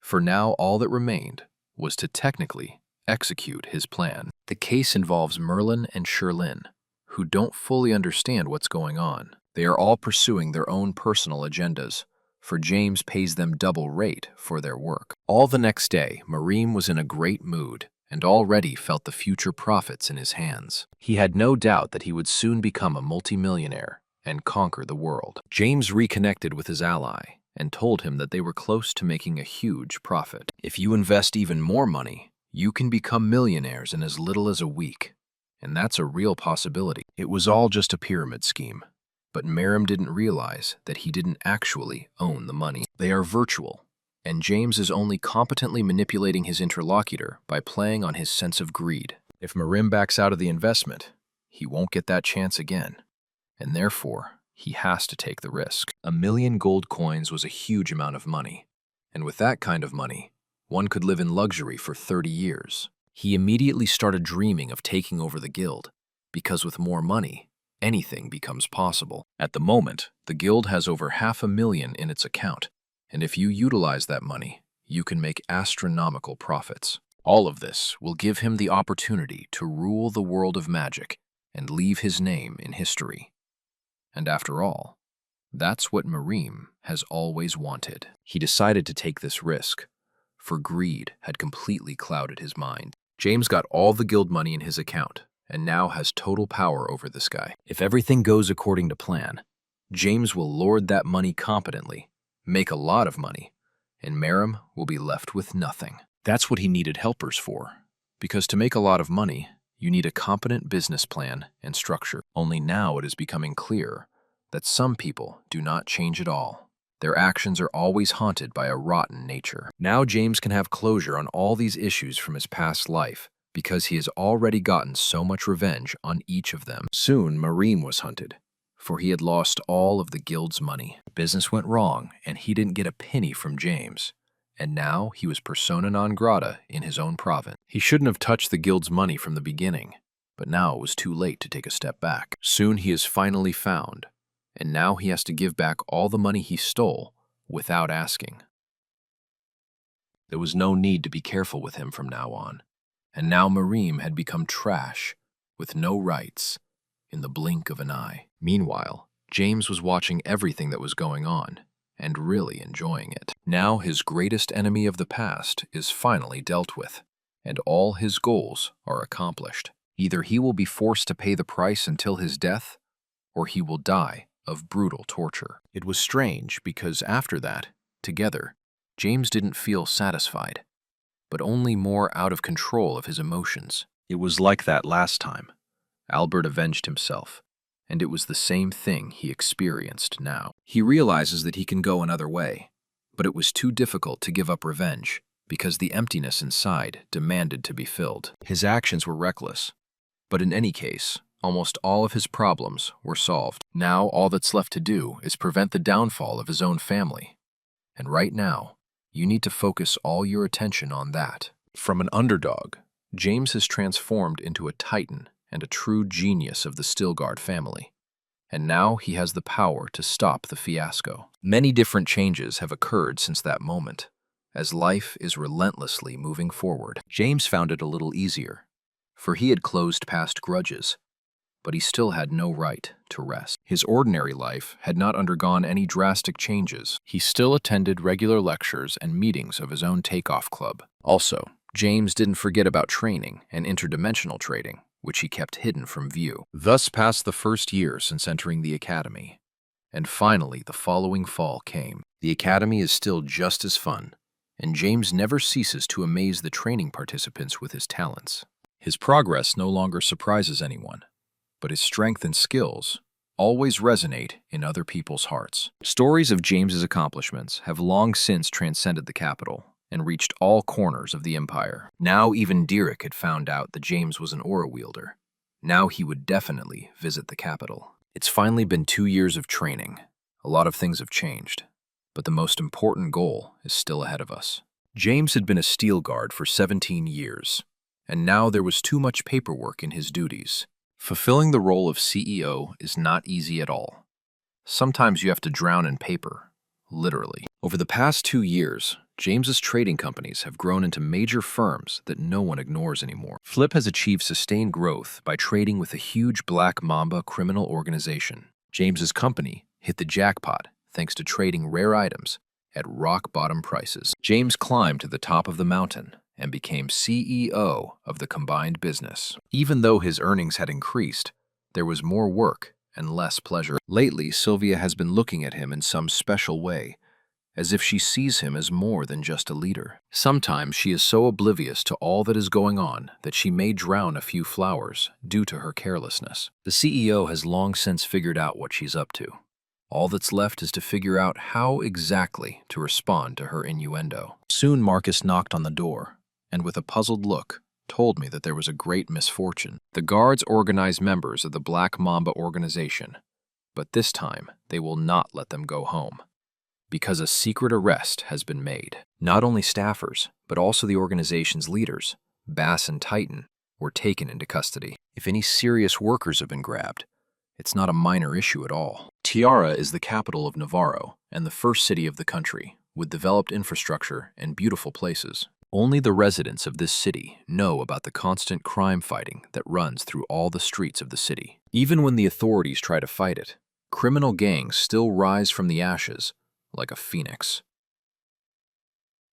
It soon became clear that it was virtually impossible to eradicate crime, and even better not to try. The Black Mamba has long since enveloped the entire city, which is why it's strange that no one knew about the raid. Maybe it was Bass and Titan's own fault, because they did something unplanned and didn't consult with James. I never know what will come into the mind of a bandit, but while you can expect anything from Titan, Boss is very calm and judicious. We can only hope it's okay. Otherwise, we're in for some serious trouble. Marcus is familiar with the Master of the Guards, and after James has changed his appearance, rather than quietly being able to go inside, soon Flip found his comrades and ordered them to immediately tell everything that had happened. Marcus had already learned that in addition to the guards, even knights were involved in the capture of the bandits. That means they've obviously done something terrible, and they did it behind their boss's back. Flip used to make huge money with these guys, and everything was fine. Now things have changed. James has become powerful, and the business with the gangsters only brings in a small part of the income. Now they can only become a weakness and a heavy weight on their shoulders, because for cooperating with them, you can get a lot of problems. James planned to refuse to cooperate and forget about Black Mamba, but the gangsters said the charges were completely absurd. They have done nothing wrong and feel entitled to demand their immediate release. During their first meeting, Boss had used an ice scroll. It had been purchased from Andrew's lair and had had little effect. Now they're tied up, and this unscrupulous cretin is up to some forbidden experiment. He entered their names in the customers column, and thus framed both members of the Black Mamba organization. They used to have conflicts all the time, but there were no problems. Until now. It's either simple evasion, or someone is intentionally trying to destroy Black Mamba. James must find the answers to all these questions, because he too is connected to a criminal organization. He's hoping it's just evasion and coincidence. He can't help thinking that the case may have been carefully organized and fabricated after all. Then the entire Black Mamba will be wiped out and possibly go down with the trading company. James walked past the crowd of people, but though he was immersed in his own thoughts, he noticed a familiar face. The man who walked in front is the commander of the prosecutor's night corps. Such faces are not forgotten. A rabid dog named Zenitz. He showed up at the city guard station and is clearly involved in everything that happened. His target is clearly not a Black Mamba.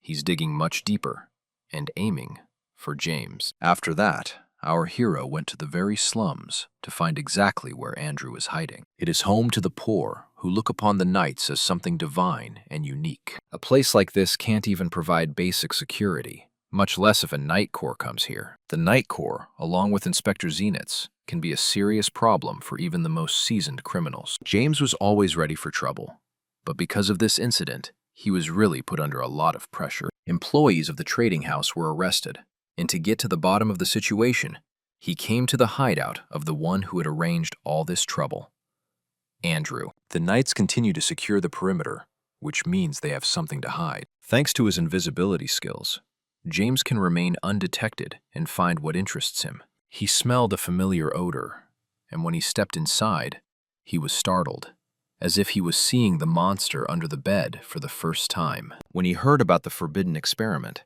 he had no idea it could be something so terrible. There was blood all over the place, lots of dead bodies, and the worst part was that something like this happened in all the houses in the neighborhood. This is a very unusual human experiment, and there's no getting around Sierra's help. She's changed her image again lately, but it's still the same. Wind-up female magician. For the past few months now, she had been spending time with Sari, who had become all grown up and independent. He now crafts mana stones without any support and only occasionally comes to see his master. James asked her to look at something and explain what had happened here and who could be behind it. It was immediately determined that this was not an experiment, but a summoning ritual, as if the devil had been summoned. The ritual of summoning the devil is one of the most forbidden acts on the continent and across the globe. It is criticized even more than treason or a war crime because it is a departure from humanity. Sierra said Zenitz didn't seem like a man who could fabricate cases, and maybe things aren't so clear-cut here. It was hard for James to understand her, for he knows that a prosecutor doesn't act without clear evidence in his hands. He obviously has live witnesses to the case, so maybe that witness is Andrew. James asked for help from an experienced magician and said he couldn't handle the problem without it. Soon, he was already on the outskirts of the capital, which is where the witness in the case is being held. The knights were calm and not nervous at all. Apparently, they didn't expect that the attack could be from above. After a few seconds, both guards passed out, and James was able to get inside. Anything is possible anyway, thanks to magic, as well as the right strategy. Sierra suggested that whoever summoned the devil was inside the main room. James got inside and saw this guy. He's the one called Andrew. It was obvious that he had been through some serious torture and was not in the best of moods. James at once told the reason for his coming and demanded an immediate explanation. The reason why Andrew blames it on Black Mamba is because he was poisoned and was left with no choice. He was ordered to testify, and in return was promised an antidote. Because it's pretty simple. The man behind all of this is in this room right now. James thought the Kuntz family had settled down, but it turned out that wasn't the case at all. Apparently, Derek has joined the ranks of the prosecutor's Night Corps and still wants revenge for his master. James had been feeling too quiet all this time, and only now realized that the sound blocking device was activated here. It remains to understand what the Knight wants, because the issue of Albert's disappearance has long since been resolved. Apparently, James doesn't realize that a knight's duty is to avenge his lord. Derek had been right all along, and now he'd done everything he could to finally get his revenge. He's so hungry for revenge that he's willing to go too far and go head-to-head for it. Everything he just said was recorded on the magic ball, and now James has proof that the case was tampered with. If he shows this to the judge, Derek's in serious trouble. James Steelguard's skills are so superb that this young talent was able to trick the knight's inner instinct. Now Derek knows this and realizes that he cannot stand alone against this opponent. As soon as one of the guards entered the room, a brilliant plan immediately popped into Derek's head. What happened next is even difficult to describe, because the actions of the knight bordered on madness. There was an incredibly loud scream outside. It felt like someone was being slaughtered like a pig. The guards immediately ran into the room and saw one of the guards dying in the captain's arms. There was blood everywhere, and this guard showed no signs of life. With hatred in his eyes, the captain said that an unexpected guest had attacked them and killed a guard. It's obvious it's all just staged. Derek's gone mad, out for revenge, and doesn't look human anymore. James tried to calm the guards down and tell them what happened, but they got angry and ordered him to shut up immediately. The captain made excellent use of Guyan's death, and in doing so raised the anger and morale of all the guards. There are aura users among them, and now, with their support, it will be easy to destroy the opponent. His idea was indeed a very good one, but sometimes the realization of an idea goes the other way. In a few seconds, the captain was all alone, for all the guards had been destroyed. Didn't even break a sweat when I defended myself against their attack, and I'm ready to keep going, again and again. Because of the constant tension, everyone completely forgot about Andrew, who took advantage of the moment and tried to escape. Something strange happened, for instead of going outside, he stayed in the room. Andrew slipped his hand into the dead knight's body and began to summon his master. He identified himself as the servant who had prepared the sacrifice and asked his master to come to the light immediately. In just a few seconds, the horrible event had already occurred, and the host had indeed taken possession of Andrew's body. No one could yet understand what had happened. The only thing we could be sure of was that an evil force had come to Earth. Within seconds, the captain was already lying on the floor with his legs broken. Apparently, the devil wasn't interested in him. He looked at James and called him an appetizing bun to refresh himself with. James activated his aura and said that he wasn't going to give up without a fight, even in a battle with a devil. He attacked his opponent and struck a crushing blow with his sword. Pope's precisely on target. It seemed like that would be enough to destroy the devil. The sight of James striking with his aura blade, it meant that he had reached the heroic rank. But after all, his opponent might be even stronger. People have nicknamed this monster the Devil, and that is partly true, for this monster came from an evil dimension. The devil takes over the human body and uses it for his own purposes. Even if the owner of the body dies, the devil is reassembled thanks to his dark energy. In just a few seconds, he had fully recovered all of his wounds, and his regeneration would be the envy of even a Wolverine. The devil immediately lunged at his victim, showing all his hunger and anger and unwillingness to wait any longer. He wanted to tear James apart like a little rabbit, but as a result, he himself was cut in two. Now he will quickly regain his body again, so James must seize the moment and learn the way for true victory. He decided to log in and contact a very interesting character who might be able to help. This character is called the Blue-Eyed Blacksmith and is always willing to help with necromancy issues. From the beginning, he sensed that there was an evil spirit near James and said he could give some advice. The Witchfinder is a very powerful being, having long ago recognized the 8 rings of magic. He's no weaker than a knight of mythic rank, so asking him for advice is a pretty sound idea. Until the devil absorbs all the power of the soul through which he came into this world, then he will continue his existence. With each new kill, his regeneration process will slow down, so constant kills can really stop him. James is out for revenge, for a great number of people have been destroyed because of this devil. I don't just want to destroy him, I want to make him my slave for the rest of his life. You'll have to use necromancy and buy a book on black magic from a blacksmith. James quickly agreed to the deal, and now gained important knowledge to defeat the evil spirit. In just a few seconds, the devil rose from the ashes again and prepared for revenge. He has begun the process of reincarnation, for he realizes that his current body is incapable of complying with James. As he began the reincarnation process, he promised to make James suffer for the rest of his life. Apparently, he didn't even realize that James could activate the Heavenly Sword Soul Chain and strike him about this technique. James attacked just in time because the transformation process was not over yet, and thanks to his new knowledge, he knew exactly what to do. Through his necromancy training, James gave him the opportunity to show his true colors. Since the mental body is in another dimension, to absorb a demon, you have to try hard. To do this, you will have to let all your mental power into this world, and then success will be guaranteed. Now the devil is completely closed from the outside world.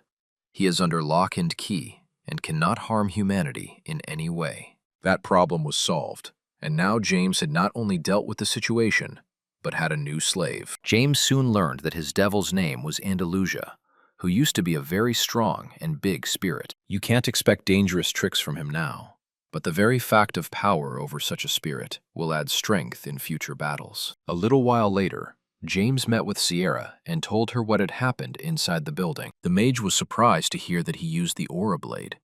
After all, he was too young for such capabilities. That means he's really very talented. But it's still very early for him to be dealing with the best of the best. James then tried to find out what happened to Derek, and Sierra replied that the man was dead. It was hard to believe that he died of only a broken leg, but apparently, Sierra had killed the knight with her own hands. She saw him trying to lure James into a trap, so she made the decision to get rid of the captain. She explained that he couldn't be left alive in such a situation, because he knows too much. As sad as it is, James agrees that killing the captain was the best decision. Soon the magical tower joins the investigation, and Sierra does her best to keep James out of trouble. She'll say it was the devil from beyond, and all questions will be closed. After that, James went to the headquarters of the prosecutor's night corps. He was nicknamed the Demon Killer, for Sierra wrote in the report that it was James who defeated the evil spirit. It's time to meet Zenitz, because he's learned that the prosecutor is going to resign.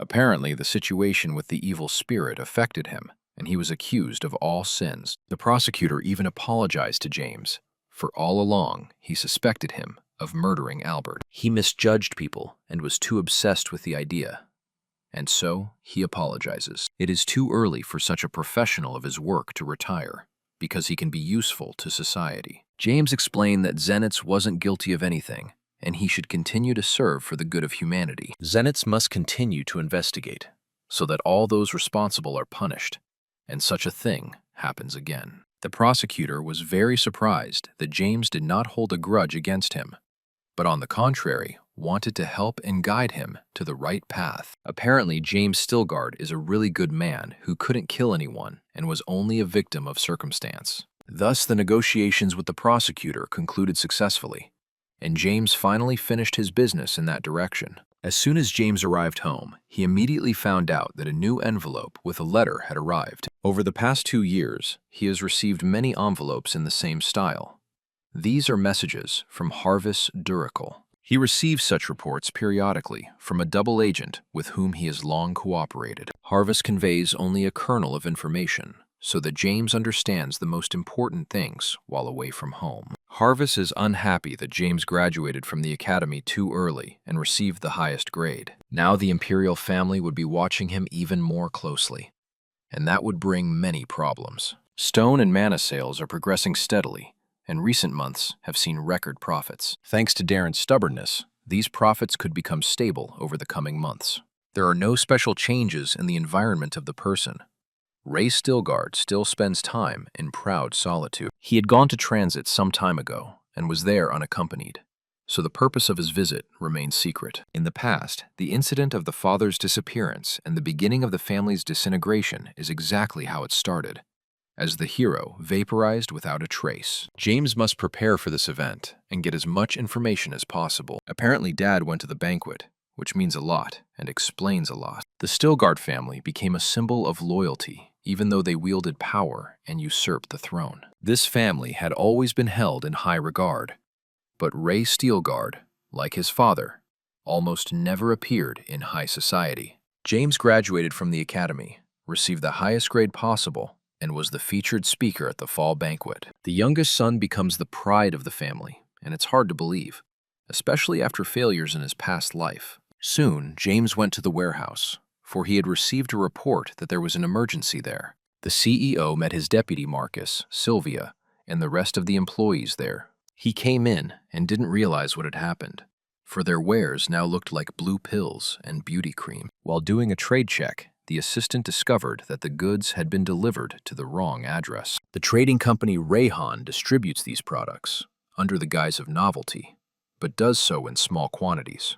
This means that counterfeits of their products have begun to appear, and now James must solve this problem as well. Their pills really help relieve fatigue, while their competitors' pills are copies and have no effect at all. If we talk about the Kremlin for beauties, the same fate awaits it because it is just an empty shell. The problem is that their trading company's products cost 3 times as much, and now no one will buy them. That's why you need to teach your competitors a lesson and show them that business should be fair and honest. James decided to move out immediately to find the Rayhan Trading Company. He hasn't told anyone about it, but there's another reason he recently turned his attention to this trading company. James had a conversation with Sierra, and she pointed out a very interesting location. It became clear that the trading company Rayhan can not only be a competitor in business, but also create even bigger problems. James soon met Meryl, and immediately sensed that she was not negative towards him. It appeared that James had chosen her as his bodyguard, though he had other,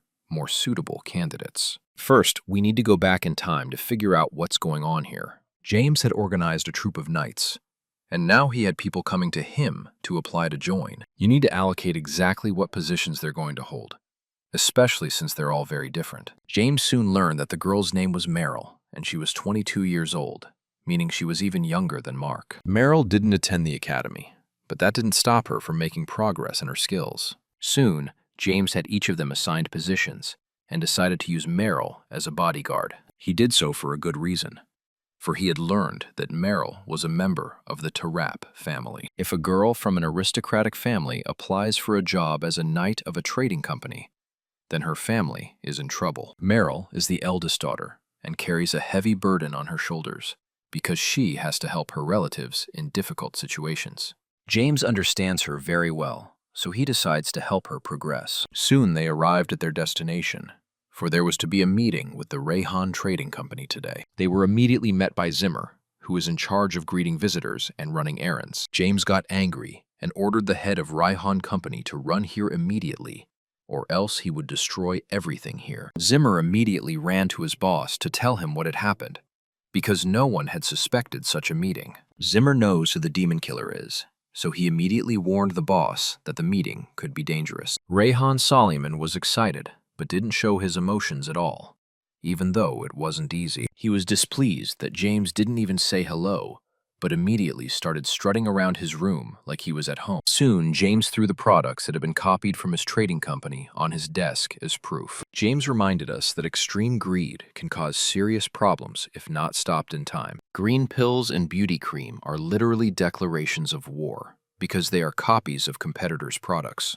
There has long been talk among the merchants about a predator named James Steelguard, who is taking all the capital's money for himself. Bargainers are not going to share profits and are willing to stand up for themselves no matter what. As soon as James heard this self-righteous speech, he immediately decided to break the vase, which cost a fortune. And at the last moment, Rayhan managed to catch his vase and warned that he was about to call security. James then asked Merrill to leave the room and go to the carriage so he could deal with this bandit. Now it was just the two of them, and they could do some serious man-to-man negotiating. Out of sight. James said that Rayhan won't be helped by the guards because he knows that the head of the trading company is a demon summoner. As soon as the bald-headed man heard those words, he immediately ordered to immediately grab James. Very quickly, a professional assassin showed up, ready to do his boss's bidding. Sicario had excellent autopsy skills and was incredibly fast as a ray of sunshine. His rancor is quite high, but one must not forget that he has recently reached legendary rank. He can easily block Sicario punches and still fight unarmed. Thanks to the power of his aura, he easily dodged all dangers and found opportunities to counterattack. A characteristic and technique of the Dark Moon is that with every minute of battle, the wielder of the technique has more and more strength. Only now did the master of the house realize that a very high-class warrior had come to see him, one that even a professional Sicario couldn't stop. The Demon Slayer did scare the seasoned merchant,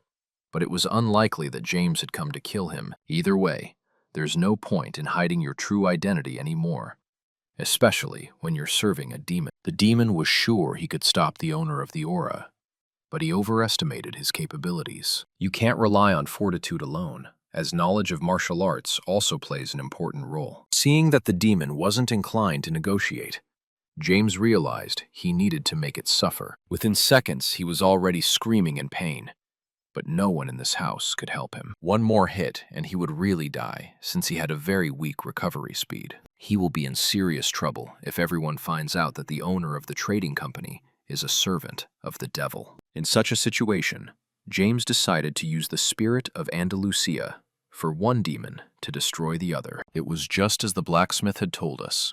Spirits lay down flat like dogs when they encounter those with more power than themselves. If they are caught by a necromancer, they will be on a leash for the rest of their life.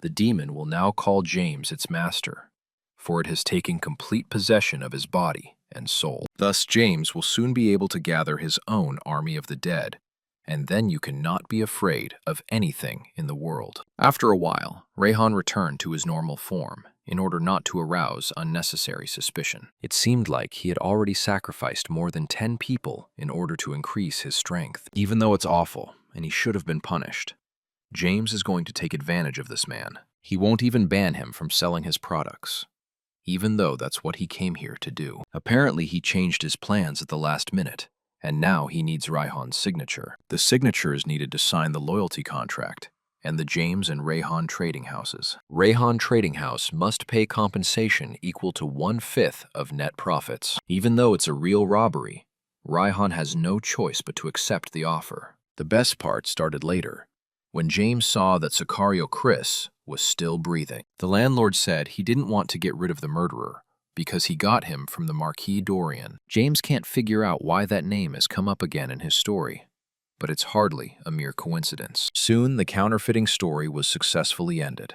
The trading houses merged, and James was handsomely compensated. James also learned that the Marquis Dorian turned out to be an investor in the Rayhan Trading House. Albert's name has come up too often lately, so James's mind is a real mess. James decided to distract himself a bit and do some interdimensional trading in order to clear his head of bad thoughts. He had bought 360 years of inner chi energy cultivation, and he didn't even stop there. He also acquired a battle cry, which has various magical properties useful in real combat conditions. This cloak activates the void mode, for it can, quite literally, suck a person into infinite space. James has managed to amass a real capital, but he would have made a lot more if it weren't for one troubled guy. 2 years ago, an unknown man said hello to him and offered to have a small conversation. He decided to share his information and said he knew a lot about price manipulation from James. It turned out that he even knew about the plan to strike the Rochester Mage Guild. He didn't stop there and dug up information about the Mana Stone crisis in the Null system. He also learned of James's indirect influence in the firing of 2 channel masters who had left their post in the last few months. James quickly began to guess that the man in front of him was not an unusual seller of secrets at all, but someone more important. In front of him was indeed the Auditor of Interdimensional Trade, Alf, and only he had access to all of this information. James pretended to be an auditor to avenge his enemies, but he never expected to meet the real auditor sooner or later. Alf has come to offer him an interesting job because he needs help. So far, 5 channel masters have been fired, 3 of whom have been permanently excluded from the trade. Alf knows that James has offered his hand in this, and so wants to manipulate him for his own ends. The auditor offered a very substantial payment that would be very hard to refuse, even for a rich man like James. He will finalize the details and get back in touch soon, but James must be ready to go at any time of the day or night. If successful, can expect to be promoted to the 3rd system. He doesn't know much about the place, but he's interested in getting a promotion anyway. All that's left is to ask a few questions to someone who has been on a 3rd system before and can offer some advice.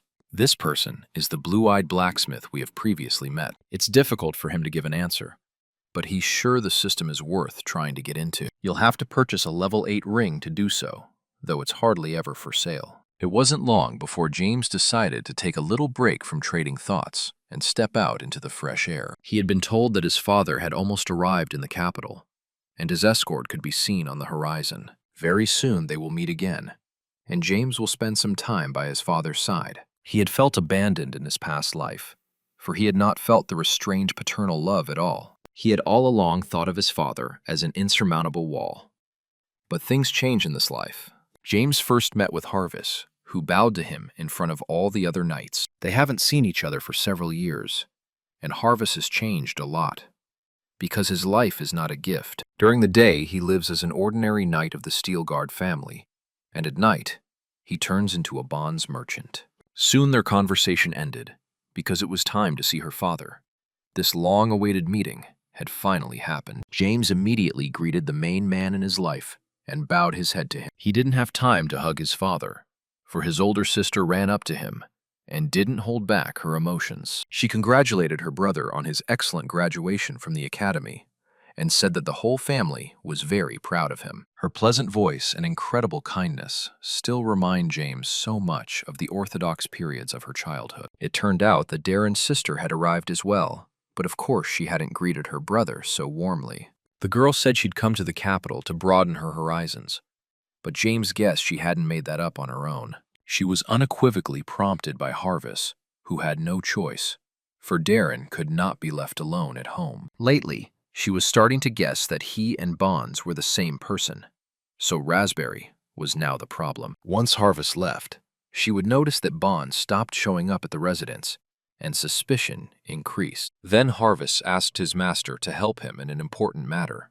He said he had a little show to put on. There were a great many people gathered outside James's trading house, for he had asked them to come to his aid. Harvis explained that James only wanted to show a little tour, but Darren refused to listen to him. She had noticed him acting strangely after their first meeting, and was now serving James as if he were his master. James had been following this conversation from his office, now convinced that Darren suspected Harvis of being Bonds. Either way, all his preparations are complete.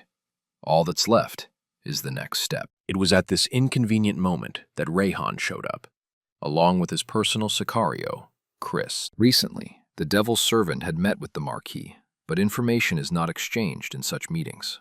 At the same time, he still managed to find out some interesting details, and said that the Marquis and Duke Carson had a secret meeting. It feels like they're up to something, because James has caused problems for both families, and everyone knows it. More and more coincidences have been popping up lately, and you can't turn a blind eye to it anymore. Only a minimal misstep is enough for the James trading house to be destroyed by the Marquis Dorian. James must find a solution to all the problems in order to utilize the thing that is important to him. With that, their conversation is over, and now the devil's servant must make an important choice. He, along with his Sicario, must decide who they will serve, the Marquis or James Steelguard. James has already managed to feed them both the yin-yang bugs, so he is under his power. Now they have no choice. But still, Rayhan is sure that James is even worse than the devil. If they choose to side with him, they will become true slaves and forget all rights. Rayhan was trying to find a solution to all these problems, and at that moment he noticed something special. It was a girl of extraordinary beauty, but aside from that, a mana barrier could be seen around her. He smiled and said that the heavens had not turned away from him. Now they were going immediately to meet Marquis Dorian. James didn't even realize his servants were thinking such thoughts. He was thinking about other things. The play of dressing up as a bonds merchant worked, and now Darren doesn't suspect anyone. During this conversation, he also noticed that some sort of magic was felt between these Harvests and Darren, though it was hard to believe. He has no hatred for his spy, but it would be strange to let him into his family. James decided to see his older sister, and who at these moments was actively working on the training ground. James was glad to see that she was still keeping up her skills, and was still a very dangerous knight. She benefited greatly from the book her brother gave her on their last meeting, for it was the book that helped her reach the next level. Jeans asked to read this book, and due to his skills, quickly absorbed most of the information. Now it's not strange that his sister rose to 4th grade, all without male strength and energy. Breathing technique had always been an underrated technique, and now even James realized that he had paid too little attention to it. At this point, their conversation was interrupted, for another member of the family joined the brother and sister. Father woke up after a long sleep and saw someone actively honing skills on the training ground. He too is pleased to hear that his eldest daughter continues her martial arts training and never stops her progress. Karen is soon to be an aura user, and her eldest son has just graduated from the academy with excellent grades. The father is pleased with his children, for it was he who had a hand in raising these geniuses. Although it is a little strange, because he practically did not deal with the younger son. But nevertheless, James perfectly realized himself. Now his father wants to see his skills in person, because up to this point, he had only heard about them, but had not seen them with his own eyes. Though it is just a friendly sparring, but every son always dreams of showing his father his strength, courage, and knowledge. It was a little unexpected, but James is happy that he can finally not hide his inner energy. He borrowed a sword from his sister and prepared to show all that he had learned these 2 long years. His father promised to use only basic aura, but warned that they were going to play games. Only in fierce competition can true progress be made, Ray Stilgard believes. Sometimes it seemed that they were fighting to the death, even though they were only father and son. James moved beautifully and surprised his father from the first seconds of the battle, and made his sister worried. Dad didn't put out his full force, but nevertheless, it was good to see James not give up and continue to persevere. Not only did he think about when to live until the final round, but he also remembered to look for moments to counterattack. The friendly sparring had grown into something more, and Karen was out of breath with excitement. Soon it was over. She ran to her brother to make sure he was still alive, but it turned out to be quite different. James felt fine. He was a little tired, but he wasn't hurt at all. Unlike Ray, only now the son realized that he had made a mistake. He should have realized it when he heard that his father had come in a carriage. Ray always said that if you're a knight, you should ride with your subordinates, on horseback. He hated carriages, finding them too cramped and smelly. And besides, he'd never traveled to Transam. Better doctors and magic users dwell in this city, which means that right now, my father has some health issues. Soon Ray Steelguard moved to the bedroom for some rest and recuperation. He tried to make jokes to lighten the mood, but everyone realized it was no fun at all. Darren started yelling at her father and told him he should be thinking about his health instead of playing sports. The son asked his father to tell him about the symptoms of the disease, because maybe he could do something to help. Ray has already been to the best doctors in the Empire, but it didn't help. No one can cure his ailment. James activated his skills and tried to analyze his father's internal systems. He saw blood clots in his body and said that minor overexertion could cause internal injuries. The mana flows were tangled, and it felt like Ray had been in this state for years. Soon the father received a pill from his son that should help restore some strength. It's hard to see the legendary Earl unable to get out of bed and show his full potential. His parental heart burns with the desire to praise and congratulate his children. But now he has to fight illness. Soon, his father revealed that he was actually being destroyed by a demonic heart from within, and it was a shock to everyone. The demonic heart is a tangled ball of threads that resides deep within the human heart. It is also called the inner enemy of the masters, which holds them back and at the decisive moment. To help him, one must have a legendary rank, and his father hopes that in 20 or 30 years, James will reach that level. He doesn't even realize that James is already on the level of legend and treats him like a child. His father also warned that James should never ask for help from the legendary warrior, Droyan. He is the only knight of the legendary rank of Navarro who is training hard to surpass the achievements of Paul Steelguard. He hates the Steelguard family with all his soul because of his envy and his unwillingness to accept reality. James decides to turn to a completely different person, as he can't bear to look at his sick father. He made the decision to do anything to save Ray, even if he had to reveal all his secrets to do so. In such a situation, only Lee, the sun god, can come to the rescue and lend a helping hand. James kicked everyone out of the room, ordered that no one be allowed inside, and prepared for the healing process. From that moment, 3 more days passed. The sky became clear, the harvest season came, and the first fruits on the trees appeared. The opening of the traditional Navarro festival was held, when everyone starts celebrating the spring season. Ordinary people thank the gods of earth and weather and ask them to give them a great harvest this year. At the same time, members of the upper classes enjoy indoor parties. The main party of the empire will be held, with King Navarro already preparing to feast. This grown man with a red beard is named Demis Navarro, and he loves a spring party. Etiquette at such parties is always top-notch, as you can find all members of the royal family at the event. Also, very noble aristocrats who are close to the king and his retinue come here. Demis isn't particularly happy to see all these guests, as he's been waiting a long time to meet with Count Steelguard. It's been over a decade since they last met, and now it's time to reconnect with the legendary family. The Earl's 2 daughters bowed before the king, but he couldn't understand why they came without their father and brothers. Karen revealed that her father couldn't make it due to unexpected circumstances and asked her to apologize for his absence. She had to say he had a slight cold, but it was hard to believe that a heart of steel couldn't stand up to a common virus.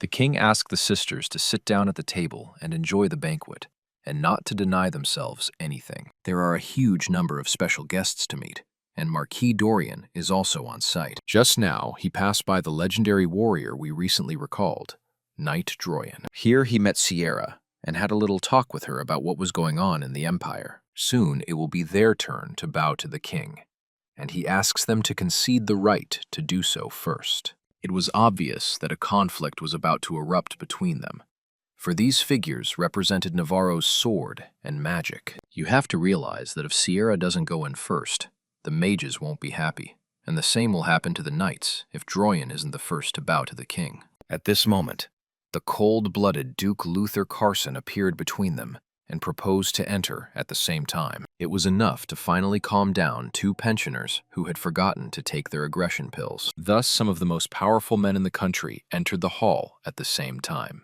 Even the king himself wouldn't dare to have a conflict with them, for these people have too much power in Navarro. He welcomed everyone present and said that today they should not deny themselves anything. He had prepared the best of everything for them and was ready to officially begin the banquet. But he suddenly stopped. He saw that 2 more important guests had entered the hall, male representatives of the Steelguard family. The king always said he respected this family, but in truth, he was always jealous that Paul Steelguard had more influence than the king. It's hard to compare a warrior's trim body to a fat king's pot belly, because that also affects public opinion. Nevertheless, when official meetings happened between them, Everything was always within the bounds of propriety. The girls were very pleased when they saw that the father was able to come to the banquet after all, and took his youngest son with him. All around began to evaluate the appearance of Ray Stilgard, because such a personality is always interesting to discuss. James received a small gift from the king, an honor of the high mark he had received in graduating from the academy. After that, the main part of the banquet began. People enjoyed pleasant music, delicious wine, and hot dishes. James heard a familiar voice and saw the Carson family's official successor, Hwin, looking at him. Now he's turned into a tough guy who is called Sir Iceblood by his classmates. It wasn't just Hwin who got the proper recognition.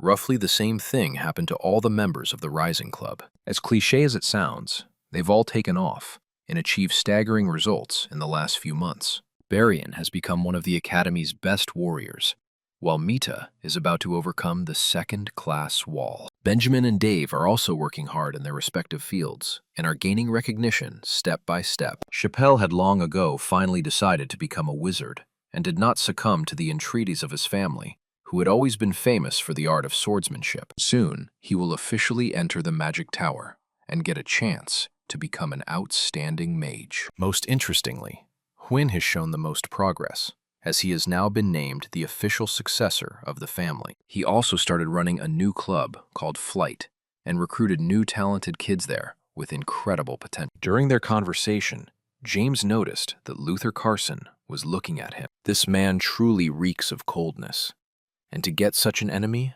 no knight of the world would want. James paid no attention to him and went up to the second floor of the questionnaire to get some privacy from prying eyes and ears. There are a lot of people here who are trying to make useful acquaintances and just have a good time. At that moment, he was approached by an old acquaintance, Selena, who was looking stunning again today. He already knows that today is her official social debut because she hasn't been to such events before. Places like this always attract people with colorful looks, so it's strange that she hasn't been called here before. James hinted to the girl not to lose her mind with joy, because that's exactly what had happened in her past life, though she didn't understand what he meant. But that was the end of their conversation, and Selena distanced herself from her interlocutor. She didn't understand why he was treating her so badly. After all, this wasn't the first time James had tried to humiliate her. She wouldn't take it anymore. It was time to punish this arrogant boy and put him in his place. The worst thing about this situation is that few people know who the father of this girl is. It turns out that the legendary knight Droyan is not just her relative, but a father who will not allow anyone to hurt his daughter. His patience was at an end, and as soon as he heard of the insult on the part of James Stilgard, he advanced at once in his direction. He decided to express his displeasure to the Count and hint that he doesn't know how to bring up his children. Selena had professionally faked an injury to her hand in order to pretend that James had particularly hurt her. Count Stilgard tried to make it clear that his son was not capable of such things, but Droyan only lost his temper more and more. He activated his aura and said that the Stilgard family had lied too much and should be punished for their sins. He threw his gauntlet at Paul and challenged the Count to a duel, though Ray tried to settle the conflict to the last. All this behavior pissed the Count off. He lost control of his emotions and accepted this challenge with dignity. James was trying to figure out what he should do since his father was sick and wouldn't be able to fight such a strong opponent on equal terms. Sierra tried to cut in on the conflict, but James stopped her and told her that only he could settle the matter. Even the king paid attention to this conflict. He said that it would be nice to solve all the problems right here and now. Sierra can act as a second, for she realizes that the king has also lost his mind and cannot be trusted to judge this fight. The commander of the second night squad, Malta, also decided to speak out, said that in a state of alcoholic intoxication cannot arrange duels. Droyan said he had hardly been drinking, and he wasn't going to put off resolving the conflict until later. James continued to monitor the situation and didn't interfere at all. He saw everyone around him only wanting to watch the fight. He tried to analyze everyone's actions and understand how to get out of the situation. This is a great opportunity to realize who is a true friend of the family and who is just a pathetic rat hungry for profit. It was soon decided to hold the duel in the training arena of the first night squad. The place was similar to the Roman Colosseum. The audience was happy because classic banquets are always too boring, and today will be a lot of fun. The legendary confrontation of the Marquis versus the Count, where any misstep could cost defeat. Droyan is past his peak form, but even so, he's still a dangerous beast. The king sat in the best seat, and then this permission to finally start the confrontation of legends. The Count was authorized to make the first attack, and immediately attempted to do so in the most spectacular manner possible. His aura was like golden fire. Many here had seen the golden aura of the Steel Earl for the first time. It was a very powerful blow that would cut even a fire-breathing dragon in two, but Droyan managed to defend himself. It was obvious that both opponents view this battle as something personal and special, and are not going to back down. The spectators tried to analyze both warriors, and to understand in advance who exactly has a better chance of winning. Each of the knights found their own loyal fans and enemies, but everyone leaned toward Trojan, looking more confident in the opening minutes of the battle. Not only was he masterful in defending against all of Ray's attacks, we were very successful in going on the counterattack. Keeping a balance of attack and defense, he felt confident and prepared to use the Aura Blade. The sword battle was like an intergalactic confrontation, for it was too spectacular. We must not forget that Ray Steelguard is at a lower rank than his opponent, and that's why it's so hard for him. Droyan felt his initiative, and it gave him extra strength and confidence. Preparing for the final attack, he instantly approached Ray and delivered a crushing blow. The onlookers immediately saw that Steelguard was seriously wounded, but was still standing firmly on his feet. Sierra is sure this will end badly, and keeps saying she has to step in and stop the battle. Only James remains calm, because he realizes that to stop the battle must find a good reason. Ray Steelguard looked battered but not broken, and was still ready to fight to the last drop of blood. For the past few days, the learning process under the Sun God had continued, and it had been quite successful. The Count finally overcame his wall and approached the level of his father, who had become an eternal legend of the Navarro Empire. His blade aura was able to break Droyan's protective barrier, though it proved to be something unthinkable and incomprehensible. It was hard to believe that the Iron Earl was able to achieve his goal, and after all, he was inferior to his opponent in the level of skill and training. No one understood how it happened.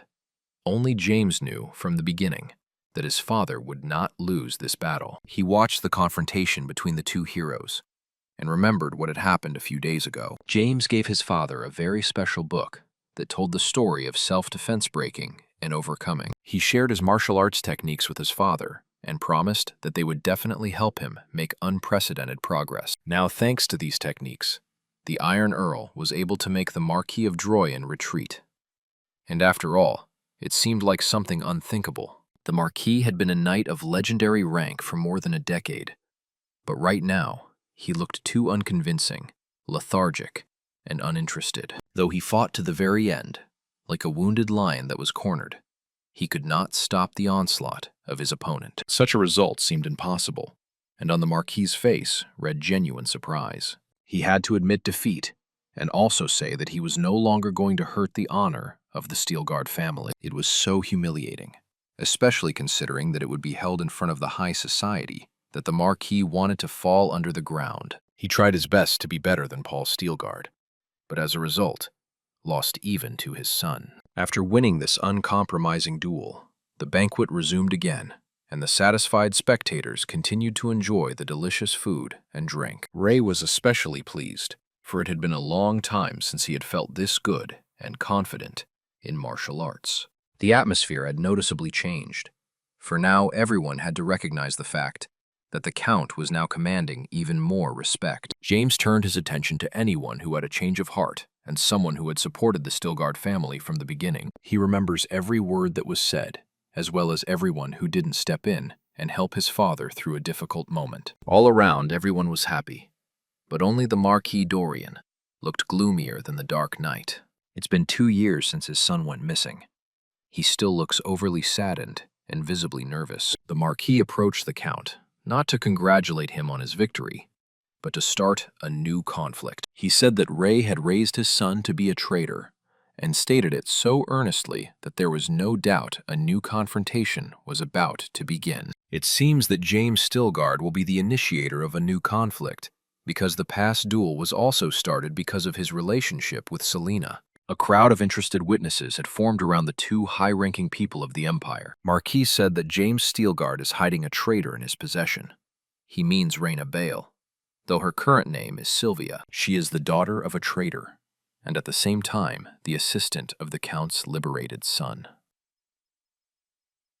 Tracking down traitors is the most important job of the Royal Knights. But the Marquis took the job upon himself. Reyna Bale is a pretty familiar girl, as her entire family was beheaded after being possessed by the devil and plotting a rebellion. It was a family of large merchants, but no one could find the girl who was to be arrested. The Marquis said that his men were about to bring this girl in, and also ordered that James Stilgard be found so that he could explain what was going on. If the suspicion turns out to be true, it would be a very serious blow to the reputation of the legendary family. Soon, Sylvia was already in the banquet hall, being led here by armed knights. It was obvious that she was not going to be treated like a princess, for she was suspected of a very serious crime. It turned out that Circle wasn't her father at all, just an uncle who decided to take care of her after learning of the family's fate. Everyone around was trying to find out the truth, at which point the Marquis said he had a witness to corroborate all his accusations. He asked one of the king's chief wizards to use his spell to break the girl's magic. All this time she had been hiding her true face. But now, everyone around her saw who she really was. Also in the room was the witness Rayhan, who had seen the Marquis a few days before and suggested that he carry out this cunning plan. He confirmed that Sylvia is the mother-daughter of a traitor to the Empire, and the Marquis is telling the truth. The king listened to the whole story with a surprised look and tried to keep a calm look, though it was not easy. The accusation amounted to treason, and the Marquis assured that James was well aware of everything that was going on and still hid the girl. Marquis also talked about the whole story behind Reyna, as well as the story of how she got to work for James. Marquis learns that she was freed by an unknown aura user who killed members of a dangerous criminal gang. King agrees that everything fits together too perfectly, and it can hardly be a coincidence. He ordered his knights to immediately surround the Stilgard family and ordered James to tell everything he knew. The king wants to understand why this young boy decided to get close to a traitorous woman. Conspiracy for treason is a major crime, not only on the continent of Navarro, but all over the world. The sisters were also frightened. It seemed to them that this was just a bad dream, and it would all be over now. Only Ray Stilgard was unhesitatingly certain that his son could not be involved in treason. He is sure that this is just a trap, which was set by the Marquis, and now it is necessary to find a way out of the situation. James calmly took the situation into his own hands and began to talk about his own perspective on the situation. He spoke various incomprehensible formulas, and few people around him understood what he meant. James has long since learned to leave the Wa Bank, for in the system, such large bets are something commonplace. He's willing to risk everything to try his luck and turn the situation upside down right here and now. At that moment, a knight of the prosecutor's corps, led by the well-known Commander Zenitz, entered the room. Everyone immediately recognized the rabid dog, who never lets go of his victim if he's sure he's involved in a crime. Now the words of James, played with other colors,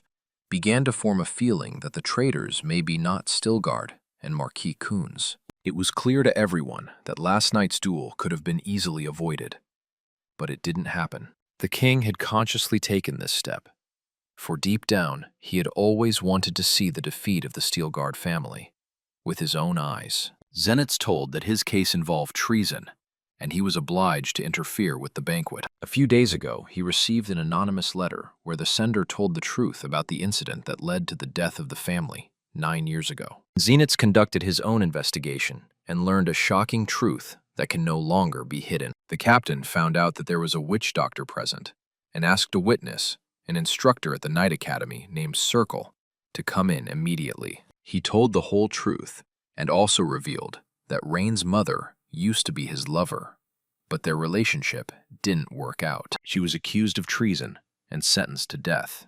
which drew a line under her life. It turned out that the man who stole young Reina and sold her to a brothel was Rayhan. When James heard the story, he decided to help and intervene to free the poor girl. Also, Circle is sure that all this time the Bale family has been falsely accused and didn't deserve to be treated that way. The culprit who was deceiving everyone and trying to betray the Empire was none other than the merchant Rayhan. Mad Dog took a few steps forward and said he had all the evidence to back up what the witness said. This is the account book of the Bale Trading Company.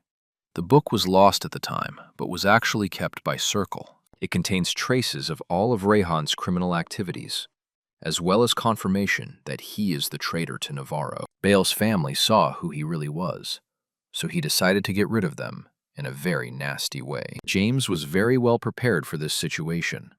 He foresaw problems in advance. He asked Harvest and Zenitz for help, and each was given their own personal task. Zenitz was needed to turn the tide, and Harvest took on the task of gathering information and recruiting witnesses. Also the biggest person in this case is the magician Kendall, who right now wants to report a serious crime that can't be ignored. He said that Rayhan not only betrayed the Bale family and caused them a lot of trouble, but also hid something from everyone here. All this time he has been serving the devil, and now, after the activation of the magic spell, everyone can see it with their own eyes. Now all past accusations had crumbled to dust, and the situation had truly been turned upside down. Seeing the demon, people started to panic and run away in different directions.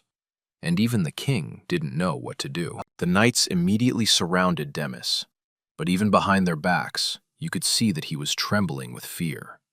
This monster. It was now clear that the real devil was the Bale family, namely their rival, the merchant Rayhan. He was not going to accept such an end to his life, and prepared to take revenge by killing Reina, whom he considered the culprit of everything that had happened. Only the skillful and timely intervention of James helped to stop the demon and send him to hell. After that, the monster's body was taken to the training ground of the royal palace to be burned, leaving no trace of existence. This royal banquet will be long remembered, for it surpassed all that came before it. What remains to be understood now is why the Marquis used a witness who had been serving a demon all along. Everyone began to suspect him, and the Marquis had to fall on his knees before the king to declare his non-involvement in what was happening. The result of the test showed that Dorian had nothing to do with demons, but doubts still remain. The merry banquet turned into a headache for the king, for he too was drawn into the Marquis's machinations.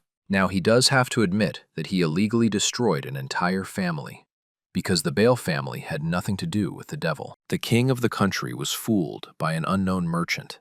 It's hard to admit, but everyone around him realizes that's exactly what happened. Investigator Zenitz has always pursued only total justice and an unwavering belief in the truth. Today, he is not going to give up his purpose, for he must serve his principle for the rest of his life. At this moment, another guest of the banquet intervened in the situation, who up to this point had only been silent and observing. It turned out to be Duke Carson, who said it was not necessary to view the situation from that angle. It was proven that the merchant Rayhan turned into a black snake, but could not escape from the king's hawk. If all his property is confiscated, and compensation is given to the victims of fraud, people will praise the king's actions to the contrary. Through this, it would be possible to raise the prestige of the royal house and get away with it. Now it remains to raise what should be done with the Marquis Dorian, because it is clear that he supported the merchant. Marquis said he was misunderstood and explained that he took this step because of his son. 2 years ago, he disappeared,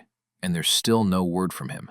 But the Marquis is sure things actually look a little different. Right now, he's on record saying that James Steelguard killed Albert Kuntz and still goes unpunished. Mad Dog stepped forward and said he wanted to personally say a few words about the incident. He personally investigated everything that happened and knows about this situation not just from rumors. He told everything that happened during the investigation and didn't hold back a single detail. It turned out that everything was created thanks to fake evidence, behind which was the knight Derek, with his insane thirst for revenge for his master. The case was closed, but the Marquis could not accept this and greedily continued to pursue the goal of bloody revenge. The king believed the commander of the prosecutor's squad and turned his attention to Duke Carson, who also defended James. After a few hours, it became clear why the Duke had taken such a desperate step. Up until this point, it wasn't clear why he was facilitating this guy, but apparently, it all has to do with his oldest son. James talked about his illness, and also promised to continue his life for a decade, but no more, for the disease is very serious. That was the end of their deal, and virtually no one knew of this secret collaboration between Duke and James. It started a few days ago, when James and Harvest were putting together a little performance for Darren. James was supposed to disguise himself as a bonds merchant and make sure his sister had no more doubts, but he was thwarted. Duke Luther Carson appeared before him, who had come to ask for help to cure his eldest son of a fatal ailment. Edward told his father that only this guy could help the situation, and that's why the Duke had come to James. The heir to the Stilgard family tried everything in his power, but it was impossible to cure the disease completely. Nevertheless, James helped prolong the young lad's life, and that is already a small victory. So they formed a partnership, and James went to meet with another representative of his team. A former shady Rayhan security guard named Chris is now serving James and is ready to report back to him with the results of the investigation. The prosecutor's squad is already in action, and you can count on them having all the information available by the banquet. Sicario betrayed his former master and completely surrendered to the power of James in order to survive, because in his head is a yin-yang larva. Thus the glosser obtained all the secret information of the Rayhan merchant, as well as the ledger and the letter of protest. They agreed to see each other a little later, when a new job had been found for the Sicario, and he was useful again. After what happened at the royal banquet, Marquis Dorian's life began to go black. He began to drink alcohol too often and became depressed, for his plan had failed miserably. It was hard for him to forget how he had been on his knees begging the king to let him live, while hearing the taunts of those around him. Not only did he fail to avenge his son, but he was dishonored and now doesn't know how to move on. His depression ended only when Knight Howard informed him that his son had returned, and it was hard to believe, but a rabid dog came to his house and brought a mysterious man with him. This man, who was clearly struggling, was very much like Albert Kuntz. The father immediately embraced his son and cried with happiness. For all this time, he was sure that Albert was long dead. Meanwhile, James was pleased with what was happening, for the last few days had been very eventful. He's sure he won't be under suspicion again, and he can finally sleep well. The day before, James had personally experienced that it would be difficult to find the differences between this creature and the real Albert. He gave orders to copy Albert's behavior, and is not at all different from the original. In order to understand what's going on here, you need to know that James, in his constant pursuits of interdimensional commerce, learned of the existence of the homunculus. It is an artificial life form created by wizards that can become anything depending on the method of cultivation. It required the use of a handkerchief with Albert's blood on it, and memories of the days spent with him at the Night Squad Academy. Albert's truest personality came out of his experiment, though it's now unclear why his past version was killed. Apparently, James has a cunning plan, and he wants to completely take over the empire that the Kuntz family owns.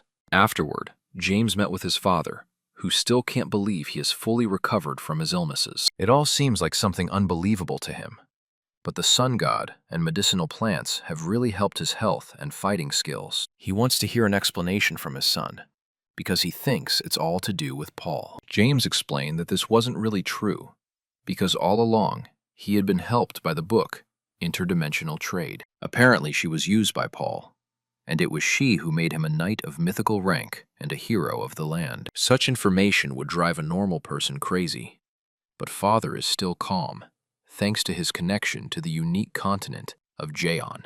Humans aren't the only life forms on this continent either.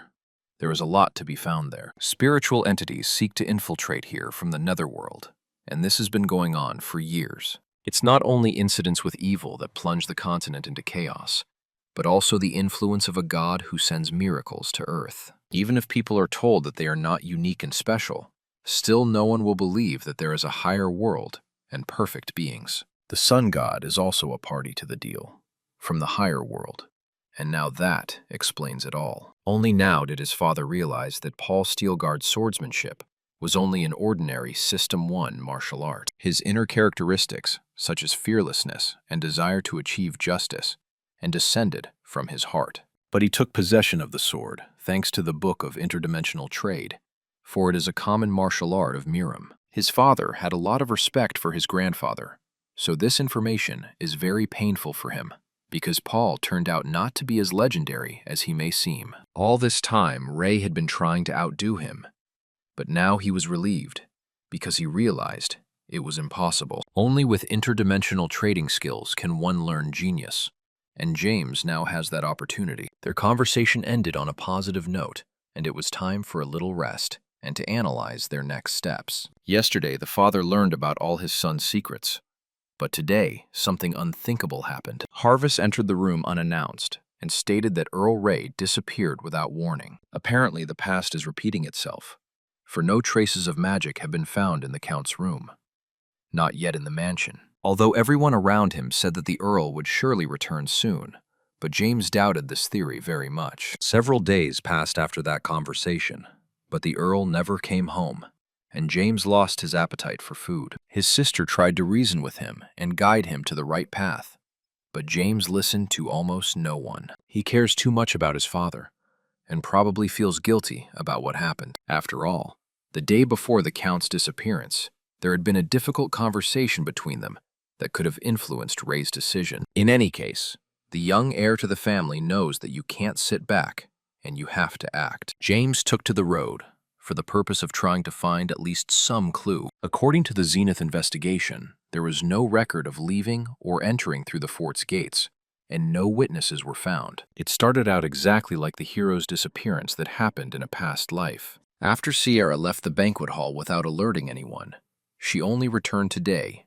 and sought out James. She asked to stop immediately and said that she knew everything and she couldn't let James find her father. Strange as it may sound, it was a skilled mage who had put all her efforts into making Ray Stilgard disappear. 2 years ago, my first encounter with this woman was quite difficult and not the most pleasant. It was only over time that they began to understand each other better and turned into true friends. Now she says she's behind the hero's disappearance, which is hard to believe. But now their relationship will never be the same again. The woman tried to calm James down, but he was too aggressive and kept telling her to stay away from him. She immediately sensed the subject's emotions, his distrust, suspicion, and desire to keep her distance. I had to tell you that there's a secret society on the continent called the Seven Eyes that unites all Their main goal is to exclude geniuses from the world who surpass their skills and capabilities. They must identify promising talents in ball and magic across the continent and evaluate their capabilities. James is also on their list, as his abilities are abnormal at a young age. His father is also leading the talent list. He had already reached the legendary rank, and that was why they were interested in him. All of this happens just to keep the balance of the world, even though it sounds like a children's fairy tale. Wizards take this very seriously and put a tremendous amount of resources and effort into it. Superhumans do have the power to change the world, for they can intervene and lead humanity down a different path. Ray Steelguard has been recognized as a dangerous man. Usually, in such situations, talents face death. James was frightened, but the sorceress immediately told him that he could not be nervous because his father was fine, but just do not need to look for him. She tried to protect him to the last, but a knight of legendary rank fell completely out of her hands. Sierra can even show a recording of the conversation as proof of her words. She is ordered to kill Ray Steelguard immediately. He is, after all, a threat to all mankind by his recklessness and heroism. Now, she still managed to get the hero safe, but he is imprisoned for a while. James is now full of courage, determination, and purpose. His emotions have completely changed. It is because of him that his father has reached a new level and is now in danger. So James must save him immediately. Soon, in a neighboring kingdom to the east, in the state of Kadon, a rather unusual wanderer appeared. He had no trouble getting into another country and was now lodged in a hotel in the city. Sierra warned him not to attack without careful preparation and asked him to be prudent. Behind the organization that kidnapped Ray Steelguard is a very serious wizard named Demius. James had been watching this wizard for a while and trying to find out more information about him before meeting him in person. A few days later, the enemy went hunting. Demius is the head of the 11th Magic Tower, and even he did not foresee the future problems. The moment the hunt seemed too easy, a large pink unicorn appeared in his path, as if it had appeared from heaven. Without thinking long, Demius immediately started attacking the unicorn in order to taste its delicious meat for dinner tonight. The arrow bounced off the skin of this beast, and the unicorn was able to escape. This was the first time this had happened to an experienced hunter. He was very frustrated and angry, until the enemy's sword pierced his body. As he fell to the ground, he tried to figure out what had happened and who was behind this stealthy attack, and it turned out that now he is the prey. Although up to this point, he had only played the role of an experienced hunter. This forest has the perfect protective magic cast on it, but it didn't work, and James found himself inside. Apparently, he was helped by the golden cube of anti-magic, which immediately destroys all magical effects and protective barriers. James immediately offered a deal. If he heard the answers to all his questions, he would let the wizard live. If he lied to even one question, his heart would be torn apart, and his miserable existence would be over. James wants to know about the relics of the Seven Eyes organization. And how exactly were they able to kidnap Ray Steelguard? Turns out they used a space creator to do this, which helps hide footprints, even after an intense battle. Soon, the wizard answered all the right questions, and begged for a chance to right his wrongs. Really decided to release him. And at that very moment, Demius began to attack his enemy. The Inferno technique was supposed to destroy James, leave no evidence of the murder. But things didn't go according to plan. In a moment when it seemed like the deed was done, the wizard saw that James not only survived, but didn't even hurt himself after that attack. His robe was able to protect his master from the attack, for it too is a relic purchased in System 2. After a while, the guards suspected that something wrong had happened and started searching for the teacher. They saw the master in front of them in a rather calm state, but he looked somehow mysterious. The master said that he had sorted out all the trouble, and the guards may not apologize for their oversight. Meanwhile, James was already at his house and had fully satisfied all his desires. Only now did it become clear that he had transformed into Master Demius, thanks to his distortion technique, and no one suspected the difference. He took the wizard's ring, which gave him access to unheard-of wealth and opportunities. At this moment, he was contacted by his old buddy Joe, or the Golden Dragon with a jade face, the grandson of the legendary Golden King. Joe is one of the wealthiest and most influential, so he is being evaluated as a pillar to lead the next generation. He hasn't been in touch in over 2 years, and only now has he reminded himself, since James is the only one he can contact. He had managed to kill 2 out of 3 enemies recently, and soon he was finally able to find the last man. In the future, he would be called a legendary warrior of light, but right now, he was facing serious difficulties. His enemy was a man who had reached the peak of divinity, but he only found out about it after they met. He doesn't have much time left now. He's lost his hands, and he can feel his heart beating slower and slower with each passing second. For 2 years, he had worked under Lee to find a way to kill him. But from the beginning, this man already knew the danger. Now, with death awaiting him, Joe tries to make one last deal with his buddy. James can get the martial arts he's been seeking for so long, but in return, only has to slay a demonic dragon that has killed thousands of people. Joe asked to never forget him, and to avenge him at all costs, because Lee had done some really bad things and deserved to be punished. Joe doesn't regret attempting revenge. He doesn't want to be remembered as an honest and just warrior. James has gotten really close to this guy, so he's going to absorb all this martial arts stuff and be sure to get his revenge.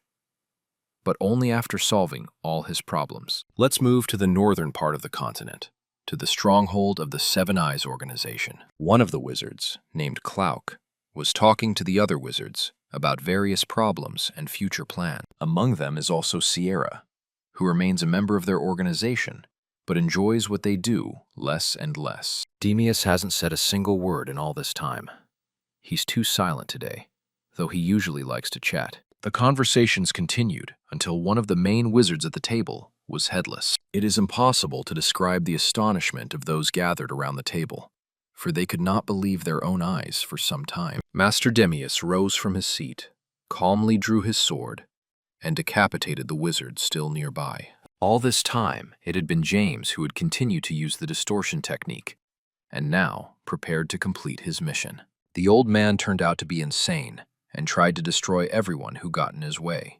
The wizards quickly reacted and ran away, leaving Demius to fight the iron robots. These robots are new inventions, for they can be used to make serious conquests on the continent. All the wizards are sure that soon the robots will destroy Demius, and only Sierra keeps calm and realizes what is really happening. It's true that it's impossible for a heroic rank to defeat iron robots, but James has long been stronger than the average hero.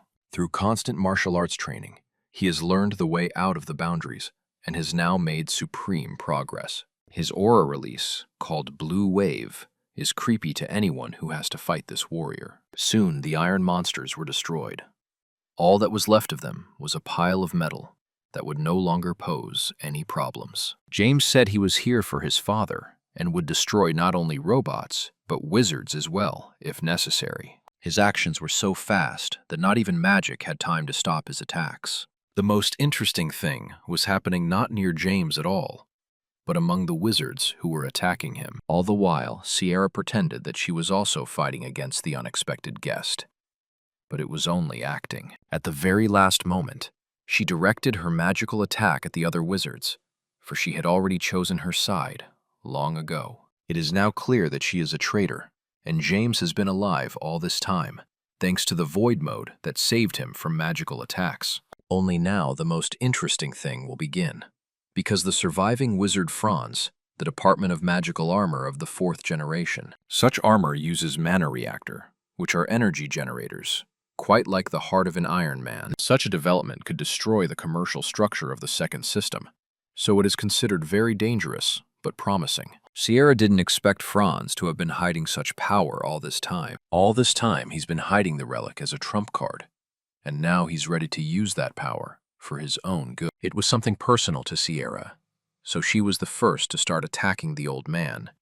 Never mind James. It seemed like that should be enough, but a second later, a powerful response followed that shattered Sierra's defenses. Blood immediately spurted from her mouth, indicating serious damage to her internal organs. Franz now has to deal with his last opponent, who shouldn't pose any serious problems. Apparently, he had too underestimated the capabilities of the Stilgard family's heir, who was no longer small at all. In just a few seconds, James is transformed into the exact same robot, ready to challenge Franz. The Battle of the Titans immediately began.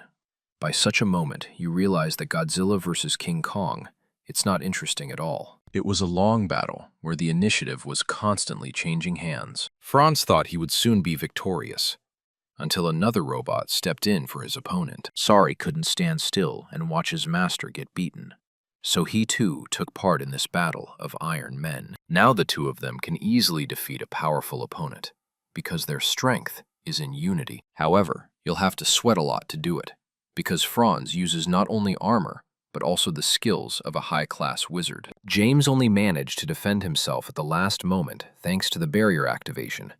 Otherwise, he would have been torn apart. Soon it appeared that Sierra was back to consciousness. She was fine, and trying to figure out what was going on here. Franz acts so strong and powerful because of the mana reactor embedded in his chest. James is trying to figure out who exactly let him use such technology, since it was always forbidden. Anyway, thanks to the efforts of the 3 team members, they have already managed to defeat this old man, and now they can learn all his secrets. Franz began intimidating the heir to the Stilgard family, and reminded him not to attack the Seven Eyes organization. He's willing to tell us exactly where Father James is, but he's sure to ask for something in return. The wizard reminded him that James had reached incredible heights in his early years. It's already clear that he's gone even further than his legendary grandfather, Paul. This is why Franz bows his head to him and begs him to commit immediate suicide. Though it sounds crazy, James has no idea what a devastating impact it could have on the continent. When it reaches its peak form, the continent will face terrible resolutions due to the deities that rule this world. They did not interfere in the affairs of mankind, so they received relics to rule over people. Franz would like to tell all the secrets, but his body is bound by an oath, and he physically cannot do so. His life will soon come to an end, and he asks that James be sure to commit suicide after finding his father. After all, it could become a weapon for the destruction of humanity. This should never be allowed to happen. James was forced to swear, for it was necessary to get his father's whereabouts. He took an official oath, and now he will have to actually kill himself. If he does not fulfill his vow, the deceit in his heart will explode, and he will surely die. Soon James found out where his father was, and told him that he wasn't going to die before his time. He knows a great way around his oath, thanks to the voodoo doll that pays for curses, oaths, and covenants. Now he knows the whereabouts of his father, and for all that, he's not about to give his life because of the words of some rabid old man. In just a few hours, James and Sierra had already traveled to Mount Pates, in the southernmost part of the continent of Jaon. They entered the Hall of Eternal Life, where you can find former members of the wizarding organization who have fulfilled their duties and aged out. These cases will sleep here until the day the reverse aging magic is complete. The legendary warrior Ray Steelguard is also here, unconscious. James instantly broke the sleep vial and released his father from this illusion, although Ray did not understand what happened. But now he can be calm, because the worst is over. Also, next to them, the previous head of the 14th in the Magic Tower, Teacher Sierra, named Bimos, was in the hall. He will also become their ally, and will leave this place with the others. Lastly, Sierra wants to destroy everything around him, because this is where the people who deserve to die long ago are kept. The most interesting thing to see here is a girl elf with a very young face. She was captured by members of a wizarding organization, details unknown, but James was determined to save her. Now that he sees her with his own eyes, he understands why elves are called the ideals of beauty. He was prepared to admire her beauty for much longer if he didn't arouse the suspicion of the rest of the team. Soon the girl wakes up and learns that all the wizards behind her kidnapping are dead. She was very frightened and said that James and his friends didn't know what they'd done, and they'd all better get out of here before the manager came. Though no one realized what she was talking about, it was still decided to leave the area immediately. They almost managed to escape, but the manager still noticed the unexpected guests of his house. Strange that James was fighting wizards and didn't even know about the existence and the manager, who is much stronger than Franz. He is a mage of the 8 rings, and in order to defeat such an opponent, you will have to sweat a lot. Ray wasn't used to sitting on defense. He, like in the old days, went straight to the front no matter what. James Stillguard was taking the battle too, and showing his full potential. The combined attack succeeded. The manager felt close to death. James thought that the interdimensional merchant in front of him was the very mana generator Franz had given him. In fact, this is not the case at all, for in his hands is a relic that has been handed down from generation to generation by deities from another world. The manager tried to say that James knows too little, and he's expected to die at the end anyway. He was ready to talk a lot more, but the heir to the Steelguard family was too fond of cutting off heads, and once again, he couldn't help himself. All James has to do is catch each of his enemies and destroy them in a similar fashion, and then he won't need answers to questions. Now Kira has to explain to them all who the stewards are and what the gods are. Soon, James found himself on an uninhabited island that had never been set foot on before. After defeating the Wizards organization, a temporary shelter had been prepared in advance here. We needed to prepare for the potential arrival of enemy reinforcements and feel safe. When you have 2 wizards by your side, building a big house becomes too easy a task. Sierra thanked James for saving her teacher and destroying the horrible wizarding organization. Without him, she wouldn't have decided to take these steps, so she feels it's important to say a few words of thanks. A little earlier, Kira had explained that she was sworn by Mana to keep her secrets, so she couldn't give out the information she needed. James said this area was his specialty, and he could easily help get rid of the oath. It wasn't entirely clear how the doll was helping to get around all the rules, but Kira was forced to trust him. Turns out this girl, with the funny ears, is over 300 years old, and she still looks fantastic. The moment she was born, the age of elves ended and the age of humans began. Kira received an offer to become a balance holder, but declined the offer. In return, she was imprisoned in the Hall of Eternal Life and was not killed only because the manager fell in love with her beauty. In fact, the true nature of the controllers is unknown even to her, but there are at least 10 similar creatures. The manager James had killed earlier was only average among all the others. An organization where 8 rings is the average should already speak volumes. If these guys wanted to, they could conquer the continent. Then it's unclear why they would organize a clan of wizards. Apparently, there's something the governors are afraid of, which is why they acted through their agents. As soon as they find out about the situation, James and his friends will be in trouble, because they will be hunted. James then asked her one last question. He was interested in anything to do with the race of gods. At that moment, Kira felt an animal fear and said she couldn't answer that question. Soon the day has come to return to the Steel Guard residence. James has gathered enough information and knows what to do next. He woke up and planned to go out for a walk, but it turned out that Kira had been watching him sleep the whole time. James paid it no mind and went to meet his father, only to find out something strange. He was sure that now they would set off together, but Ray Steelguard would not return to his own residence. He will most likely be openly hunted by the controllers, so it is better to live on the island for a while and be considered missing. Even though it seemed like the family couldn't exist without your hero, the next hero is actually ready to take over. The father is proud of his son's progress and wants him to take control of the family and become master of the Steel Guard estates. Though it was difficult to understand what was on his father's mind, but the heir accepted his point of view and returned home on his own. It wasn't like that in his past life, as James became the master of the family because his father was missing and his brothers were killed. It turned out that the wizards had decided to stay with their father, to devote time to training, and to avoid the eyes of the managers. They also dream of reaching the 8 rings of magic, and Ray can finally overcome the mythic rank wall. James accepted this twist of fate and promised to protect the Steel Guard family with all his strength. Now you need to get stronger to destroy the controllers and bring your father home. It turned out that James did not go alone, because next to him is the beautiful Kira. James reminded her that the outside world was too dangerous and she had to be prepared for anything. These words so offended the girl that she asked for the carriage to be stopped immediately. It's time to show her strength and show this guy that he's been underestimating her all this time. Even though James wasn't going to go that far, Kira isn't about to give in to provocation. She immediately went forward to attack her opponent, but James was ready for any stroke of fate. Her attacks, filled with silvery light, are a full-fledged demonstration of the elves' swordsmanship. This girl's movements are quick and light, yet you can feel the inhuman strength in her every strike. If it really is that strong, then we can test the knowledge that James got from Joe. He obtained the information that is the key to the mythic rank, because it was used by the Jade Dragon. Kira was surprised, but there was nothing left for me to do but defend myself with my last strength. Perhaps this could have been accomplished with the past version of James, but now he's gotten too strong. Kira admitted her defeat, but she had lost to a real monster, so there was nothing to be ashamed of. This girl is one of the few members of the Moon Clan from the Great Forest.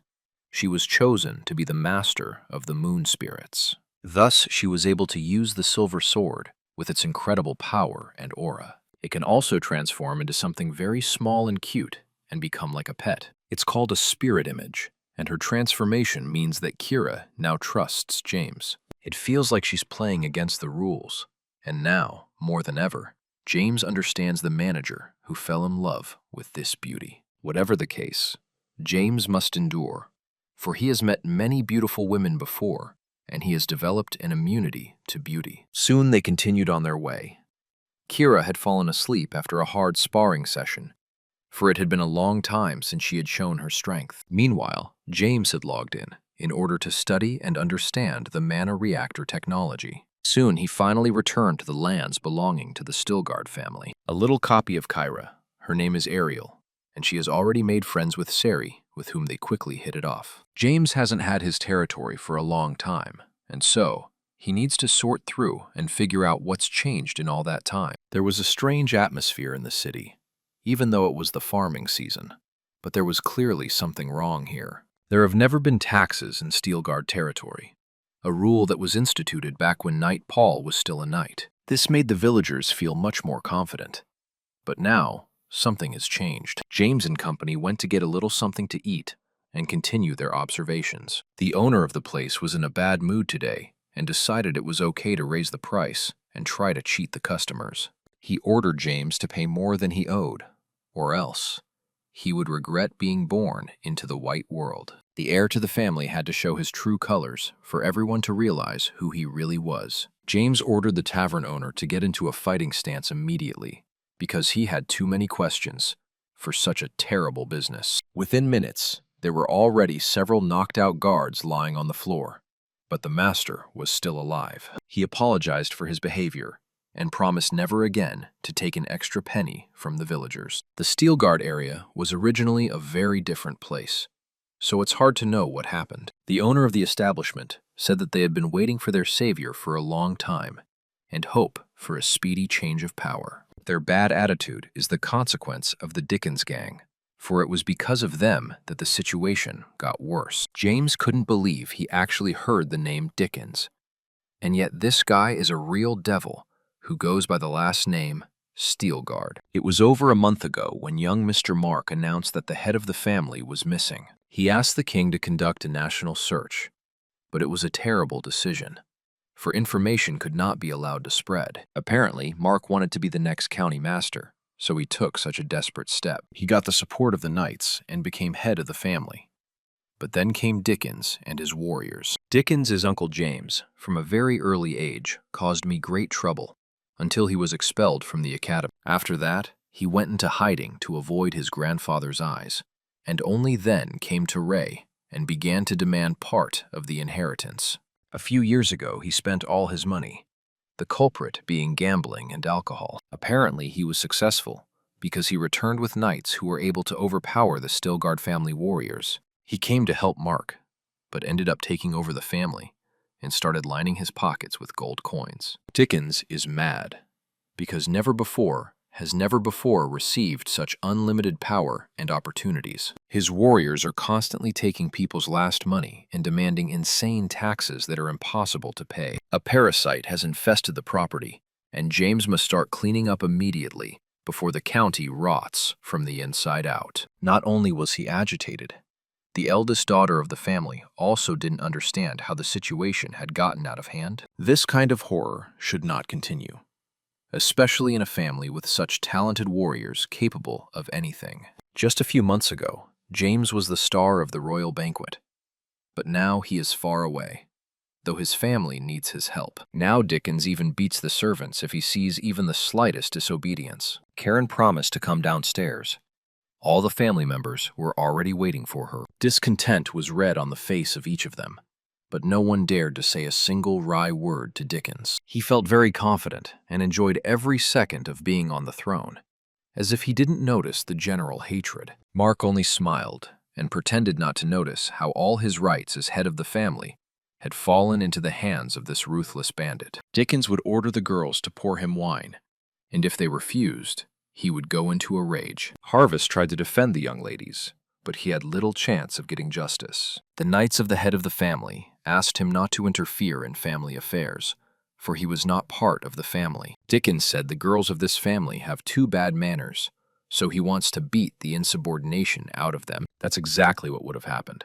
But James went into the room and prevented his sisters from beating him. It was the first time they had seen each other in years, but his uncle recognized James immediately and pretended to be glad to see him. And the heir to the family is willing to let him live if he will take his knights now and go back where he came from. No one expected such a plot twist, as James is too young to be challenged by such a strong man. He went to the academy as a child, so such statements surprise family members. James had already found out about all the taxes on the Steelguard family's property. He has seen all kinds of people and seen their last dime taken away from them and not given the right to exist. Also, James recalled that his father would be very angry if he saw what happened here. Dickens tried to explain his actions.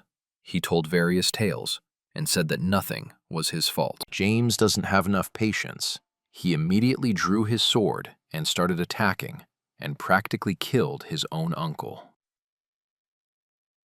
It was only at the last moment that a knight was able to save him. But that doesn't mean James will stop there. The knights of the family immediately started attacking the young heir as if he was an enemy of Steelguard. A fierce moral struggle began between the rest of the family. Darren ordered Raphael to immediately intervene in the battle, but Mark ordered him to stop, because you can't attack the head of the family. Apparently, he was sure Dickens wouldn't kill his own nephew, but that's too much of a delusion. No one bothered to listen to him. Darren, along with Jason, got the balls and ran to help James. Even Kaloi is willing to step in, even though the temporal lord is against such actions. It was like a family rebellion, where there was a fight for justice and honor for the Steelguard family. This was not the time for doubt, so James acted very tough and unscrupulous. Soon it was time to fight Dickens, who all this time had only been watching his warriors. Apparently, he overestimated his own abilities and underestimated the young heir's strength. James quickly showed who was the boss of the house and said he wasn't going to tolerate thugs and criminals here. He was ready to kill his own uncle, but in that case, they wouldn't be able to stand up to the three Viscounts. Apparently, there's still a lot he doesn't know about recent events, and he better not be in a hurry to kill everyone around him. Soon, the central hall of the estate was completely cleansed of the criminal gang. Uncle realized that he was no longer in charge, and was now ready to do James's bidding. The young heir turned his attention to his older brother, who had never been able to cope with the changes in the family. Told him that he was now Lord Steelguard, and while his father was away, he would be the one in charge of the family. This statement shocked all members of the family, for it seemed that he was too young for such responsibility. But on the other hand, everyone was happy about this kind of decision by his father. Everyone except Mark. James had already guessed that the problems with the three Viscounts had started because of his brother's greed. Apparently, this was because he tried to forcibly take away mining rights. These fosses are found on Mount Laval, in the north of Navarro, for that is where the main three mines are located. Since ancient times, these territories belonged to the Steelguard family, but then Paul granted fossil mining to three Viscounts. The tradition continued in future generations, but Mark, when he was temporary lord, decided to reclaim the mining rights. The three Viscounts became angry and formed an alliance. Thus, an incredibly strong unit emerged to fight the Steelguard family. James now had the full support of the entire family, and even the knights. He has opportunities to make his family's territory prosperous, but will have to work hard to do so. James also decided not to put off an important announcement for later, and show her progress here and now. He's been gone for a long time, and so it needs to be demonstrated that the Academy has taken it to the next level. James Steelguard has reached Awakened rank, and this confirms that he is entitled to control of the family. The Awakened rank every knight dreams of achieving, and the Sword Flower is the confirmation of awakening. Right now, it was safe to say that James was nearing the upper limit of the Awakened rank, and had practically crossed over to the Heroic rank. It means he has a great talent that surpasses that of an emperor. If he wanted to, there wouldn't be a single living knight around, because now he could afford it. James promised to solve all the problems in the family in 5 days, and if unsuccessful, he would give the right of control back to his older brother. It was something akin to the conclusion of a deal witnessed by all the important persons of the Steelguard family. It's been a few days, and everyone involved with the family has slowly started to get nervous. They were sure James was obliged to have a clear plan of action, but he hadn't done anything for 4 days. James is constantly spending time of his room, lying on the couch, and enjoying his time off after a long absence. There is only 1 day left until he is obliged to fulfill his promise. After his return, he only abolished taxes, but now the villagers are living a happy life. The information is spread all over the city, and now everyone knows that James will be the next head of the family. Mark is sure that his younger brother will not be able to solve the problem with the three Viscounts, because there is too little time left. On the other hand, his gaze was full of a confidence that drew a very different conclusion. Now it's been 4 days, and he hasn't done anything at all. Apparently only 1 day is enough for him. James is now busy modeling 4th-generation armor based on the mana reactor. He had already figured out a method of creation, and had his contractors work in the system. At that moment, his older sister walked into the room, who thinks James is long overdue for action. Apparently, he doesn't realize the gravity of the situation at all, because he should have mobilized the knights long ago. James asked her to calm down and told her he had the situation under his control. Soon, Harvest came into the room. He had just returned from a meeting with the 3 viscounts. They all smiled and said that they would gladly sign the agreement that the new lord of the family offered them. The agreement is quite simple. It is a full transfer of all 3 mining rights. In return, the Stilgard family will receive a portion of the Viscount's holdings and expand their control. Meanwhile, Sari got to Mount Laval and turned on spy and prey mode. It was a special assignment, James, for Bulgasari to eat everything of value in the mine. Meanwhile, the Viscounts were discussing the young lord's proposal and trying to figure out what it all meant. Viscount Gates thinks this could all be just a cunning scheme to deceive and profit. Heron believes that this is a favorable agreement for them, and therefore should be agreed to right away. Viscount Haynes says the proposal is really good, but that's why it sounds strange. Soon, they were ordered that the Steelguard family had arrived, and negotiations were about to begin. James arrived with his assistant. This immediately showed his fearlessness and confidence. He did not come here to start a war, but only to make a peaceful alliance. Also, James immediately said he wouldn't advise doing anything stupid, and showed not only self-confidence, but also a slight cockiness. From the beginning, the Viscounts have been preparing for a fight if things went wrong, but now realize it won't be necessary. James doesn't demand back initial capital false and enterprises, and that's saying a lot. Also involved here will be a notary named Perez, who will do all the paperwork. Negotiations began in a few minutes, and it was immediately clear that the basic conditions satisfied both sides. Now only additional points need be considered. James wants to take an equal portion of territory from each Viscount. He thinks that's what's fair, and he's sure he's right. At this point, the 3 men are allies, but they always keep each other in check. They don't have the strongest trust in each other, and so everyone is thinking about personal gains. After some minor concessions, the agreement was signed, and all parties were satisfied. One of the Viscounts decided to ask his knight to check if James really had an awakened rank. The knight's name is Liam. He said he was honored to meet the Lord, and asked for a handshake in honor of the meeting. James immediately realized what the game was, but he has no intention of showing weakness, especially when he's this strong. Within seconds, Liam was on the floor, praying to God for help, as his arm ached terribly. Now the Viscounts realized that they were facing a really worthy opponent, and it was better not to joke with him. James already knows what he's going to do with the territories at his disposal. You can make good money on them, especially if you know about agriculture. James had been acting too relaxed and unceremonious, and now his companions were beginning to suspect something amiss.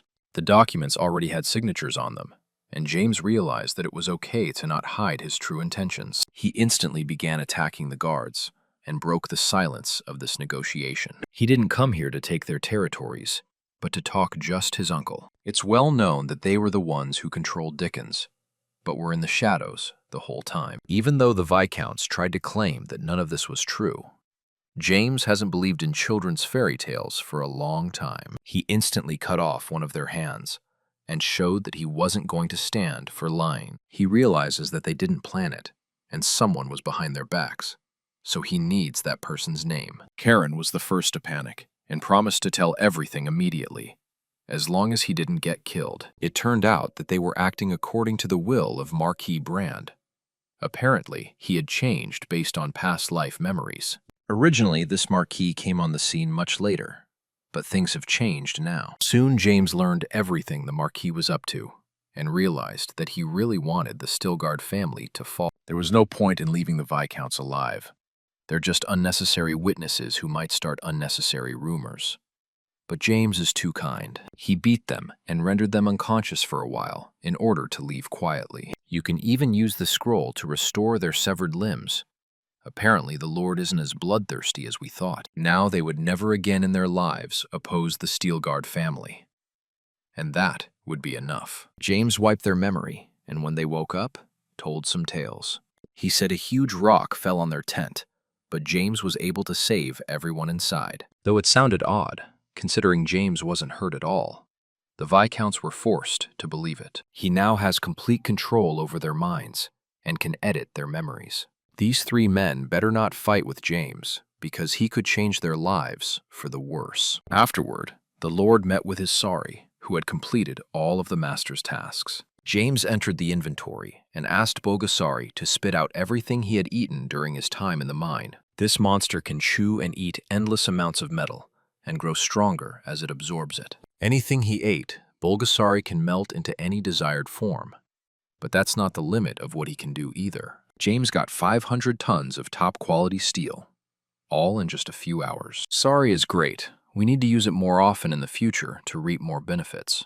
In the evening, he met with his younger sister, who was trying to understand why they had given up 3 important mines. All of this brings their family a huge amount of money. But for some reason, James has made the decision to change the mines on the property. I had to explain that this would give them the opportunity to earn even more money, as well as give up unnecessary problems. In one of the mines, which James had abandoned, active work was going on at these minutes. It seemed that the mine would be profitable for many more decades, but the personally unforeseen happened. One of the workers became frightened and started screaming and attracted the attention of the other men. Huge holes appeared in the mine, and it became clear that all the iron ore was gone. The same thing happened in the other mines that were taken over by the Viscounts. Now these mines will not bring any profit. Now we can get on with other things. But James still hasn't solved all his problems. Even after reaching the mythic rank and being an 8th circle mage, James wouldn't be able to guarantee success in case of a battle with a group of administrators. James entered the interdimensional trade system and acquired a high-level darkness spirit summoning stone. The only thing left to do is to make a contract. But ordinary people may not be able to accomplish this task. This is why high-ranked spirit masters are rated higher than the awakened rank. But James is still going to give it a try, because he always takes risks in order to take the top prize. He activated the stone, and the result was not long in coming, though it was a bit unexpected. The spirit of death turned out to be quite small and didn't look threatening at all. He began to befriend Kyra, and it was clear from the start that James had wasted so much money buying him. After that, the decision was made to buy the Dark Lord Lordship Ring and play Lord of the Rings. It's the final prerequisite for advancement to the 3rd system, and James sees no point in putting it off. Now it completely changes the phase and increases its rank of deals, which will help in future business. James reached the 3rd level very quickly, even though yesterday he dreamed of being promoted to the 1st level. Now it became clear why everyone was silent about the 3rd system, because there, sales to lower dimensions are forbidden. The leading forces of this system spare no effort to preserve the uniqueness of each world. Also banned are all items that can affect the ecosystem, or even destroy it. James needs to learn all the rules of the new world, for starters. Meet the Dark Lord, who is imprisoned in his ring. The ring will help control this spirit that used to lead the Dark Civilization. Now it's time to talk to the Little Death, who has to make a contract with James. He surrounded himself too much with dark energy, but it's a necessary element of going to the next level. Darren knocked on the door. She told me that the Viscount had come with notes of protest because there was a new problem. All the iron mines are depleted, and the rights to these mines are now absolutely worthless. She's not a stupid girl. She knew right away that James was behind all of this. Outside, near the entrance of the manor, the 2 sides of the conflict gathered for a new round of negotiations. The Viscounts are sure it's all just a dastardly plan by James to leave them with nothing. I had to remind these guys about the clause in the contract, because this agreement is already signed, and you can't go back. As a matter of jurisprudence, they have no right to demand a renegotiation of the contract, and must accept their defeat. James reminded that they had no right to lay claim to the Earl's family. They could be seriously penalized because of it. They need to take their entire team and leave the area immediately before James tears them apart. The agreement was really unfavorable, but the Stilgard family was satisfied. They sold the mines, which don't bring in a dime, and in return, they got large areas for agricultural development. Mark was not going to recognize his younger brother's victory, and so James would be forced to resort to another method of resolving the conflict. If Mark doesn't want to hand over power in the family, James can use the rightful custodian of the Stilgard family treasure. He took out Vigo's key and showed it to all the family members as if it were a sacred relic. Soon James is back at the Earl of Steelguard's table, meaning he has asserted his right to the throne. This he will do until his father returns. But until then, he must act prudently and justly. James showed the key to the treasury, only for everyone to recognize him as a lord. The depletion of the mines, too, was part of his plan, though James wasn't going to admit it until the last. Now he wants to bet on the most reliable associates, and knows who to look to first. In a past life, Raphael fought for his family to the very end, and now he gets full carte blanche. They have made a master and servant oath, and now their alliance will be even stronger, and the Stillguard clan will only benefit from this union. James dealt with the 3 Viscounts and also strengthened his position as lord. It seemed to him that now he could rest a little. But the debts came, and the work in took all his attention. My father borrowed too much money.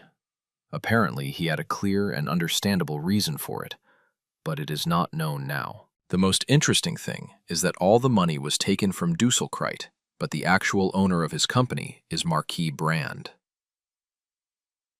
It was this man who planned the downfall of the Steelguard family and asked for the help of the 3 Viscounts to do so. His intentions are obvious. He wants to completely devour the family by accumulating interest on the debts. James can always open the treasury and pay it back, but he's not about to give up family heirlooms to bandits. Kaloi will help him solve this problem, for the young lord has long since come up with a plan. The magical carriage was very much like a modern sports car. Apparently, there was no help from Sari here. James arrived at the Kreit Trading Company and met with the head of the company, named Dussel. He knows James is here to pay his debts, and it's been over 2 months. He used to say that only paying back the amount owed was enough, but now he has completely changed his rhetoric. It's clear that Dussel is acting on orders from above, but doesn't explain the real reasons. James can pay back not only all the debts, but also pay the interest right now, just to solve this problem. Apparently, even that can't change the mind of a merchant who wants to follow the clear instructions spelled out in the contract. I had to explain to him that he would regret his decision a lot, so it was better to think 10 times and get back in touch. Kaloi soon explained that the contract with Kreit's trading company was quite atypical. Kreit can now exercise the right of prejudgment attachment for the amount of 3 times the amount of the delinquent payment. This could hit the Stillguard family hard, because they'll have to pay 6 times as much. Such an amount far exceeds the annual income and will lead to total bankruptcy. However, because of such a trifle, James is not going to open the treasury and knows how to solve the problem in another way. Dussel Kreit has a son, and he may be the key to solving this problem. This son's name is Rondo, a rabid gambling fanatic, and he lost again today. It was almost impossible for him to win, as he had a very strange, hooded man playing against him. He tried to accuse the man of fraud, and finally get that black hood off of them. Apparently, Rondo overestimated his capabilities, and paid for his uncultured behavior very quickly. Rondo has lost everything, and now has to borrow some money to try his luck in the games again. At that moment, another wanderer appeared, who also lost all his money to the man in the black hood, and believes him to be a fraud. Kaloi can borrow some money for Rondo and bail him out in a difficult moment. He suggested a method of dealing with the rogue, and said that by teaming up, they could punish the wretched worm. He even offered to sign the contract for him, and Rondo couldn't see any ill intent in it. If he cannot repay the debt, who will have to surrender the right to his entire body, including his internal organs? His father is so rich that Rondo is ready to take such a risk, because Dad will always help out in a difficult situation. Soon, a duel at the card table began. This infamous game has broken many fates. The rules are very simple. An increasing sequence of 40 cards is created, and the person with the highest combination wins. From the very start of the game, Rondo was winning and starting to feel very confident. It had been a long time since anyone had gambled big here, so James decided to raise the stakes. Bets multiplied with every minute and reached incredibly large sums. With that money, you can support yourself until you die, and the mysterious man in the black hoodie wants that as much as Rondo does. He was sure he had managed to get the highest combination, and barely Lee could stay calm. It was at this point that James said he didn't have time for childish games because he wanted to go wah-wah. Rondo responded that he is not intimidated by such a drive to win, and he accepts the challenge. He asked to borrow some more money, and Kaloi gladly agreed. Rondo was happy because he was already visualizing in his head incredible riches that would overwhelm even his father's fortune. The audience cheered, and without waiting for his opponent to respond, Rondo took all the money for himself. Apparently, he was in too much of a hurry, because when James showed his combination, it was clear it was the other way around. At the end, he only heard his address mocked and received 10 coins to order himself some food as a consolation prize. The owner of the establishment and his guards were convinced that James was a fraud, so they ordered him to give up the money and leave. Apparently, they're not going to play fair, in which case, James has no intention of hiding his power. He took a card from the table and showed that even with a game card, you can destroy an opposing army. Not only was it effective, but it was insanely spectacular because a professional was working. It wasn't until afterward that Rondo realized he was in a sticky situation. He passes completely at the mercy of his enemies, who no longer hide their faces and desires. Afterward, James traveled to Düssel to conduct another round of negotiations. Now he was using very different methods of psychological influence, and it was proving to be much more practical. He has a full memorandum for the transfer of Rondo Kreit's body.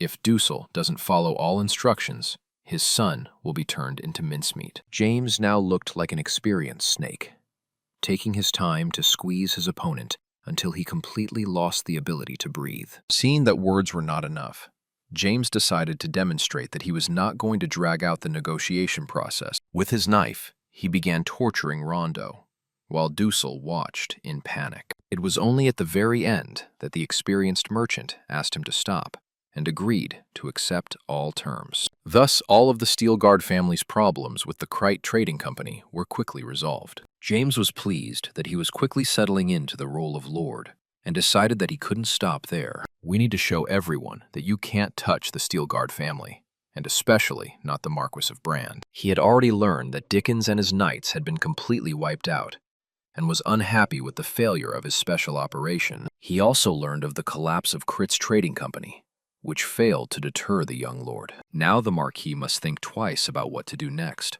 for his opponent is perfectly prepared. He decided to enter the secret room of his castle in order to confer. There he met an unknown creature who guessed that an unforeseen situation had arisen. Her name is Mrs. Cassandra, and Brand told her everything that had happened and explained that he was in danger. Cassandra feels the need to keep pressuring the Stilgard family as if it were her own business. The Marquis was forced to promise to destroy this entire family in order not to die himself because of Cassandra's anger. James returned to his home and told him that all the family's problems were solved.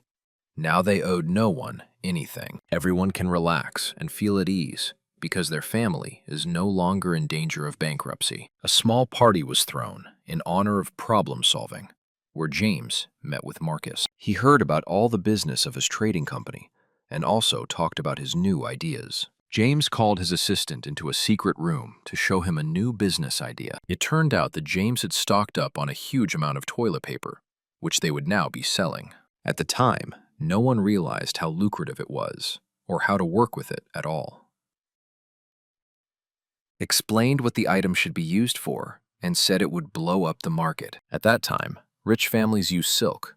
Ordinary mortal people just limited themselves to leaves and straw. James told me that this is an improved version that will fit all versts of the population. Marcus liked the idea so much that he decided right away to check out how it worked. James to do it later, for he would not want to witness something so horrible. Soon he returned to his office and began to plan his next steps. He is now a third-level interspatial and trade merchant, as well as a family lord. His plans include improving the business of his trading company, as well as developing the areas that the family has taken over. Ordered Circle to come to his home to help stabilize the public mood. James learned that most of the members of the Uplift clubs have graduated and achieved stunning success. Nor could Circa keep from his comrade that Albert had recently returned. James wasn't upset at all, as only he knew that Albert was a homunculus he had created. At Circle's request, Sylvia, that is, Reina, was allowed to further assist in the Stilgard household. Meryl has also received her instruction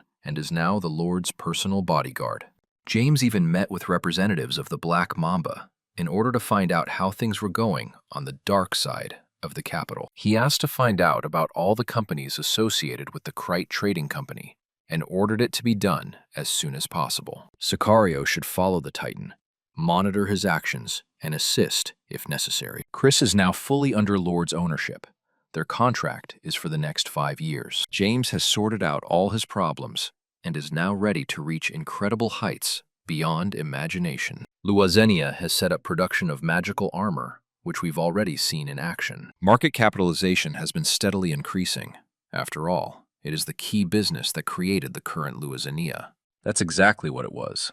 But the stock has collapsed recently due to investor desperation. In fact, Hui stock has fallen because of James. For a crystal ball video was recently circulated. In this video, you could watch the incredible actions of the magic armor. Immediately, improved power, reduced maintenance costs, and increased productivity were noticeable. As this video spread, chaos reigned among gunsmiths. The thing is, the video said that the armor was owned by Luazenia's competitors, and so investors started to withdraw their investments. James was behind it all, in order to capitalize on the speculation.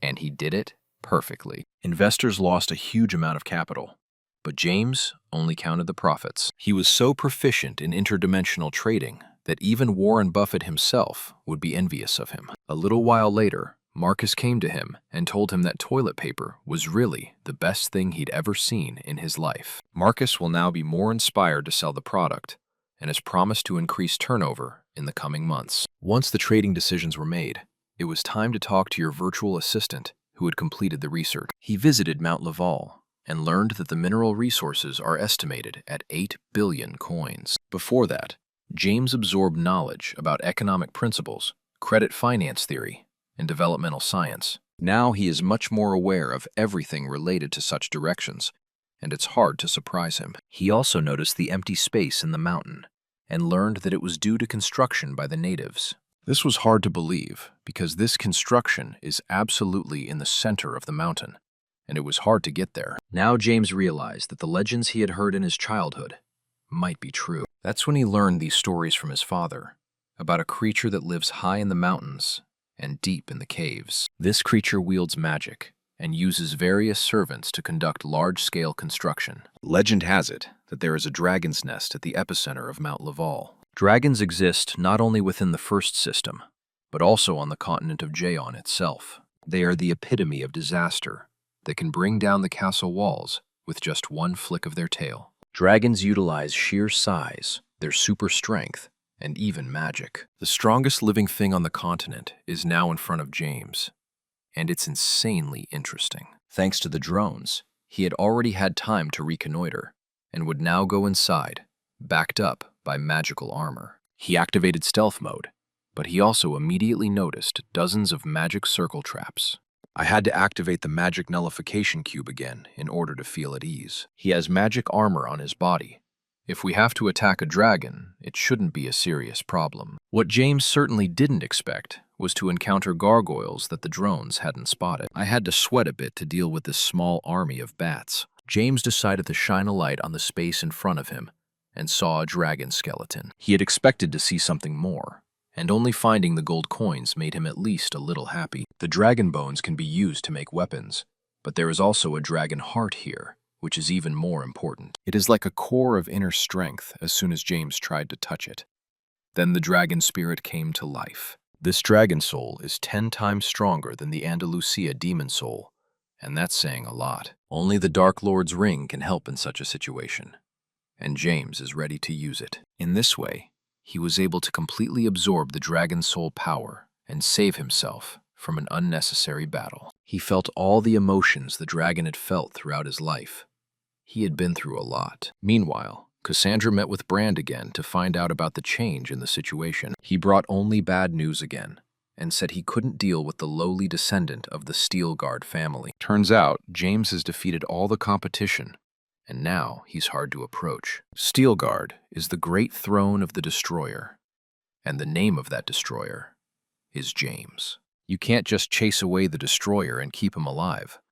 That's a personal message from the God of Wisdom. James Steelguard is the Destroyer that will destroy the continent, And we've heard that from the wizards before. In order to avoid starting a war, Brand must destroy the Stilgard family from within. Meanwhile, the young lord went to the main forge of his feud. Things are boiling along nicely here, and so far, for the past few months, everything is going according to plan. The toilet paper roll was a huge success.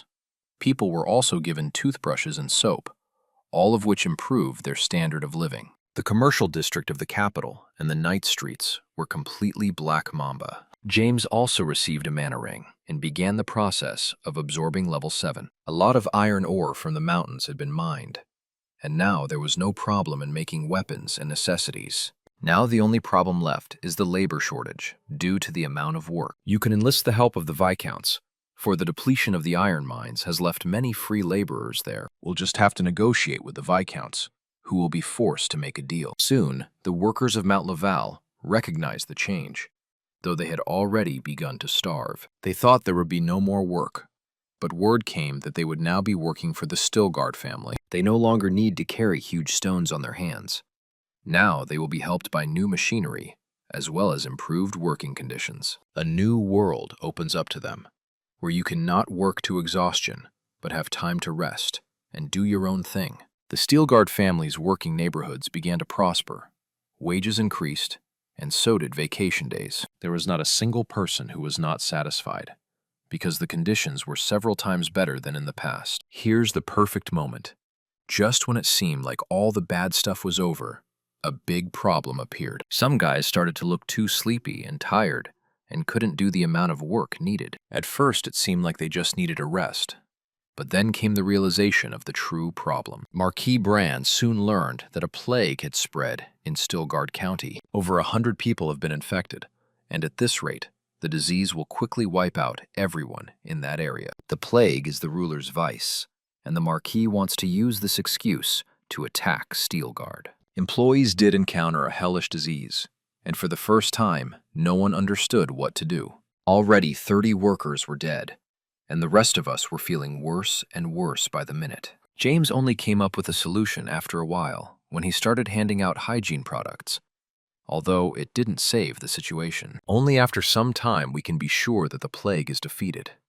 But this is not the main problem. James realized from the start that someone was behind all of this, and he needed to prepare for a fight. Viscount Haynes was enjoying his rest, and nothing portended trouble until he heard a strange sound outside the door. Apparently, James has come for revenge, because he knows the plague doesn't appear without a reason. These people have crossed the boundaries of human treatment and must now be punished. In this way, James learned exactly how the disease had been transmitted to his employees. Before they traveled to the Stilgard grounds, one of the Marquis's aides personally shook hands with each of them.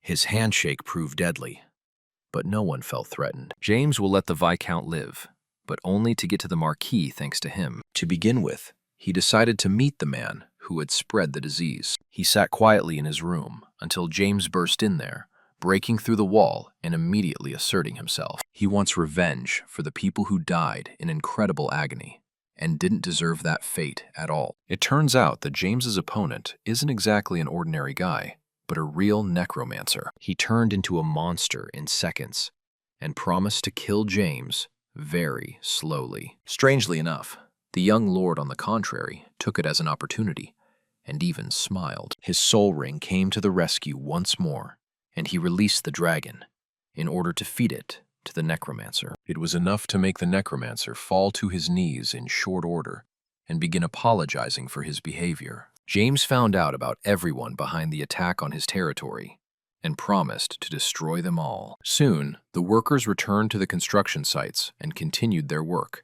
forgetting the plague like a terrible dream. James, through his powers, has granted all people recoveries and is now a folk hero. He is spoken of as a holy man, for no one has ever seen anything like him before. This information even reached Brand, who had gone to the Black Forest for a meeting at this moment. His assistant who spread the plague is gone, and the Stilgard territory is thriving.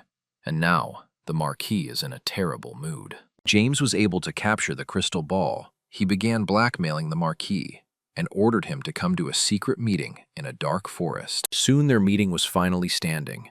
James seemed reserved and in no hurry to start a dialogue. At first, It seemed a little odd. Soon, he made a rather strange sound, similar to that of a small Bulgasari. No one paid it any mind, and the dialogue continued. The Marquis wants his crystal ball back, and is willing to pay generously in return. James continued to remain silent, and it looked like he suspected an ambush. After a few seconds, he silently turned around and started running away at full speed. The knights began to catch up with the young lord, and the Marquis was left all alone, not noticing the presence of the real James. He was so terrified of this encounter that he needed toilet paper at this point. His main protector, Knight Lien, was already dead, and now it was going to be a long conversation. It will require a cheesecloth of a clean confession, mental magic, and some means of hellish torture. James learned all the truth he was interested in, and also put some serious physical pressure on the creep. Such people deserve not only cruel punishment, but also death, because they constantly poison the outside world with their presence. A little later, the Marquis returned to his residence and met with Cassandra. He said that the work had been completed very successfully, and the young lord had agreed to all his terms. In fact, under the mask of this man was James, who had completely infiltrated the Marquis' family. Distortion techniques make such tricks possible, and James is now ensconced in this estate as if it were his home. He decided to ruin the Marquis' territory with bad decisions, and ordered the immediate collection of huge taxes from the villagers. He promised the aides promotions and generous bonuses if they didn't disobey his orders. Cassandra soon found out, and tried to find out what was in the Marquis' head. Brand explained that they were going to start a war with the Stilgard family, meaning that he had changed his mind about the war. Cassandra was pleased with his decision, and fully supported the initiative to start a war. No one even realizes what James is up to, but they soon realize how brilliant his thoughts are. Now he understood who was behind the hero's disappearance in a past life, and why his family had been overrun with hyenas. Cassandra is the head of the Imperial Intelligence Agency. She is responsible for providing prophecies and advice to high-ranking officials of the Empire. She predicted the destruction of the Stilgard family, as well as the appearance of a destroyer who would destroy the Empire. So the decision was made to send Harvest Duracle to watch over the Stilgard family. And now, they want to get rid of the family completely. James is not going to back down and will fight to the end, even if he has to make serious sacrifices to do so. To do so, he went to Arcadio's finest hotel to meet with a very high-ranking man. It's hard to believe, but today he will be socializing with Marquis Dorian, whom he considers a friend. They have to make a deal, but first, Dorian wants to introduce his friend to his son. Albert has already mastered the Coe family. This homunculus acts like he's the original. It was James who gave him life. He is his master who must be served and do all his bidding. That was the purpose of Albert's existence, and he never forgot about it. They decided to talk in private, and James immediately used magic to read all of the homunculus's thoughts. He saw everything that had happened before, from the rumors of his servants to the family reunion. It was also evident how much the father rejoiced at the return of his son and never concealed his feelings. Albert turned into the pride of his family and even graduated from the academy with excellent grades. He's so into his role that he now doesn't want his master to destroy the Kuntz family. James calmed the homunculus down and stated that he only viewed this family as a source of hidden gain. Now he knows what to do next and is preparing for the decisive step in this bitter power struggle.